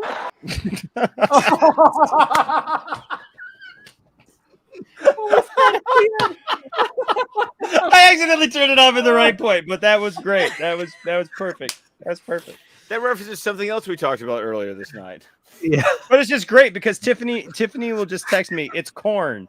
And then we'll just go back and forth. A big lump with knobs. It's got the juice. It's got the Oh my juice. God. The ending of that. No, and then it just like cuts to Will Smith. What the fuck? Oh. I have to open another one. It's just like that. Yeah, you have to open another one with that one. The The Oh corn my kid is God. making you Somebody drink said now. something about the Will Smith thing. I don't remember who it was, but they said Will Smith did a good job of like playing a nice guy for Dave 5 Chappelle. decades. Dave Chappelle. Well done, Dave Chappelle said Will Smith did a good job of wearing a mask for 30 years, and hopefully now, like something, I'm not, you know, he said like something about like now hopefully he keeps that mask off and realizes, you know, to show people that he's just as fucked up as everybody else, you know, kind of thing. And he's like he wore the mask of being a perfect person for 30 years. And now he took the mask off when that happened, and hopefully when does he Pride keeps it off. come, boys? Before the fall. Al Pacino also told me it was his favorite sin. Oh, Al Pacino. Well, said Will that? Smith don't have to cuss in his songs to sell records, but I Because do. So KC, that's there's him and another that's movie you you two. need to watch: The Devil's Advocate. Yes. Great movie. All right. I'm going to sell it to you. seen Right now, Casey, I'm going to sell it to you right now. You get a naked Charlize Theron before. Yeah. Anyways, just saying. I'm sold. Yeah, naked Charlize Theron before she was, you know. Casey's like it's time. corn. Yeah. A big lump with knobs. It's got the juice. It's got the juice. But you don't have to put it anywhere near your mouth. It's corn. It's Theron. I got a big lump with That knob. movie is actually on my list About because to I've heard about it so many times. So Oh yeah, You it's have heard about the you know, Devil's Advocate? besides Yeah. all the nudity, yeah, it's really good. It's really No, good. I it's mean, legitimately Keanu. good. I mean, Nudity helps. They said about Showgirls too, I believe. yeah, we talked about Showgirls last week. It reminds me of Besides nudity, it's Tom Cruise. Chef's gets- choice. No, it's not. Script. No. The script. Oh my gosh, man! Man, when I keep tried it with talking, keep butter, talking, I can help you with everything this. changed. The law When I tried Showgirls with Firm. butter, The Firm. It everything reminds me of changed. The Firm. The Firm's Firm? good. A little I- bit. That's my what you problem- get from watching in Showgirls. tone. Outside of more. Look at Dave. See, I live for that. I live for Dave's reaction. conversation. Honestly, I'm here with you, Amanda. I'm talking John Grisham with you. That was good. That was good. Thank you. Thank you, folks. Thank you. Thank you. Appreciate Wait, how it. do Yes. I- You're welcome. You're welcome. Wait, That was no, this good. way. I like that. High five. High five, Enoch. Hey, yes. There you go. Right there. Ew, Scott! Jeez! Scott, what? Guy, we're over here high-fiving. I don't know what disgusting thing Scott just did. Jeez. I have no idea what's happening on this. Mention Showgirls. Don't look away because Scott's going to do something. Jeez, Scott. This is what Scott, happens when give Amanda Scott some and I are decorum, please, sir. unsupervised. Some decorum, please. Scott, please. The corn! It's Dave's show. Come on. It's corn. No, by all Sorry, means. saying Dave's show does not inspire any of us to act more mature. Nope. Nope. I'm like, go for it. Run amok. Whatever. I don't care. Rudderless. I You literally feel have a rudderless sign on beside this you show. that says that. So I gotta ask you. I gotta ask you. Have you guys watched Ted Lasso? Oh, Yeah. I love Ted Lasso. I haven't watched it yet. Wondering, Okay, so Casey is we this just man. finished it tonight. We just Like finished both it. seasons. Yes, both seasons. One Okay. of the many things that I have needed to get to, but like taking time off from streaming has been beautiful because I've caught up on like a ton of stuff that I needed to see. Not everything, but a ton of stuff. And here's the funny thing: is like I do not even like soccer or football, depending upon where you're from. Great show. It's Great a show. I love fabulous show. Jason Sudeikis. Jason Sudeikis can do no wrong, but it's really a great ensemble of actors and actresses. Well, he did Olivia Yeah. Wilde, so. Somehow he did do that. That was one of the best roles he was in. I was. Oh yeah, and by the way, Jason Sudeikis right now is probably going. Yeah, he's Yeah. probably going. Yeah.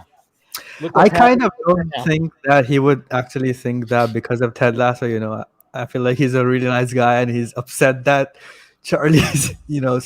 Olivia Wilde is going through all that. And No, he's You're not. gonna be so disappointed No, when he's he not. slaps the fuck out Yeah. of someone in 30 years. No.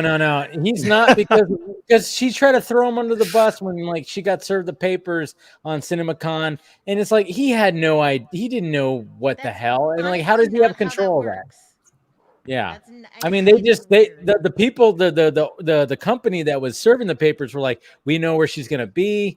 We're gonna do it right there because we can't get her Yeah. anywhere else. Yeah, blah but blah he blah. doesn't get to choose that. No. She tried to like it went to my spam the whole Yeah. world. Yeah. She tried to pull like But then she like kind of publicly like it wasn't like a public thing that she like went to Harry Styles like before they were like even divorced and all this stuff. Like I don't know. Like to me, it's just like right now Jason Sudeikis is kind of getting the last laugh with all this fucking "Don't worry, darling" Well, drama.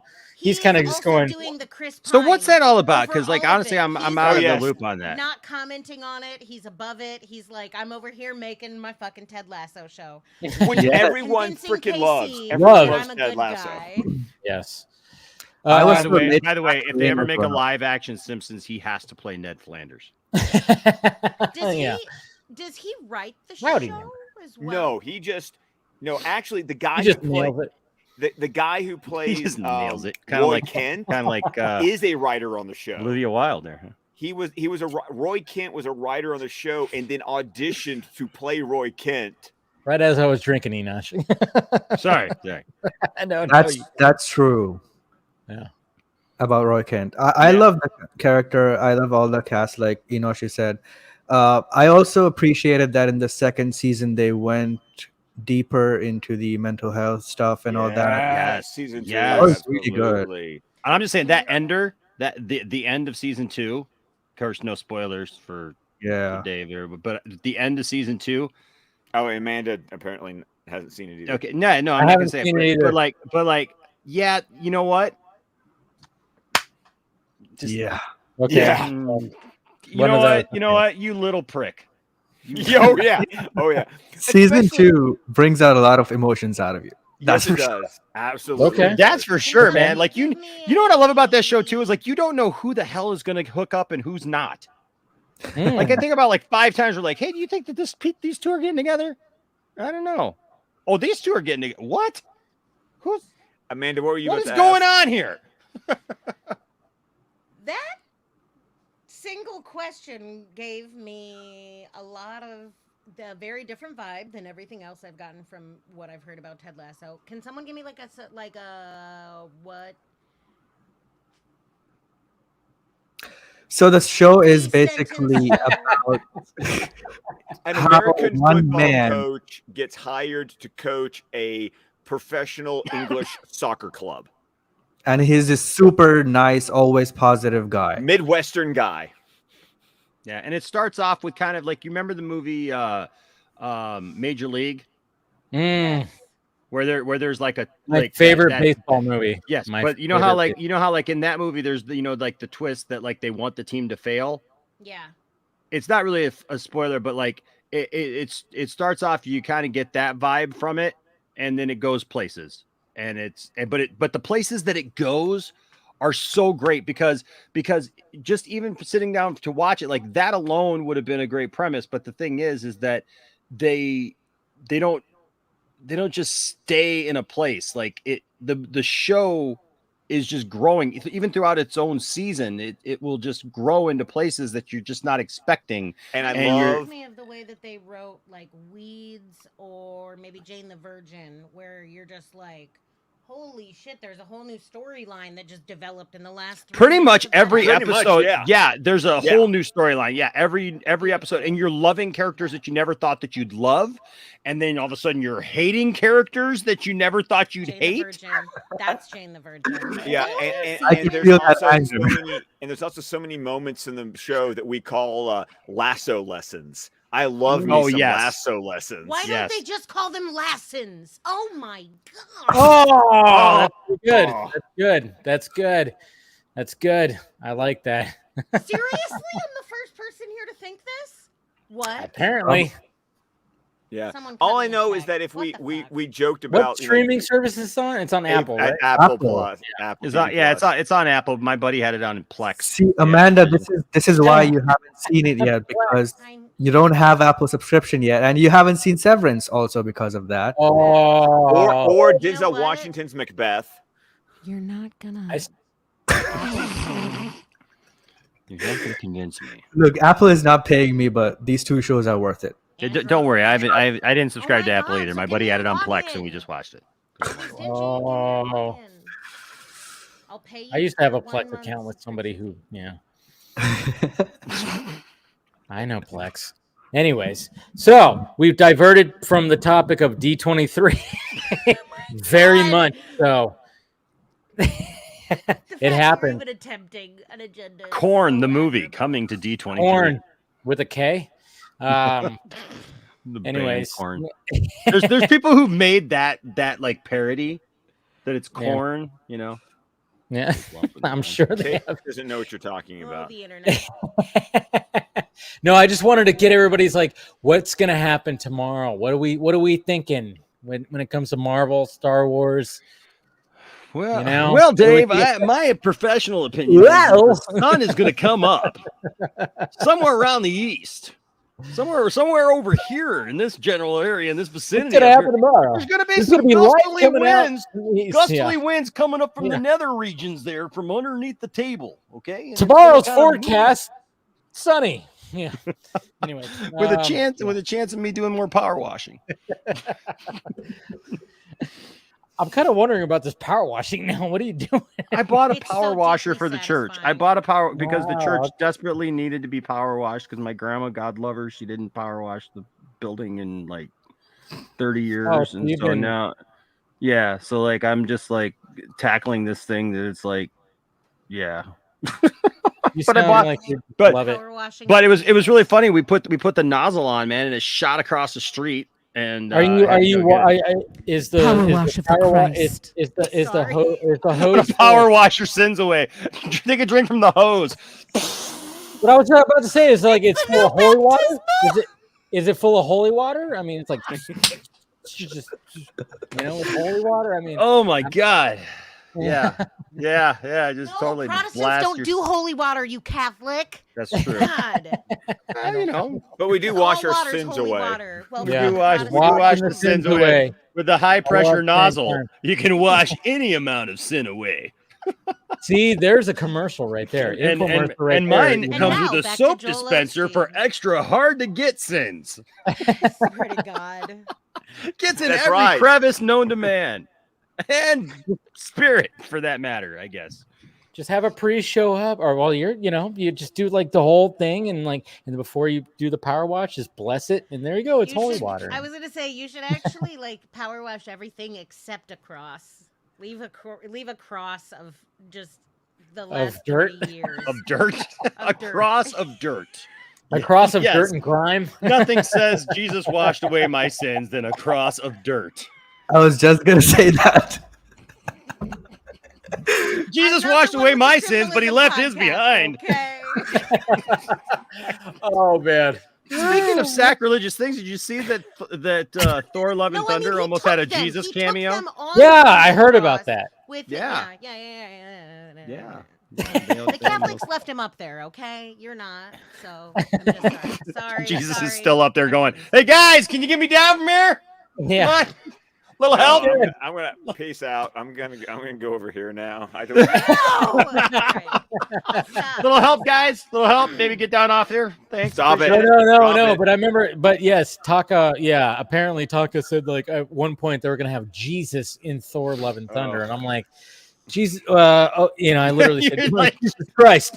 Yeah. Dude, actually, wait. Are we predicting the second coming for tomorrow at D23? Is that what I'm saying? No. If anybody pulls it off, it's Feige. The No, hype we're- Stage, he goes, is about- "Ladies and gentlemen, We're- coming to the MCU, Jesus." It's gonna be like that episode of Family Guy. People are gonna And be then- people are gonna be in our man. people are gonna be in our Jesus chats going, Christ. "Feige is king, MCU All right, is gold." I mean, if Feige really wanted to blow up D23, he'd be like, "All right, guys, we got the Fantastic Forecast. We talked about the X-Men, but guess what? Jesus Christ is here." It's like a new iPhone 14 review. iPhone Jesus. People are like, "Well, we knew Henry Cavill was coming, but I mean, like, this is like the next best thing, right?" Like, Oh man. I mean, he played a Christ-like character. True. We There's a went lot to of the Rolodex there's and a we lot got of to HC and he couldn't answer. So then we went to JC. He's always listening. So Amanda, Directed by Zack Snyder. What's happening? Jesus, the movie. Right, seriously. Because Amanda, I just need to know what's the buzz. Tell me what's a happening. What's the buzz? Tell me what's a happening. when it comes to D23. No, it's Jesus Christ Oh. Superstar. Sorry. Damn it! I fucked that up. I love how Scott totally suckered us into that. Like he's acting so offended by everything that we're saying, and then he's just like, "Here's a Jesus Christ Superstar reference there for you." Yeah. I totally missed that one right there. I was like, "What are you talking about D23?" I was like, "Fuck, you just yes." I'm so disappointed in myself. Couldn't Damn even it. react. It was like watching a car accident happen. Like, oh no. Oh Damn my it. God, Joshua Hamilton in the chat. Yes, that's Yeah. a great South Park reference too. That's Oh God, South Park. Oh. Casey, are you familiar with South Park? Yes, I am. Yes. God bless I don't you. watch it. Yeah. What? It's got its moments. It did have its moment. I was very stoned in college. Watched so. I still much watch South Park. I love South Park unabashedly. It's- I tell you what. Did you see the concert at Red Rocks? Mm-mm. They No, did. I've heard about that. Yeah. Yeah, they did I like watched. the 30 or was it 30 or however long the show's been on, whatever the anniversary. 25 years. All the 25, music. Yeah. Rush showed up. Rush. Rush showed up, dude, live on stage and surprised what's his name? Not Trey, Matt's or is it, hold on. Matt Stone. No, Trey Trey's the Parker, curly Matt hair guy, right? Stone, Trey Parker. Yeah, Trey Park. Which one's Trey? Trey's the Trey's the blonde dude. The blonde. Well, he yeah, was okay, the- yeah. So Matt, yeah, so Matt I'm just Matt looking was at because baseball. Matt's playing like all these different instruments all night long, right? And so like he's back on the drums, and they had this thing they did Blame Canada, and then after they did Blame Canada, up on the big screen behind them pops up like video of Rush, but in like South Park animation, and they're talking about how it's Matt's birthday and they would like to do something special for him, and they're like, well, maybe we'll just show up and play with them. And so they come out and they played closer Nearer than the my heart. God to thee. Yeah. Yeah, no. And it was awesome. And like Matt was like just like blown away. Obviously Primus was there. They had a few other musicians from other bands and stuff like that. That was awesome. And they just played like all these great songs from the show. That was just, yeah, it was great. It was awesome. It was very iconic. But they did it at Red Rocks. They filmed the thing live, and it was awesome. It was really good. As a musician, it was really cool. The old generations now, one, because I'm old also, but two, because the future of the world is so tenuous. And I just feel like truly in this moment of time, we are hurtling on a rock through space with no brakes. And I'm just going to have fun while we go down in flames, you know? I'm just going to have a good time. Well, the rest of us know the truth that the world is flat and we are not hurtling through space at all. Well, no, some Everything of is us have to revolving play the around. band as the Titanic sinks, you know? Yeah. What a profound way to say that. I'm going to be on a fucking lifeboat because I'm a woman, but that's fine. Yeah. Women and children first. Yeah. Okay, Steven, good luck with that. Unless you're Billy Zane. I'm gonna go to Mars. He knows he has to sink into the ocean while staring deeply into my eyes with frozen. When there's room on the door for both of you. He's in the cold water now. You horrible person, you. Yeah, I got to hold on to this diamond for the rest of my life, but now that I'm gone, nobody else will be able to have it. You're gonna Cartman it. Speaking of South Park, you're gonna be like, "Screw you guys, I'm going home." You killed Kenny, you bastards! Sorry. Man. Cheeky peas. So Tiffany's ex-husband is named Kyle, and I'm sorry. It's the greatest thing ever, man. All the Kyle jokes in the show, like we just laugh and laugh and laugh because I knew Kyle. Like we were all friends. I've been friends with Tiffany for like 20 some odd years, man, since like 1997, 1998. Since Casey was and so the thing is, like, we were all friends. Like she was friends with me and my ex-wife, and I knew her her ex-husband, and he was a huge Superman fan. Are you and admitting you guys like wife swapped right now? no, we did not. No, although Tiffany and I did joke that it would have been hilarious if he would have ended up marrying my ex-wife because they deserve each other. No, actually, the weird thing was like when he left, I was the one actually trying to convince him to go back home to Tiffany, and then later on, and then you talked yourself into it. Yes, then later on in subsequent fights when he was being a real dick to me, I just looked at him and I was just like, Kyle, I just want to thank you. He's like, for what? And I'm like, I just want to thank you, man, because I know you hate me, and I know you. He grew to not like me because of the fact that like it's one of those things. He's got little man syndrome, and he was really upset that Tiffany was happy, and so he took it out on me, and I sat and listened to him for like 15 minutes, just like berate me, like going on about my curly hair, about nobody likes my music, about how all these things, and it just went on and on and on. And I just sat there and listened to it, and I just said, I just want to thank you, man. He goes, for what? I said, because, I know how much you apparently don't like me now. And I said, I know that you hate Tiffany. I said, but I want to thank you because inadvertently, you have made me the happiest man on earth. And for that, I thank you because you didn't appreciate Tiffany when you had her and you let her slip through your fingers. Oh my God. And now she's with somebody who actually appreciates her and loves her and cares for her. And he felt the fires of. Oh, he was so pissed off.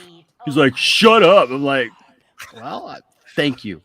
Thank you. Sounds Kyle. like what a Kyle would say. Thank you, Kyle. Ted Lasso season 3. No idea. No idea if that's relevant. It just sounds like a Ted Lasso sort of thing. Kind of, yeah. Actually, yeah, season actually, 2, yeah. Actually, in a weird way, yes. I am a prophet. Haven't seen. You need to get Apple TV. That's what you need to do. Please Prophets get. don't do Apple TV. I don't know what to tell you. It's in the contract. You get a 7-day trial. We Free just got trial, watch over. the whole thing. Severance, I know Severance. I actually was like, I was like, Mom, give me your Apple TV because I had to watch that, and Mom, that was why don't you give me amazing. your Apple TV, Mom.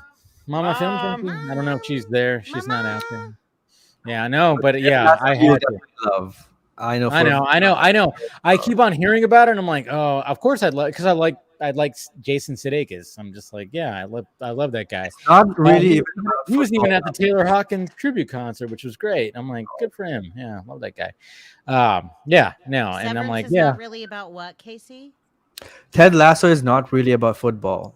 Like there's relatively very less football in that than I would have liked. There's no football in it. There's soccer. But yeah. Nice one. Good one. Yeah, I like Dead, it. bitch. You don't have to do it anymore, Casey. You're You hold calling what the fuck you want yourself now. out. You're calling yourself out because most of the world calls it football. You're the ones that want to be different. So be like that. Wrong! I'm just going to show a little professional American Midwest decorum because she died this week. Bash. I was actually wondering why no one brought it up. What, the Queen? Queen Elizabeth II, yeah. I didn't know That's her. why you guys all call it the same thing, okay? Okay. No. I mean, I agree with Casey. I'm like, yeah, we're a little weird because it's like it's football that does make sense because it's the ball you hit it with your foot. We invented It does make peanut sense. butter and basketball. Suck our dicks. You guys even have your metric systems, No, what are you talking about? America. They're That's actually right. called Imperial, which is funny because I know. Hey, all I know is that you guys have something like Stones. I don't know what this is. no fucking clue what Stones. Stones is the cheap beer you buy at college. That's what the fuck that is. I know. And by the way, we measure our weather in Fahrenheit. Okay. We measure our what? 12 degrees Celsius? Fahrenheit. Celsius? What's that? I don't even. That sounds like some We weird also- psychedelic band. I don't like It's it. water I we get at the measure vitamin our shop. Freedom in Fahrenheit. Fahrenheit. We're on a road. Please complete that. Please complete that. We measure our freedom in what? No, it got dark because I realized that I'm not allowed to control my own reproductive system anymore. So Oh, see, even but we got Jason right here who said But in we're New Zealand all they call it soccer in through New space Zealand. on a rock. Thank you, Jason. Thank you. New Zealand, the other America. Nobody cares about. Nobody cares Middle about Earth. New Zealand Come football. to New Zealand. It's just like the United States, Yeah, Middle Earth and Midwest. Yes. where we play soccer. yeah, we play soccer and we got football too. That's right. That's right. And What The Lord of the fuck, Rings. Casey? What the Yeah. fuck? You Yeah. got? What the fuck, you got, Casey? Suck on that world. Cricket. We got cricket. Which is so funny because I just watched the Teen Titans Go episode where Robin tries to teach the Teen Titans about cricket. Oh wow, cricket! Cricket is it? Tries to? Like it's a thing that you can't. Cricket? People would not get. Cricket. You got to Cricket. know what a crumpet is to understand cricket. What is that from? Teenage Mutant Ninja Turtles, 1990. It's Casey Jones talking to Raph. Damn! Yeah, I totally forgot about that. Yes. Yes. In the Because first he takes out movie, the yes. cricket bat. Yeah. Yes. You gotta. Casey, I'm so long disappointed ago in you, a Dave. time We even far, got Casey far here. away, We even got there was Casey a- here. There was a It's awesome. series called I know. Teenage I was like, Mutant- shit. We even got Casey here, man. Ninja awesome. Turtles. Yeah. Are you familiar, Casey? Yes, yes, I am. Donatello, Raphael. Versace, No, that. Gucci. Hey. Let's talk I've about seen that. all the live action movies as well. So you saw the first All movie, of right? the live. I've seen the Stephen Amell one as well. Oh God, that was no. Well, that's not a Turtles Yeah, movie. did That's you an really- abortion. Did you Yeah. really just say the Stephen Amell version? You're talking about when Casey Jones was wearing a leather jacket, jeans, and rollerblading? That Casey Jones? No. We want Elias from 1990. That's who we want as Casey Jones. Oh yeah, we want him. That's the guy. Unfortunately, Yep, I yeah. saw that in theaters too. So imagine, So did I. So Tell the me best- you didn't pay money to see that. I did. No, That he was the didn't. second His, one, right? Seiko his bat? sugar mama paid That for was that that one. was that was. Tell was- me you that was didn't the pay second money one, for right? this. That was the second one, right? Guys Casey? got Yeah. 30 seconds. Yep. That Second was one the where second one, yeah, with Megan Fox as April O'Neil, which is O'Neil, yes. horrible casting. Horrible. God damn. The only There good is thing, only one April O'Neil. Judith Hogue be her name. the only thing I liked about the new Teenage Mutant Ninja Turtles movies and when they were in the elevator and they started like fucking Yes, like, fucking that was themselves the up, only. that was good part. the best. I started cracking up and I'm like, why can't the movie be just everything like this? That's them. That's that. That was Shot perfect. they blew their load. Yeah, all in that scene. All in that scene in the fucking elevator. That was it. Oh, but everything else was just porno. horrible. I just want to point Horrible. out that Steven is over here reading Whoops. the Silmarillion. The preface. To the Silmarillion. The preface. Do you know how long it takes to have sex with Like this I remember man, when this guys? conversation was about Teenage No, Mutant actually, I Ninja Turtles, don't, and I we don't were intend to, enjoying it. actually. And It's a good time for a bathroom break. yeah. Okay, be right back. So Scott, Yes, what's Casey. been up with you? What'd you say, Casey? What's been up with you?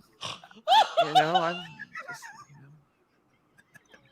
sleeping, doing some reading, going to soccer practice. You know, Football, you mean? no soccer. I can show you the emails. It says soccer. You know? Yes. I actually have a game at 10:30 in the morning. If the fields aren't too wet. Is that a metaphor? No, literally, No, it's been raining. In America, we have moisture. It's gonna be though because I'm gonna wet it down with my power washer. Yeah. Power The power washer comes back. The power wash of the Christ is the most blasphemous thing I've had. Because as he blasts it all over the church. A non-profit power washing business called Power Wash. Non-profit. Enosh, you Power gotta wash make Christ all over you. make that skit, Enosh. May the power For wash real. of Christ compel you. Enosh, you gotta make that skit now. You have to. Somehow, Enosh, you gotta make some kind of. I loved the last one you made. I don't remember exactly what that one was, but I remember loving that one. What was the last one you made? It was something with Superman. I remember something. what it was, but it was awesome. Yes. Something with Superman. I made one about the infamous Batman Catwoman thing. Right, it was that one. Yeah, Yeah, yeah. one like that. Yeah, Canon. Casey wouldn't remember That that was content. hilarious. Yeah, I did No, that he one. wouldn't. No. Shut up, Amanda. You're laughing. Go back to laughing. Go back to laughing. Go back to laughing. Women on the panel are regulated go now on drink. Dave's I gotta show go to drink. laughing in the corner. At men's jokes. Yes. Oh, yes. hey, Steven's back. Now finally we can talk. Jeez, now that the guys are here. What about that Showgirls movie? Remember that? So anyway, the fucking hierarchy of power bullshit really needs to stop. Steven. Hierarchy? Hi, you got to know what a hierarchy is to know what a hierarchy is. And then do you have the high ground? Oh man, Forgiveness is wise men say forgiveness is divine, but never pay full price for late pizza. True that. 118 and That an was 8. good. 118 and an 8. Where's 118 and an 8? It's down here, So, dude. so are you gonna read us something, I am. Steven? Yeah, I'm gonna do a dramatic. I reading. swear, man. Scott, I cannot get to that movie. Like, I literally will just recite that movie. Teenage Mutant Ninja Turtles 1. It is. I still remember it came out. It was my. I'm going to a movie. They don't care what you. Sorry.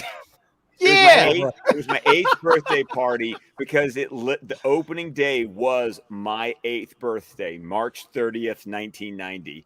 So that's what I got to do for my birthday was to go see that movie. Well, Oh, it depends. Do you like penicillin on your pizza? oh!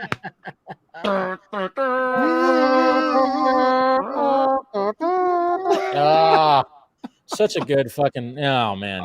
That first one was so like it was dark. It was gosh, It was and then part they of the lightened it original up. comics, like the Yeah. Eastman and Laird books. Yeah, totally was. It was But the anyway, number one. Steve- It was the number one independent film of all time for a long time. yeah, It was because New Line Cinema. New Line was new. Cinema. New Line Cinema nobody was knew. not under Yeah. the umbrella of any of the major studios at the time, and so they took a chance on it. And you know what ruins that whole thing is I mean, it's literally called Teenage Mutant Ninja Turtles, right? And what's his name, Henson, Jim Henson was the one. It was the last thing that he worked on. Was that film? Was putting those turtle suits together, and he had issues apparently with the violence in the film. Of course. And Judith Hoag, even I met Judith, and Judith is like a really sweet lady. I mean, just super sweet spirit about her, super nice and everything. She loves everything to do with turtles, but even she had issue with a lot of the violence in it, and was very outspoken about it, I guess, on set and with some other things. And so then when all the parent groups kind of lost their minds after the film came out, that's why Teenage Mutant Ninja Turtles 2, The Secret of the Ooze, doesn't have them using their weapons. That's why Michelangelo is like swinging around sausages, Well, remember, the opening scene where like Leonardo literally uses Throws his sword, throws it up to the ceiling, and then uses it to kick people to hold on to, and it's like that was it. It was like, huh? Yeah. What's going on here? Yeah. Yeah. I mean, I remember loving Secret of the Ooze as a kid only because the tone matched the cartoon. It did. But then I went back and rewatched it, and I was like, I can't get through this movie. Like, I'll play the first one all day, every day. The first one was dark. First one was dark. I mean, I remember when Raphael screamed, "Damn!" Yeah. It was perfect. It really was perfect. That first Turtles movie there's just nothing like it. Just in the way that it looked. Plus, how do you go from having turtle suits that are that great to what they became in the two subsequent films? It makes no sense. Don't even get to what they end up like in the third movie. Oh, the spots? I mean, like, what in the world, man? Like the spots, like why did they add the spots? I don't even understand that. Turtles in Time, the Turtles in Time third movie was like, what? And then they made like they took the guy who played Casey Jones. He was like the villain in Back in Time, right, or something No. He helped him. or something. Right. I don't know. He was basically a cameo in the third one because he's hanging out with the 4 samurai warriors who swap places with the turtles. That's right. That's right. I hardly remember that. I just remember like because obviously you had the first April O'Neil in the first Turtles, which was, man, you see her, it's like, oh yeah, April O'Neil, and then it's Secret of the Ooze, they cast a completely different actress, you know, and it was like, all right.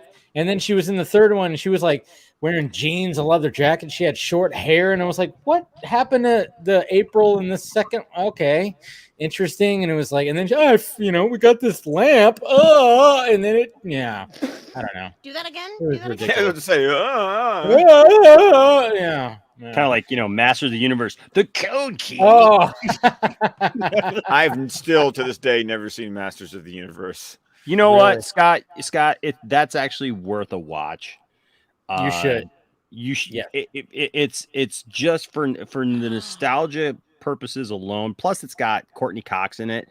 Plus, I mean, plus it's Dolph got Lundgren. Come on. Frank Langella, who plays Skeletor.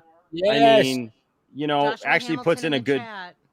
Actually Teenage puts in Mutant a. Ninja Turtles needs the Halloween revival sequel treatment. There you go. There you go. Right But there. yeah, I mean, it's actually plus the Superman lore attached to Masters of the Universe is pretty much on, because Canon Films made Superman 4. They made Superman 4, but they also made Masters of the Universe, and the money that they got from Warner Brothers in making it, and the money that they got for it, they literally spent on Masters of the Universe instead. That's why Superman 4 looks the way that it looks, because they gutted the effects budget for Superman 4 and they put it all into Masters of the Universe. So Masters of the Universe, even though the script is not that great and it's got a lot of issues with it, it looks phenomenal, because like they put all this money. So they got lasers and they got flying ships and stuff. It looks good. But that's what happened, was they took the budget that they got for Superman 4 and they reallocated it to Masters of the Universe, because at the time, even though they had the rights for Superman, they looked at Superman as an outgoing property. That by that point, Superman 3 had happened, and they just didn't. This was 87 is when Superman 4 came out. Yeah. And so they looked at Masters of the Universe as something that could be a new franchise for them, you know, that they could build up. And so, yeah, but unfortunately they didn't put money into the script for Masters of the Universe. So they did not have the power. They did not. They did not. They did not, unfortunately. Is there a That's why it has the promise of a sequel at the end of Masters of the Universe. Oh yeah, there's talk about a post-credit scene. Yeah. Okay, Amanda, what are you trying to say? Is there a Masters of the Universe cartoon? He-Man. Yeah, He-Man. I'm done. Okay. There's supposed to be a new movie coming out. I don't know if that ever is gonna see the I'm light totally of day. a fake fan. I've never tried to be a real fan. I've never even tried to pretend to be a real fan. Yeah, there's this guy named He-Man. He looks like this. Oh, exactly like that.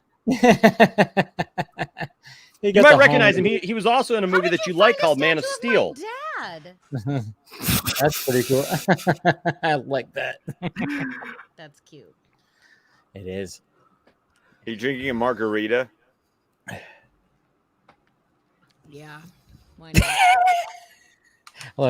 Is there a Masters of the Universe cartoon? I don't know. You tell me. Is there? Is there? You're breaking my heart over here. I didn't get to choose. You have to remember, I am a baby child. I did not get to fucking choose. Okay, I didn't get to fucking choose. And by the time I did get to choose, we had to watch fucking Walker Texas Ranger every fucking night. Gosh, how did you make it this long? In the eyes of the. With the eyes. I'm sorry. Anytime somebody says Walker Texas Ranger, all I can remember is that scene with Haley Joel Osment. Yes. In that one episode where he just because I had AIDS. Walker told me I have AIDS. The only time, you know why I know that is because remember when Conan O'Brien? Yes. You guys, Conan O'Brien had the the Walker Texas Ranger lever, and he would pull it, and it would play a random clip from it. And that was one of the biggest ones where it was like, what the fuck? Like literally, Casey, do you know what we're talking about? It's Little Visitor now, because they call him Little Partner or something. It was It's like Chuck it's Little Norris Visitor TV now. show. Norris Yes, Chuck and Norris. Walker told me I have AIDS.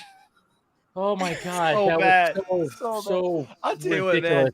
Oh my gosh, that Chuck and the Norris Paul has the like Paul a Rudd cowboy bit. boot, cowboy The Paul hat, Rudd bit. With the over the edge with the Mac and me, little the thing. Mac Yeah, and Mac and me. me. There it was. Oh. Yeah. Oh, fuck Mac and me. God, that clip is so good. That clip absolutely kills me every time. I've watched the compilation of all of them stitched together, and every time I see something new, and it absolutely slays me. What's great about that is they, I mean, now, obviously, who knows, Part right? when the kid in the wheelchair goes. Yeah, but the thing is the joke is, and I mean, I haven't heard anything refute it, is that like Paul Rudd just really keeps getting him with that joke. Oh yeah. That like he, like every time Conan gave him the benefit of the doubt that he actually had a clip, a clip, and then it wouldn't be that. So that's why we love Paul Rudd. I mean, he's just that he's funny and he's that charming dude. I mean, hey, look at us. Look at us. Huh? Who would have thought? Not me. I mean, he's just such a even when you watch that episode of that, I mean, the way, I mean, that's why that became a meme, because he's just like, hey, look at us, huh, look at us, look at us here. Yeah, it's great. Paul Rudd's great. But anyways, so D23.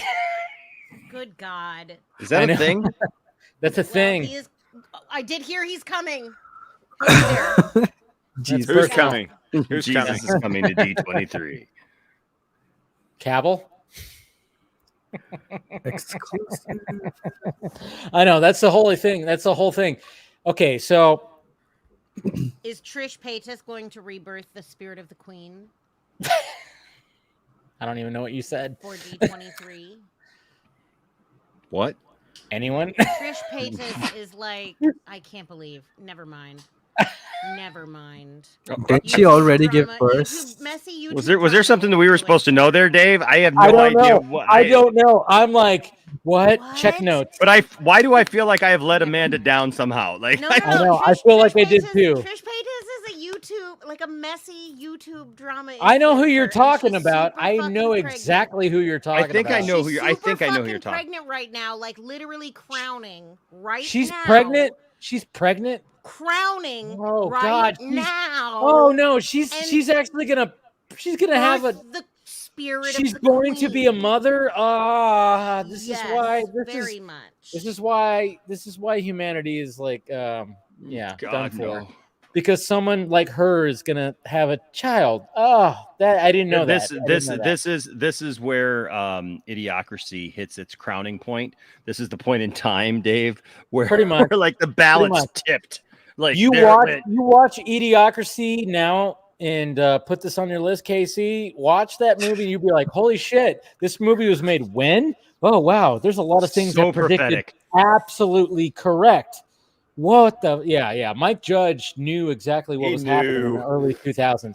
He really did, because you watch Idiocracy, you go, oh my God, he was right about a lot of things. 2006. Yes, 2006 that came out, and he predicted a lot of things. Where you go, oh my God, man, that is. Speaking of Mike Judge, are any of you guys watching the Beavis and Butthead revival? I haven't watched it yet. I haven't watched it. It's really good. I hear it is. Really good. And I didn't like the revival from like a few years ago when they brought it back for a minute, a few years ago. But like having grown up with Beavis and Butthead, it's really good. There's been some absolute laugh out loud moments. Tiffany and I have just sat on the couch, just like laughing our butt off. Hey, like Enosh, I gotta sit and watch it. Enosh, yes, man. Did you know that there's room for Beavis and Butthead in my father's house? Yes. You know what? That song pisses me off, Amanda. That song pisses me right off, because that goes against everything that freaking Christians should even stand for, and that's BS nonsense. Nobody knows what we're talking I know. No, I know I have exactly no what you're idea. talking about, and it pisses me off. It pisses me every time I hear the song. I want to. I refuse to do that song at one church that I worked at because I said no. We ain't just taking the nice cartoons. No, Beavis and Butthead deserve to be. There's a song called "Cartoons" by I can't remember the artist name, Chris Rice, and he wrote this song called "Cartoons," and he was like, it's like this cheesy song that you would sing at like youth group or something like that, but it became a really popular song for him, and it was just like. It's the dumbest lyrics ever, but it goes like, I was thinking the other day, what if cartoons got saved? They'd start singing praise in a whole new way. And he goes down this list of cartoon characters, right? And it's like Scooby-Doo says Scooby-Dooby-Doo ya, and instead of like hallelujah or whatever, he's saying Scooby-Dooby-Doo ya. I don't know. And then he's like Fred and Barney or like Yabba Dabba Doo ya or whatever. And it's so dumb. And then he's like, and so it goes like all through like this whole list of cartoon characters and like talking about, ooh, if they became Christians, if they were Christians and they were in church, they'd have their own way of doing it, whatever. And he goes, how about Beavis and that other guy? Nah, it's like, shut up. Why wouldn't you welcome Beavis and Butthead in your church? What's wrong with you, Chris Rice? See, and that's why that's made the problem. Why? Very Because they got a Metallica specific shirt on? reference. Screw that. I'll preach this Sunday in a Metallica shirt. I don't care. Hell yeah. And not because I'm trying to be some cool hip pastor, but because I actually love the band. I am a cool hip pastor, damn Long it. as it's, hey, long as it's the Master of Puppets shirt, okay? With all the crosses. Yeah, dude. No, Amanda, I know exactly what you're talking about. That song ticks me off in so many ways We because of that. lost so much of the stream. I'm sorry. I know. I'm sorry. I'm just looking at Scott, looking at you guys. Here. Quagmire's here. Quagmire, I'm kind of disappointed that, like he said, ooh, ee, ooh, ah, ting, tang, walla, walla, bang, bang. I'm kind of, Quagmire, I'm a little disappointed that you didn't say, we know what's going on here. The kids don't know, but we know. Yeah, right there, Quagmire. Giggity. Who else but Quagmire? Yeah. It's Quagmire. It's Quagmire. Giggity. Let's have sex.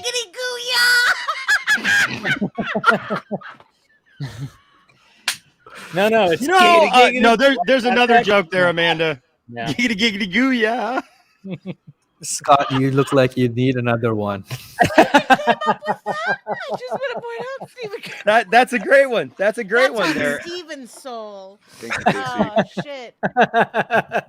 Although, Amanda, these days, I'm afraid that Quagmire would be running the church. Church of Feet. Southern Baptist? No. We're getting so far into like culture that no one else is relating to. Did you hear that Jesus is going to be a D23? D23. I like Joshua's comment here. He says, I think we're talking about D24 at this point. Speaking of D24. Well, we're just avoiding it because we hate the MCU. Let's be honest, guys. Right? I mean, come on. Yeah, Bill Bradsky. Guys, come on. What are we doing here? Oh, it's MCU. Can you believe this MCU? MCU. It's gonna be a bunch of females. The Fantastic Four is gonna be all females. It's all woke. Yeah. It's all woke. Wait. What if counts, it's all DC woke. and Marvel crossover is announced at What? DC23, but it's no. Listen, hear me out. This isn't feasible at all. Come on, guys. It's a fucking goddamn day that was a fucking I heard the joke. biggest crossover ever's happening. Devil versus Jesus. DVJ. Sabak versus Jesus. Wait. The Rock. Tell me, do you bleed? If You the will. Rock is the Antichrist because On of the Black cross. Adam, then ACS is Jesus. Do you bleed? ACS is Jesus. You will. The next time that devil signal goes up in the sky. Lex Luthor's the Antichrist. Ooh, they got problems up here.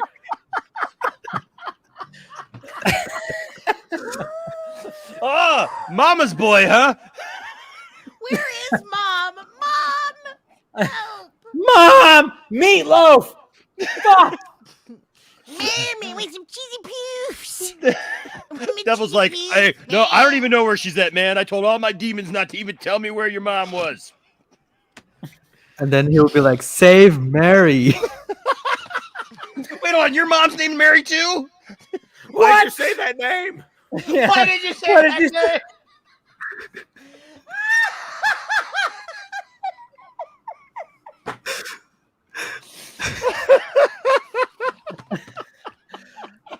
Somewhere right now, there's a bunch of boxes that are shaped for just It's vibrating. Mephisto, yes. Jesus versus Mephisto in the MCU.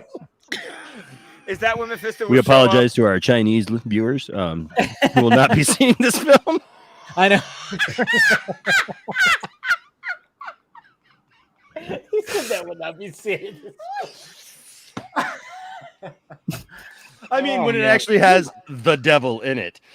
I think Yeah. this is a scream you might just need to end now. Yeah, I mean, once you go devil versus Jesus, I mean, That's everything it. else, that's it. That's it. That's You can peak really do the- MCU. Until the sequel, The Second Coming. It's not D23, it's Deity 23. Deity 23. Oh Where's man. Quagmire David's called still it wondering how to get it Giggity back. Yeah. David's still wondering how to get it back to D23. No, there's no way. There's no way. Hey, we got Peter Griffin in here too. Oh man, what the hell's what are you doing? Like Quagmire. What the hell are you doing? We were meant to meet the clam. Meet the clam.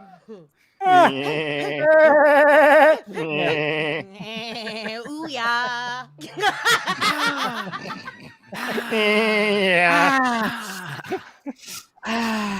Yeah. Of course, the stream Lois. does insist on itself. Can't spell Lois without L-O. Lois. Hello. Can't spell love without Lois. Lois Lane. Yeah. See, that's how we bring it back right there. There. Oh my gosh. Oh, hey, there's Steven. I love how Steven is like, hey, I'm here. I've guys. been here. I was just getting a drink. Is she with you? Is she with you? I I thought she was with you. Yeah.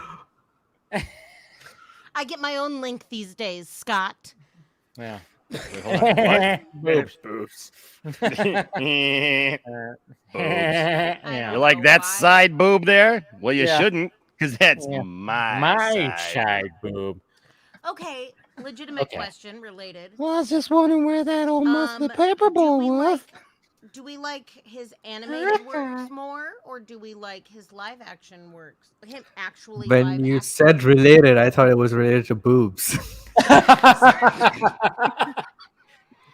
KC felt a little teased KC there, is so Amanda. disappointed. He was like, wait a minute, that's not what I signed up for when you started All of a talking sudden, right all now. of a sudden, Casey's like pepped up, like, okay, the stream. We're going to talk D23. about boob. We're going to talk about boob. Double D23.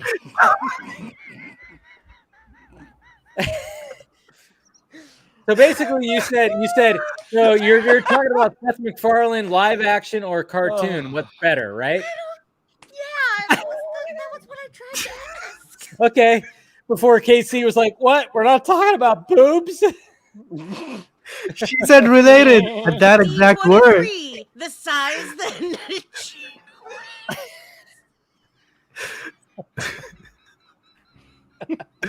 Scott right now is like, Heather, you can have your Wi-Fi back.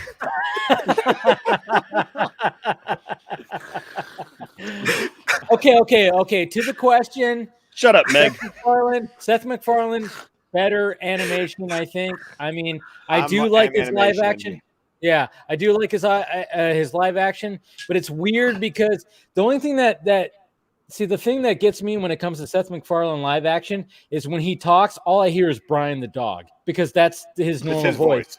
Yeah, that's fair. That's fair. So I watched years of Family Guy before even knowing what he fucking looks like, and then all of a sudden it's like now he does live action, and it's like, oh, Brian the dog is just him, his voice. Everybody else. Oh, hey, y'all. Yeah, and then I'm like, trying to all right. My So name then is anytime I Cleveland. see him, anytime I see him live action, I mean, the Orville's funny. I love the it? Orville. Yeah, Orville's funny, but and then what's that? Like 100 Ways to Die in the West. That was funny too. That was all but right. That was all right. Yeah, that was all it right. was all right. It was all right, right? Yeah. Yeah, I mean, it was wasn't. like, Tiffany loved that movie for some reason, and I was like, and I love Seth MacFarlane, but I was like, it's all right. But I love the Orville. Ted was fun. Ted was good. Oh, Ted was great. But why was Ted good? Because Seth MacFarlane was a voice of a teddy bear. Yeah. Hey, Yeah. that's all I'm Well, saying. I mean, I think. Am I wrong in thinking that he got his start doing voice acting? Yes, that's how he So, started. like, yeah. to me, it makes sense that his tool is His voice. Tread lightly. Tread lightly. Well, his voice. His tool is what? His voice coach. I don't know. Ask Amelia Clark. Sorry. What?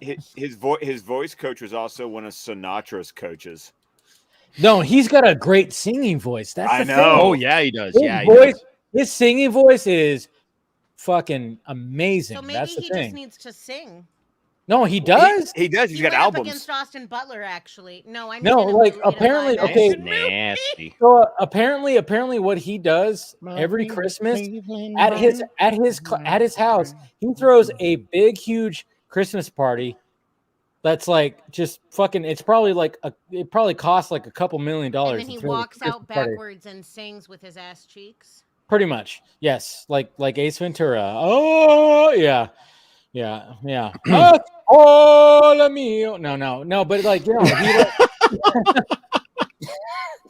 no, but like he throws like a big, huge like Christmas party, and he invites everybody, and he has a band, and then he'll sing. He'll just sing Christmas songs when he does it. Yeah, I mean the love guy's a got amazing party. singing voice. Narcissists throw the best fucking parties. Of course. That was actually the first episode of Family Guy that got me hooked. Was Road to Rhode Island.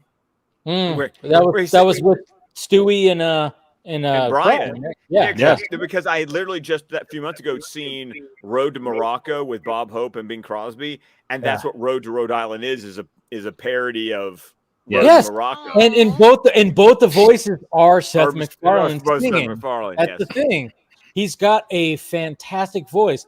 So when I see him live action, I'm just kind of like, it's just hard to be like, yeah. But Brian, I just hear Brian. Bag over your head, Seth MacFarlane. That's what we're saying. Put a doggy, put the Brian, mask Dave on. Well, how much is that doggy in the window? The one with the waggity tail. I do hope that doggy's for sale. I'm sorry. I've been doing a lot of doggy videos lately because I've been okay. No, Whoa. Scott, over the line. Whoa. I'm out of here. Whoa. Doggy 23. Yeah. There you go. I'm gonna rename the stream Doggy 23. It's got style. It's got my gal who could ask for anything more.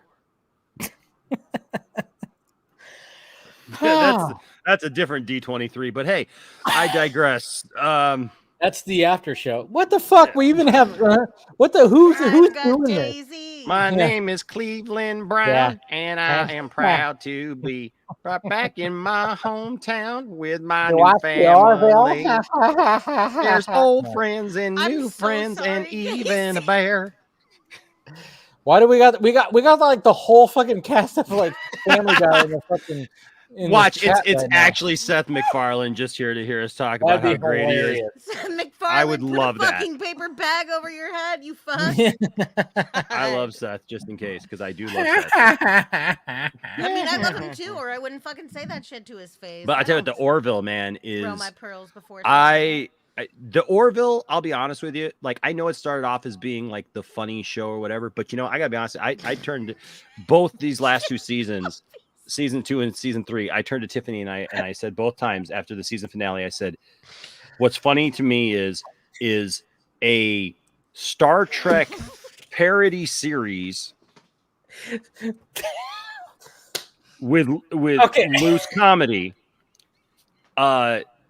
Has no business being as good as the Orville is. No, it's true. We're trying to listen to you right now, but Scott, your face right there and scrunching your nose with your finger right there. Is that what you were laughing at, Amanda? No. Oh, I was laughing at that Scott's face. He was just like, boom. I don't know. I looked did over at notice Scott. that, I was like, but when I looked at Scott, I also looked down at chat. oh. Jim Caviezel will be at D23. Will Henry Cavill show up? No. Why? Yes, he's going to show up there playing Jesus in, Yeah. in the new JVD. JVD. Sorry. How many times is he gonna play Jesus? Yeah. Little typecasting there, but you know. Please open your Bible. Okay, but hey, book of D chapter. What now? The book of D. Open your Bibles and turn to the book of D, chapter 23. I'm sorry. I keep D23. Yeah. This is the only thread that's going to carry through the Kent, nobody cares about Jesus taking on Clark Kent. All right? I thought Clark Kent was Jesus. Shh. You're not Don't supposed to tell anybody. Yeah. Okay, so I got the weirdest Facebook messenger. Jesus doesn't have glasses. Because Jesus heals Clark Kent and totally destroys his thing. No, so I got a really weird DM today from somebody. This girl, she's like, I don't need to hear about your DMs with girls. Yeah, I know. Seriously. Well, you're gonna hear about it, Mr. Scott. You're gonna hear about it. No, this girl, she DMs me, and I don't even remember being friends with her, but she was friends with some other friends of mine because I thought it was gonna be one of those, type of things where you get the DM, and it's some stupid, thing, whatever. But this girl, she DMs me and she's like, "Hi, how are you?" And so I'm being sarcastic and I'm like, "Hi," and she's like, "Are you Superman?" And I was like, and you said yes. I'm like, well, maybe I misjudged this girl. Like, maybe this is somebody that maybe, obviously watches the channel or something like that, because like she's referencing Superman. Yeah. And so apparently I've been Facebook friends with this girl for like a year, and she's from Beijing. And I don't know, but she's friends with a couple of my friends. And she says, and I jokingly said, "Yes, I am Superman, but you're not supposed to tell anybody." And she says, "Can you save my idol?" And I went, "What does that mean?" And she's like, "My idol was Queen Elizabeth, and she's dead now. Can you save her?" I'm like, you should have said yes. Some people live on. I was like, you know what? She lived a nice long life. Yeah, no, I don't think that I'll be turning the world back around. Bad Superman. Plot twist: it was Fiona. Evil super probably was. No, this girl actually existed. Oh, oh, that was sorry. Good. Sorry. Yeah. No, yeah. Just oh, jokes only the Snyder fandom would only understand. Right. After 4 hours. After 4 hours, no one's gonna clip that one out. I see nothing. I hear nothing. I know nothing.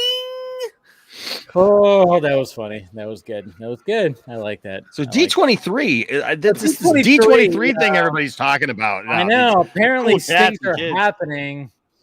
No, but hey, Fantastic Four cast, huh? And what's happening? Who's our cast members here, huh? Do you think there will be Matthew, Mark, Luke, and John? Really? No, I think they call them the four Gospels. Horsemen of the Apocalypse. Versus the four horsemen of the apocalypse. No, I was thinking. I was thinking John, Paul, George, and Ringo. Yeah, they're bringing in all the fours for this one. It's a fantastic. The four. I want to see a Saturday Night Live skit now, where like the casting for Fantastic Four, where they bring in like all these fabulous four, the Fab Four, Fantastic Four. The four horsemen of the apocalypse. I want to see Ric Flair impersonation. Beach Boys, woo! Monkeys. I want to see it all. Oh, but yeah, So that's 2023. probably going to be the biggest thing when it comes to Marvel. That, and I just think they're gonna have to like talk about mutants, X-Men. They have to, right? Yeah. Maybe is this gonna be the time to be like, hey, X-Men, we're gonna have it, and we need to talk about it. And I mean, I is don't know. X-Men probably going to be Phase 6? Yeah. What? Do you think Well- so, or do you think like Phase 5 has some? Well, of the- remember at Comic-Con, Phase 5 had a lot of open dates. Yeah. So they only had what, Fantastic Four and the 2 Avengers movies, right? In Phase 5. And No, those that was movies six. probably will have some mutants, right?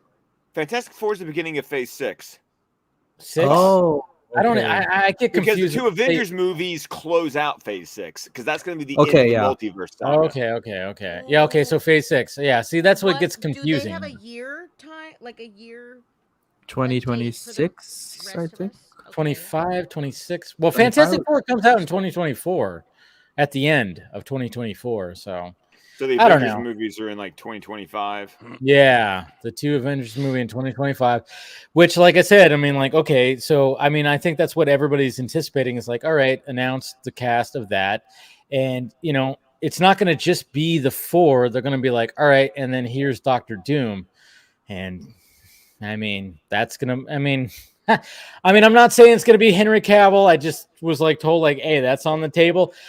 I would completely go, oh my god, there it is. Like, I mean, if let's say, like, okay, like, I mean, the whole Henry Cavill thing has been back and forth. Superman, we want him back as Superman, obviously, but if he was gonna take a role at Marvel, I'm diehard. I would say go full on villain. If you're Bottom. gonna take Bottom. that, I would yeah. tell him to be a bottom. Did someone say, huh? Yeah. I mean, I You know don't what a know? bottom is. Don't get me wrong, but I'm just asking why we want Henry Cavill to be a bottom when he's an Have you alpha. seen have you seen that ass in those Superman tights? Look, you know what? It's a great ass, but it's not America's ass. I say we need a crossover for all time, Captain America versus Superman. Asses of fire. What? That's a South Park reference. Remember? That's it. Oh, okay. We bring it back around. Asses No, of fire. we need to How do can Swiss how can Army Man Superman with Dan cross Rycliffe over with fast. the ends? Yeah. Well, that's the thing. How can Okay, Superman, cross over with the MCU when he can't even show up in DC? that's what I was gonna ask. Is say something. You're just going to see his ass. You're not going to see anything else. That's. Yep. So okay, so say that they announce stuff, and then somewhere in the announcing, Cavill gets mentioned. Does that totally just go, all right, Superman is done? He can't do Superman. What do you guys think? What are we thinking here? Like, can he do both? Could he do both if that's a possibility? I actually think that this is not a matter of like audience. I'm gonna sound like fucking Steven right now, but this is what happens when you're married to the man for. Well, your name on screen. We assume that you are. Oh, I am Steven. That's right. Sorry, I'm Steven. No, I would never mind. I think that it's not going to have anything to do with audience preference, and it's going to have everything to do with his contracts. Like, you can't be into projects that have obvious competing interests. Because you're working. I think that's against each only other. valid if it's a lead, though. If it's what? If he's like a lead character in some movie, like I don't think if he's a villain that would apply, because it would just be a one-off, right? I'm looking at like Marvel and DC looking at each other as competitors in the same. Like, Well, while I agree with William on this topic that I think theoretically he could do both, I think the problem comes here where Brand loyalty. Yeah, I don't think because it always gets brought up that there are several people who have done the crossover thing, right? Who have crossed over, and even Michael Keaton has been talked about obviously to death, about him crossing over, that he was coming back as Batman. He's coming back as Batman next year, whatever. And he was supposed to be in 3 movies, right? But when you're talking Superman, I just think that if there's a character that says no, you can't do both, it's playing Superman, because Superman is just set above. There's a bar there, and even Batman, as much as Batman is a popular character, we've seen so many people play Batman at this point that it doesn't like affect us. We're just like, hey, here's the next Batman. Also, but when you have isn't special because of some specific, like he's but when you have a Superman, I just feel like you can't just kind of loan yourself out. As much as I agree that probably theoretically he could, I don't think that you could loan yourself out as Superman to other characters, and especially if they do make him like a Captain Britain or something like that. That's too on the nose. Way too on the nose. Same with what the fuck? He would be great as Captain Britain on The Boys, though. I would buy that. Yeah. More than Superman, I think it also has to do with him being the face of the DCU, the direct competition. So being the face, you can't actually. Well, but here's the thing, like, that's what I'm saying. I don't think it matters what role he's playing in Marvel. It doesn't matter to me if he's a villain or a side character or a fucking extra. I just feel like he is obligated to. Your guys' microphone is still way too low. Actually, it's hard to hear. There you go. Go ahead. So I think that he. Sorry. I think that he, even if he doesn't play a villain, like, it doesn't matter what character it is on the Marvel side. The point is that, like, I don't even know if it's special to Superman in my eyes. I think it's genuinely just you are showing a perceived disloyalty to the DC, and, like, that doesn't look good from a business perspective. Yeah. To have one of your main stars be like, I'm gonna just casually go across the street and, like, make some money over here for a while. So that's why I don't think legally he would be allowed to. I think they would find some way to make it so that he couldn't. To me, if something happens where it's like they announce something tomorrow, it's like, to me, it's like, all right. Yeah, I mean, obviously we think he could do both, but at the same time, it's like almost like he's just, like you said, he's just walking across the street going, like. Well, it's also even if it's not meant that way, I feel like it's going to be seen that way. So and also it just kind of makes you think, wow, WBD, you didn't really want him that badly. If you really want him as your Superman, then make it happen. Like that's the part, that's the argument that I really, it's like, it's shit or get off the pot. I think that's fair.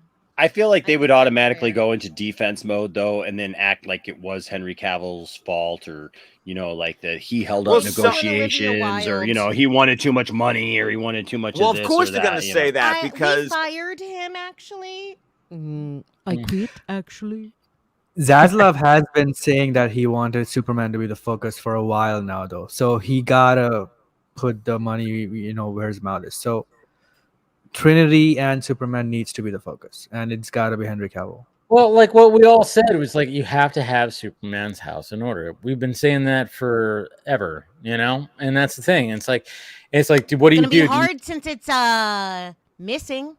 Yeah, I know. That's the thing. It's like you have to.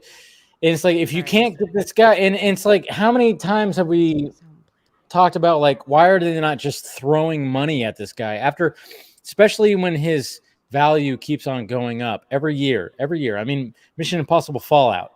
He was in a Mission Impossible movie and he was fantastic in it. And just, Witcher, all this stuff. The his most value valuable thing that Henry Cavill has done for society was Witcher. Yeah. I mean, it's just the value is just it just keeps on going. It's and like, they're going to put him in Enola Holmes 2 in a larger role as Sherlock. Yes. Oh, yeah.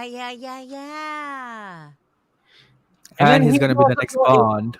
And you better believe that he's up for the running for the next Bond as well.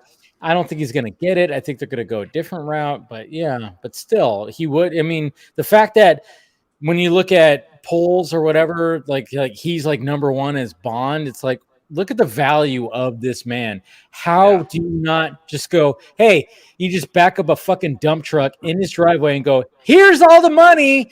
You're Superman, right? Well, yeah, please just put it on and do this, please. I mean, come on.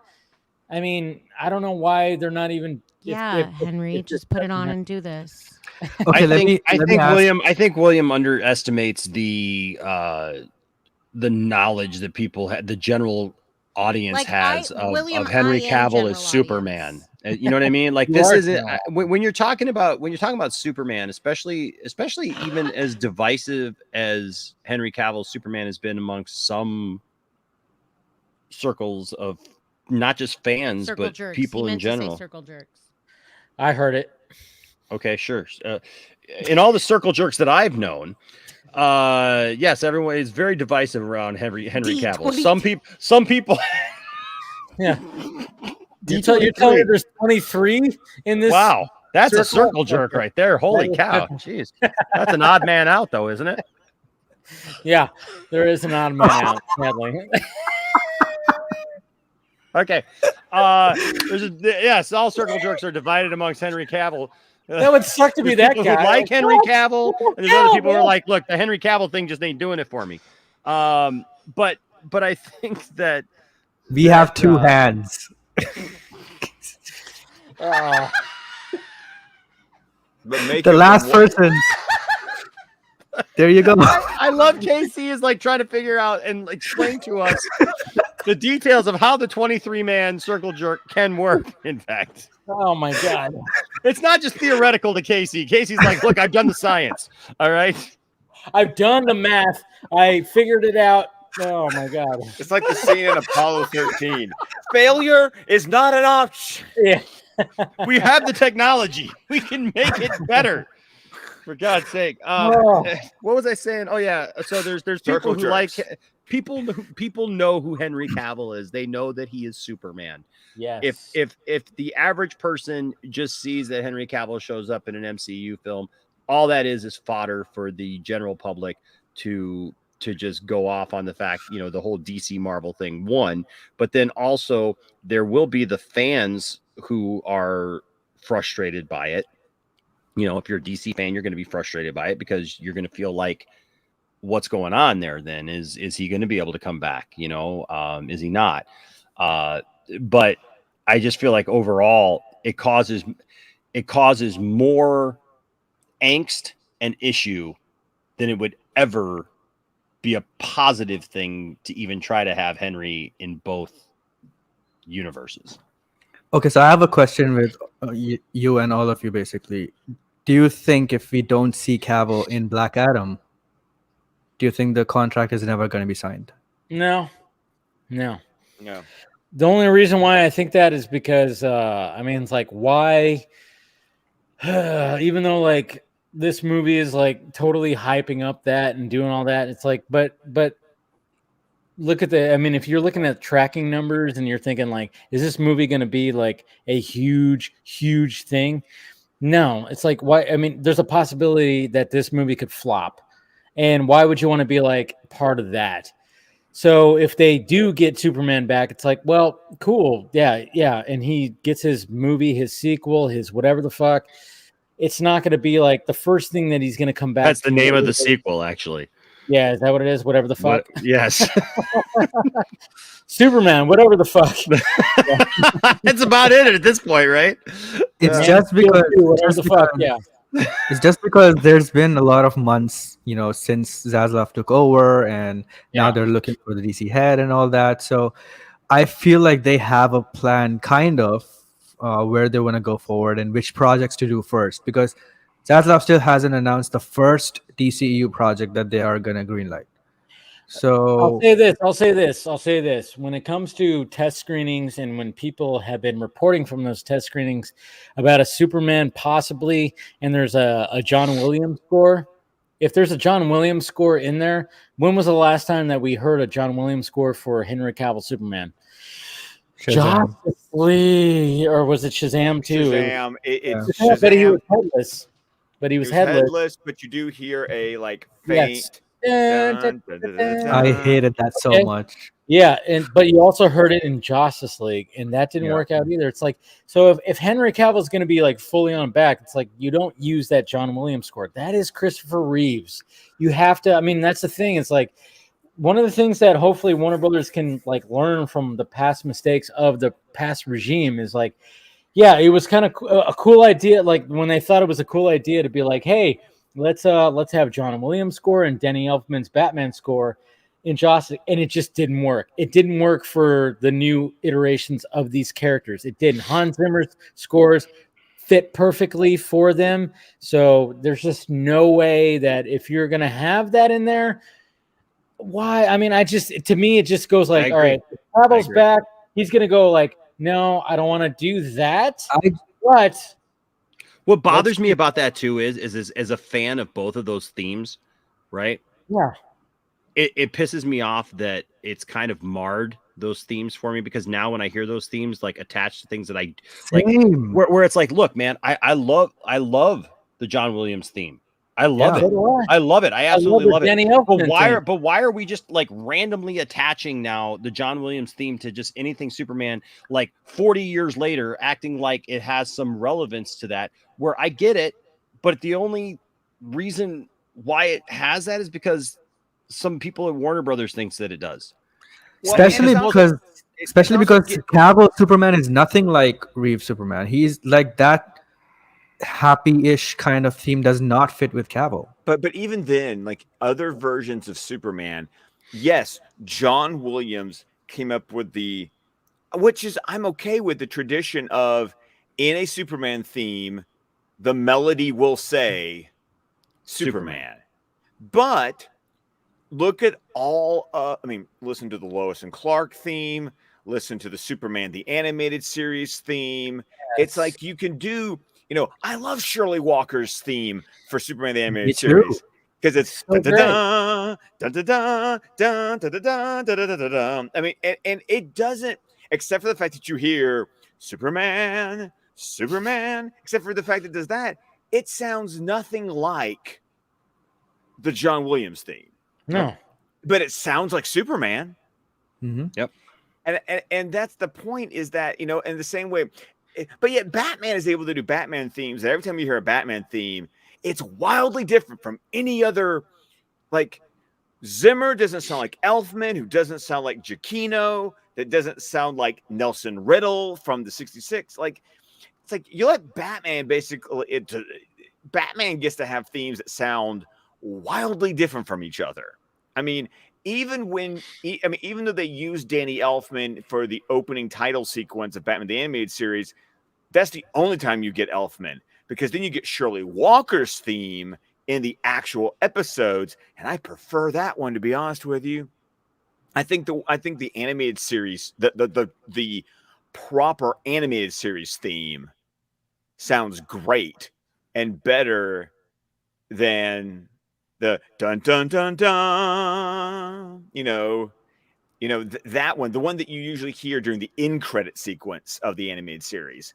But yet, why do we have to be so attached to it? Was like watching Super Pets. There was a part of me that was annoyed that I heard the Williams theme and the I know Elfman that, theme. well, that's what I'm talking about, Scott. That's what I'm talking about. Like, I don't want to be annoyed at something that I love. Hearing that, yeah, isn't that weird? Yeah. That is also another reason I actually have zero interest in that movie, because it's, again, not my Superman. Like, why do you have a Superman project in today's modern day Superman animated project, and it does not have any similarity to Henry Cavill's? Well, Like, it doesn't have to, care but it doesn't have to, because it's Super Pets. It's. But then why does it have so much similarity to the Reeves version? It doesn't. The really character doesn't. Itself, dude, I love Super Pets. Super Pets was great, because here's the thing: the great thing about some of these characters, Casey, is the fact that they don't all have to be the same in animation, in movies, in television. You can have, because there are different versions of this character. Even with Christopher Reeve's Superman was different. This is what I'm getting a little tired of, is people acting like Christopher Reeve Superman was the like that was who Superman was. This Clark Kent was this nerdy guy. No, he wasn't. Yeah. Go tell George Reeves Clark Kent that he was some nerdy geek who was fumbling all over himself in front of. No, that guy would kick your butt in a second. Okay, because he was Clark freaking Kent. He was a reporter for a major metropolitan newspaper, and the dude was together. Right? He was a businessman. He was who he was. And yeah, Lois would give him a little bit of a hard time, but that's just Lois. Like, to everybody else, he was who he was. And but along comes, Christopher Reeve's iteration, and they make him, the bumbling Clark Kent, whatever. And it worked for that. It worked for it. It was something different. It worked for it. And yes, Reeve looked great as Superman. He still looks great as Superman. When you watch those movies, it's like he walked out of a comic book at the time. And it's phenomenal. Now, what I will agree with you, Casey, is that, like, in the movies, don't take an established Superman and try to make him something from 40 years ago. Yeah. Or try to relate him to that. Or, I mean, we already tried that once and it failed with Superman Returns. And as much as I like Brandon Routh, and as much as there are parts of Superman, we talked about this a few weeks ago when last time I was here, I think, is that there are parts that work in that movie, but the concept of trying to make it a sequel to that just does not work. And so if you're going to do that, like, but the fact that Super Pets is a cartoon, it's for kids, it's lighthearted. His Superman, though, that Superman in that movie, Casey, isn't Christopher Reeve's Superman. But it looks really like that, though, to me, because I've watched every DC animated universe movie, and they don't have any similarities to Cavill or Reeves or anything, and they have their own Superman, So yeah, I would have much preferred that type of Superman at least. Well, this is, but I would argue that the Super Pet Superman is its own thing. It's it's meant to be cheesy, but so is every other Batman, and that's meant to be cheesy. All the Justice League members, because they're playing up, because it's literally a movie about pets who can talk.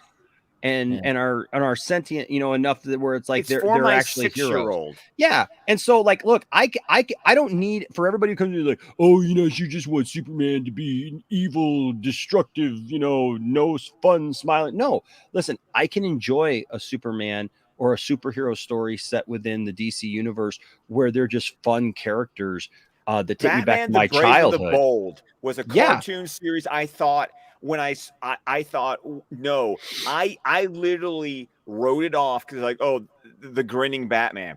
Then I actually shockingly watched the show and went, this thing is fucking brilliant. It's really this good. Is really well written. It ended up being really good. No, like, if you watch Super Pets, I mean, watch it even just for the fucking Easter eggs. There's so many Easter eggs. So many Easter eggs. Oh yeah. I mean, they're trying to do all kind. I mean, no, I mean.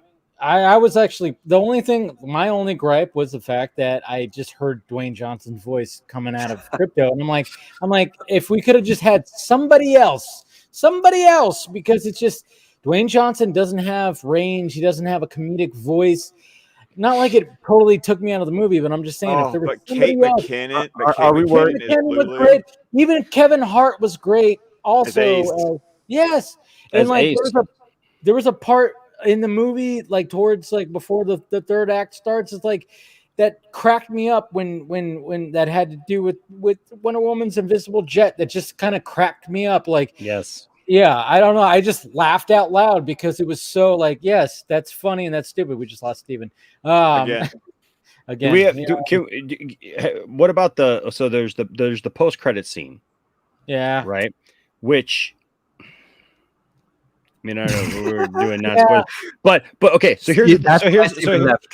Yes, yeah, right. So here's a funny thing about that is, and I won't say it for those of you who haven't said it, but when I went to go see it, with a young man that I hang out with usually on Wednesdays, and I do some respite work, and I hang out with a guy who's high functioning autistic, and we just hang out, and he wanted to go see Super Pets, and I was like, yeah, let's go see Super Pets. And so I went to go see Super Pets, and it was funny because the credits were rolling and I was on my phone taking care of something, and he got up and left because he had to go use the restroom. And there is a post credit scene at the very end of the stinking movie that is very relevant to everything going on in DC right now, ironically. And when it came on, I was like, oh, okay. And so then I walked out and he was waiting for me out in the lobby. And I said, you're not going to believe what happened at the end of that movie, Andrew. And he's like, what? And I'm like, so this happened. And he's like, no, it didn't. And I'm like, yeah, it did. He did not believe me. It's so far-fetched that like what happens. Dwayne Johnson put it on the same, the next day after a movie released. He put it on Instagram. Well, there you go. So I didn't. I mean, so if you already know, well, yeah, okay. So blame this on Casey. So yeah, I mean the whole Black Adam scene shows up, but like Andrew's like arguing. He's like, he would not believe me. He's just like, no, he doesn't. I'm like, yeah, dude. He shows up, and it's like it's literally voiced by The Rock. No, he's not. He thought I was messing with him.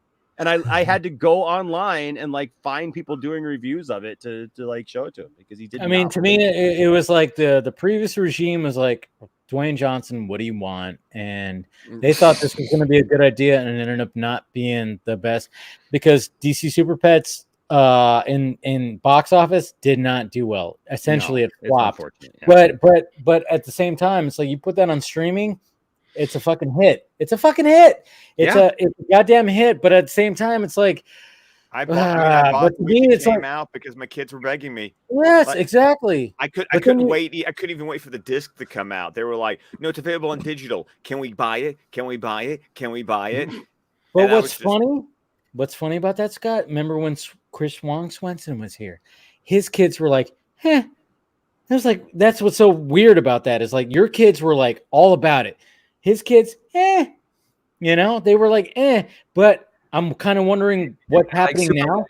If they watched it on, that's now the on sophistication of Chris's kids, though. I mean, let's be honest. I mean, it's Hawaii and Alabama. I mean, I guess I don't know, but hey, my kindergartner thought Spider-Verse rocked, so I'm just. I mean, that's the thing. There were a lot of bright colors in that movie too, Scott. So let's.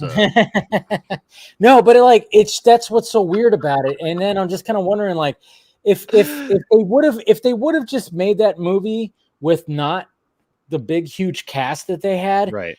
I mean, Dwayne Johnson got paid like $22 million for that.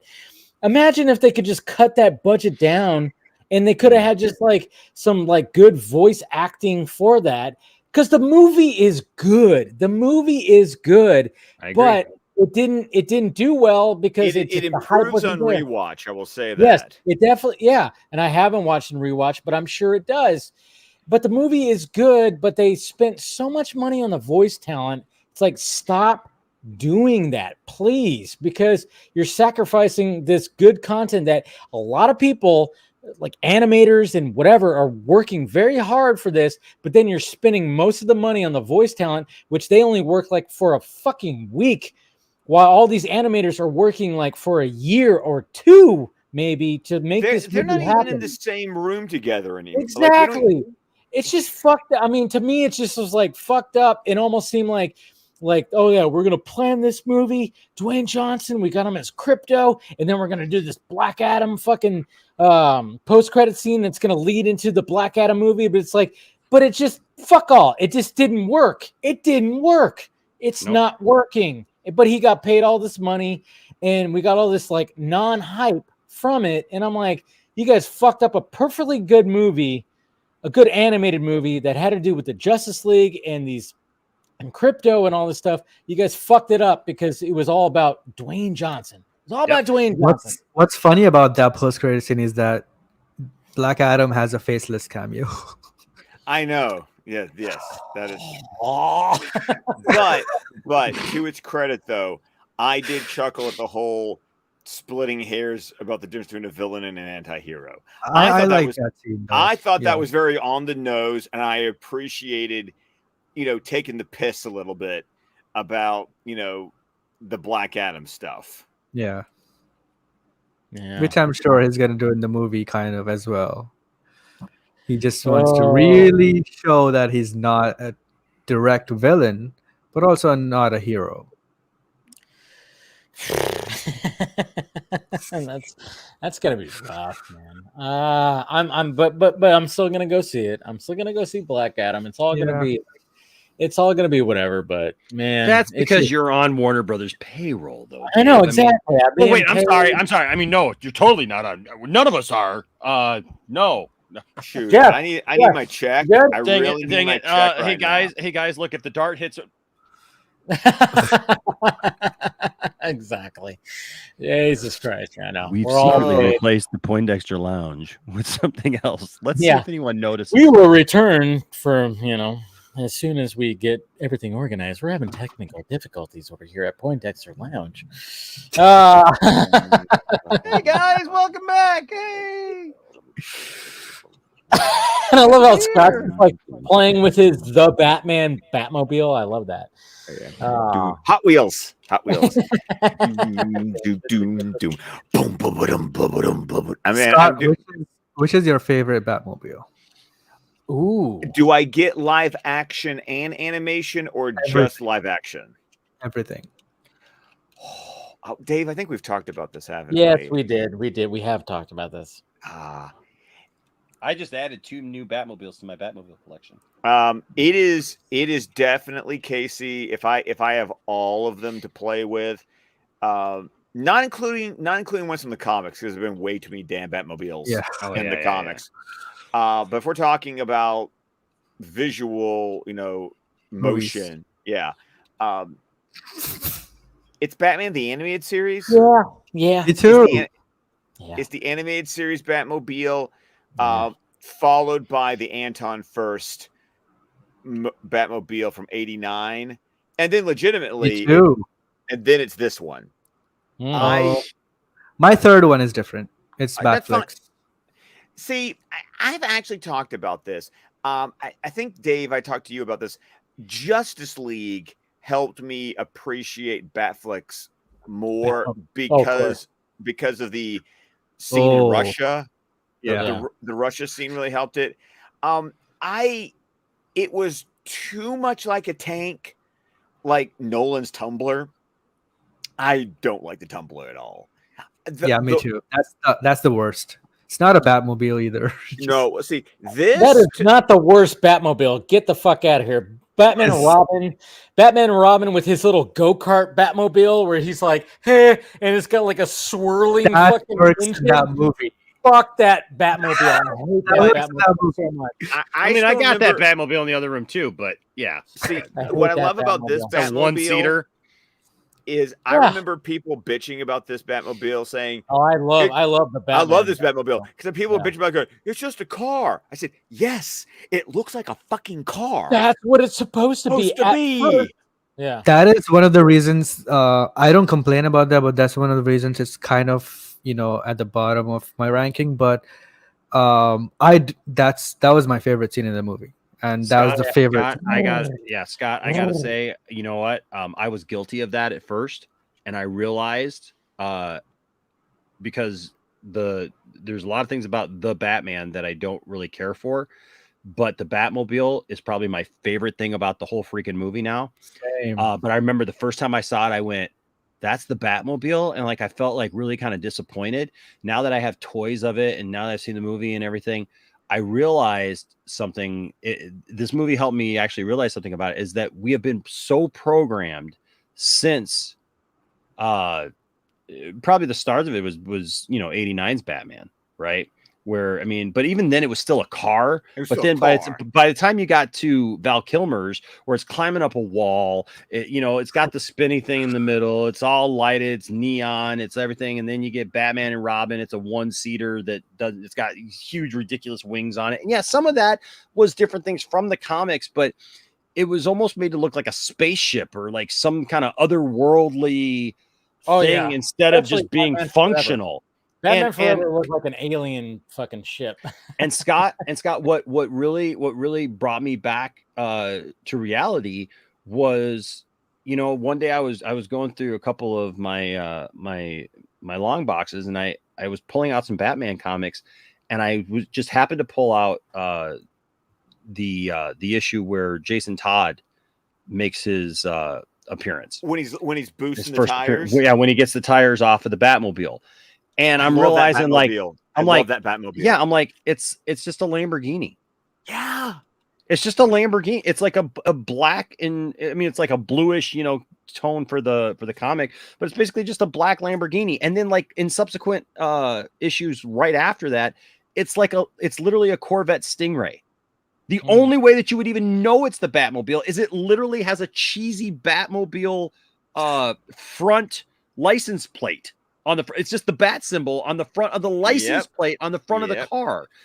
And I started realizing that, Scott. I was like, no, you know what? I misjudged this. It's the only thing I think I've misjudged in the Batman movie. But because I still say Batman should be in prison. Vehicular manslaughter is a real thing. We will agree to disagree. I love the Batman, but go ahead. No, look, I like it. I like it. I do not love it. There's just too much that I feel it gets too much of a pass on some things. But the thing is like, yeah, with the Batmobile, I love that Batmobile now. I love that Batmobile. It's just beefy. It's stocky. It's believable for a guy who would need that kind of car to get around. If you're going to believe that you can be in a major metropolitan area like that and a car still makes sense. Just saying. But that's an issue with the entire like that. Character.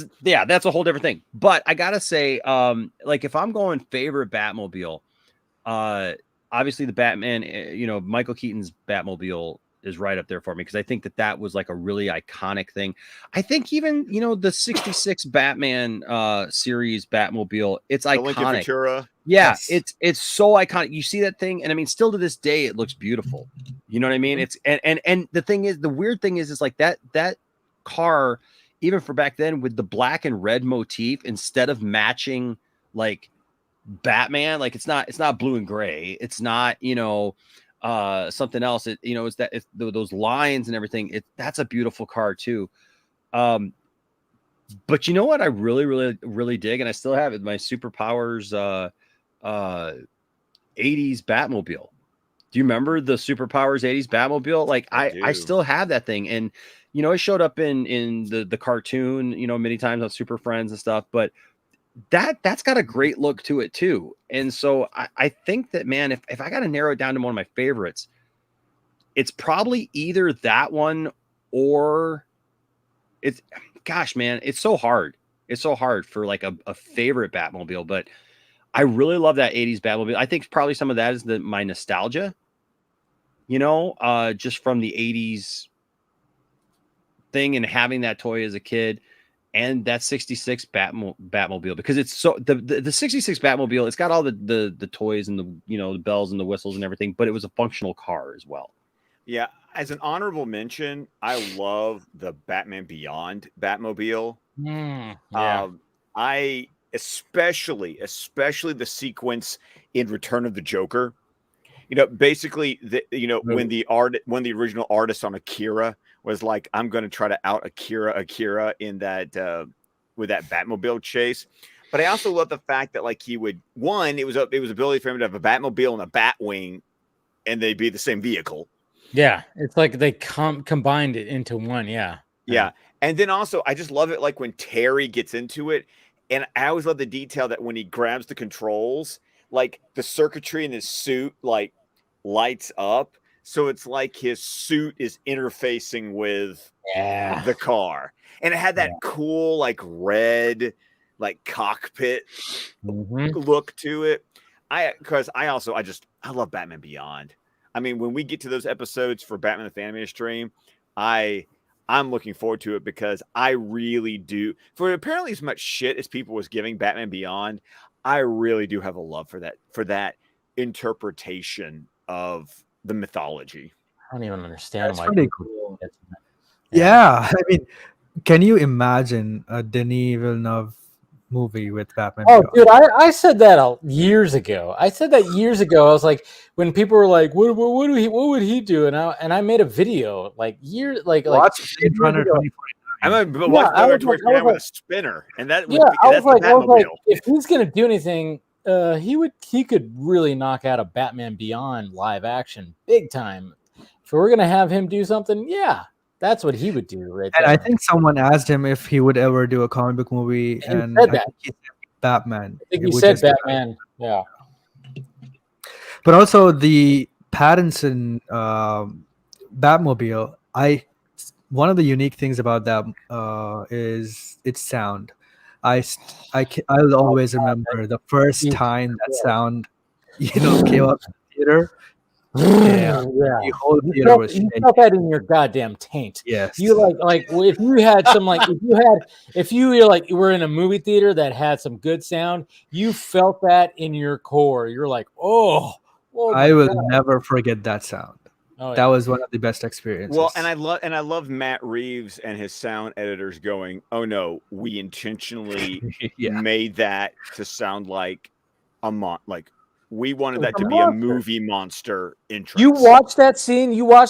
That is yeah. It's a monster revealing itself right there. That is a horror scene because you had the penguin going, and all the guys looking over, and they're just like, and you see the penguin's face going like, oh my God, like, oh fuck, like that this is, whole yeah. scene. It's the same look on that truck driver's face when Batman literally starts crashing into all the trucks and the civilians, and like all the civilians are getting like tossed off the road and they're like screaming in pain, and that truck driver's on fire just off screen, where like Batman has totally forced him into his own death because he's just had to be hell bent on chasing a guy in a Buick.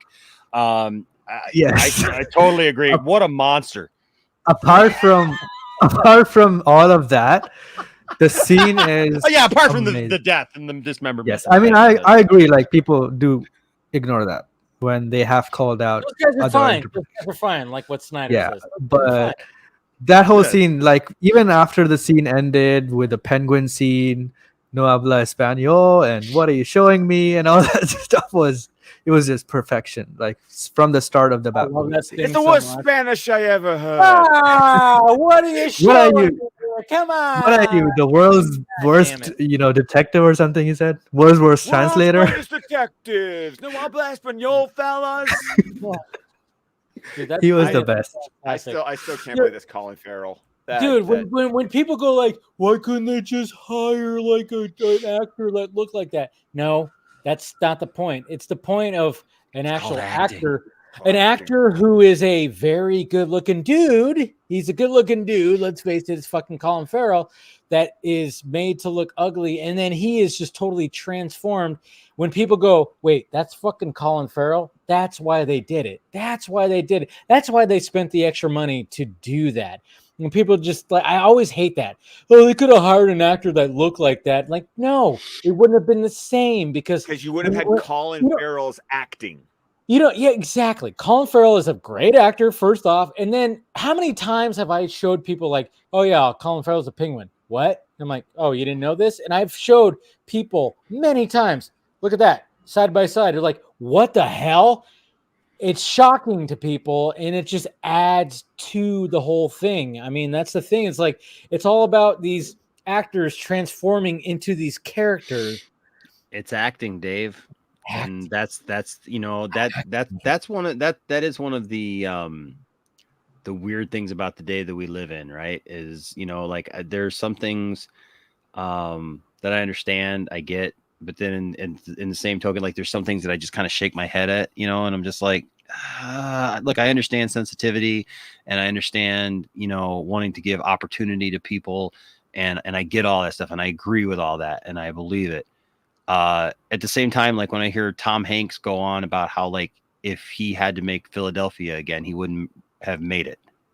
Yeah, I mean, like there's that, or like even a Forrest Gump. Like I even saw an Fucking interview with him Gump. talking about Forrest Gump, and I was like, gosh, because I don't think that the movie either one of those movies would have had the impact that if you just, and not just if you just throw an actor into it, but like it raised awareness of, at least Philadelphia, man, raised awareness of so many great things. And he's a great actor, and I mean, to me, that's part of acting is you throw yourself into a role and, there is a bit of yourself into it. Yeah. And there's a bit of that thing that it's like, I don't believe that we pay necessarily to see actors just portray just who they are in everyday life. Yeah. You know, I mean, because I think that if we do that, we're gonna, you know, we'd lose a lot. But Well, that's it's an interesting topic. Dwayne It's an Johnson. interesting That's topic. Dwayne Johnson. I'm sorry. No, just kidding. Anyways, let's go ahead and end this. We're almost at 5 hours, and let's go ahead and We were wrap never on this up. topic at any point, so why? Pretty much. I mean, we did our good. You know, D23 is gonna be. I'm not gonna do it. I thought about live streaming during it. Not gonna do it. I'm just gonna do like if anything crazy happens, I'll post videos and then I'm gonna do a recap. That's pretty much what I'm gonna do tomorrow. I thought about doing a live stream, but that's a 2-hour fucking panel that's happening between Star Wars and Marvel. I'm like, I don't really want to do that, so I'll recap. But anyways, let's go around the horn and go ahead and wrap this up. Scott, do you need to go real quick, or are you good, or you want to be last? Casey and Enosh will be quick. I'll be good. Okay. Just wanted to make sure. All right, Casey. All right, you can follow me at KryptonCase on Twitter and subscribe to my channel on YouTube. I make edits now. Nowadays, I'm making Black Adam edits. So just you are. I'm gonna get blocked by him. I know that. Dude. Yeah, keep sending it to The Rock, please. All right, Ina. You can find me at Poindexter Lounge sometimes when I'm actually streaming. You can find me on TikTok a lot these days, making TikTok videos arguing about Superman with people. No, Poindexter Lounge on all the cool social media things, and all the cool kids like it and dig it. And yeah, meet me over there. You'll be glad you did, or I'll make you drink from the hose. There you go. Which we all did at one point. Scott. Of course, you can find me on Twitter at ScottDC27. You can find my podcast, the DC Squadcast, wherever podcasts can be found. We're on Vero, Facebook, YouTube, with the entire network of shows at squadcastmedia.com. And of course, every Sunday night at 9 o'clock Central, join us here at Film Junkee, where we are doing Batman the Animated Stream. This Sunday night, we'll be talking about Fire from Olympus. I love it. All right, guys. Thank you to Steven. Who else? Anybody else show Amanda. up tonight? Well, Amanda. The Colberts, they all showed up tonight. And thank you to the chat. We all had a fun time tonight, as per usual. And we'll see what happens at D23 tomorrow. Oh, I got the hiccups all of a sudden. It sucks, but hey, it happens. Anyways, guys, we love you. Hit that like, thumbs up, subscribe, do all that stuff. We will talk to you later. Oh, what the...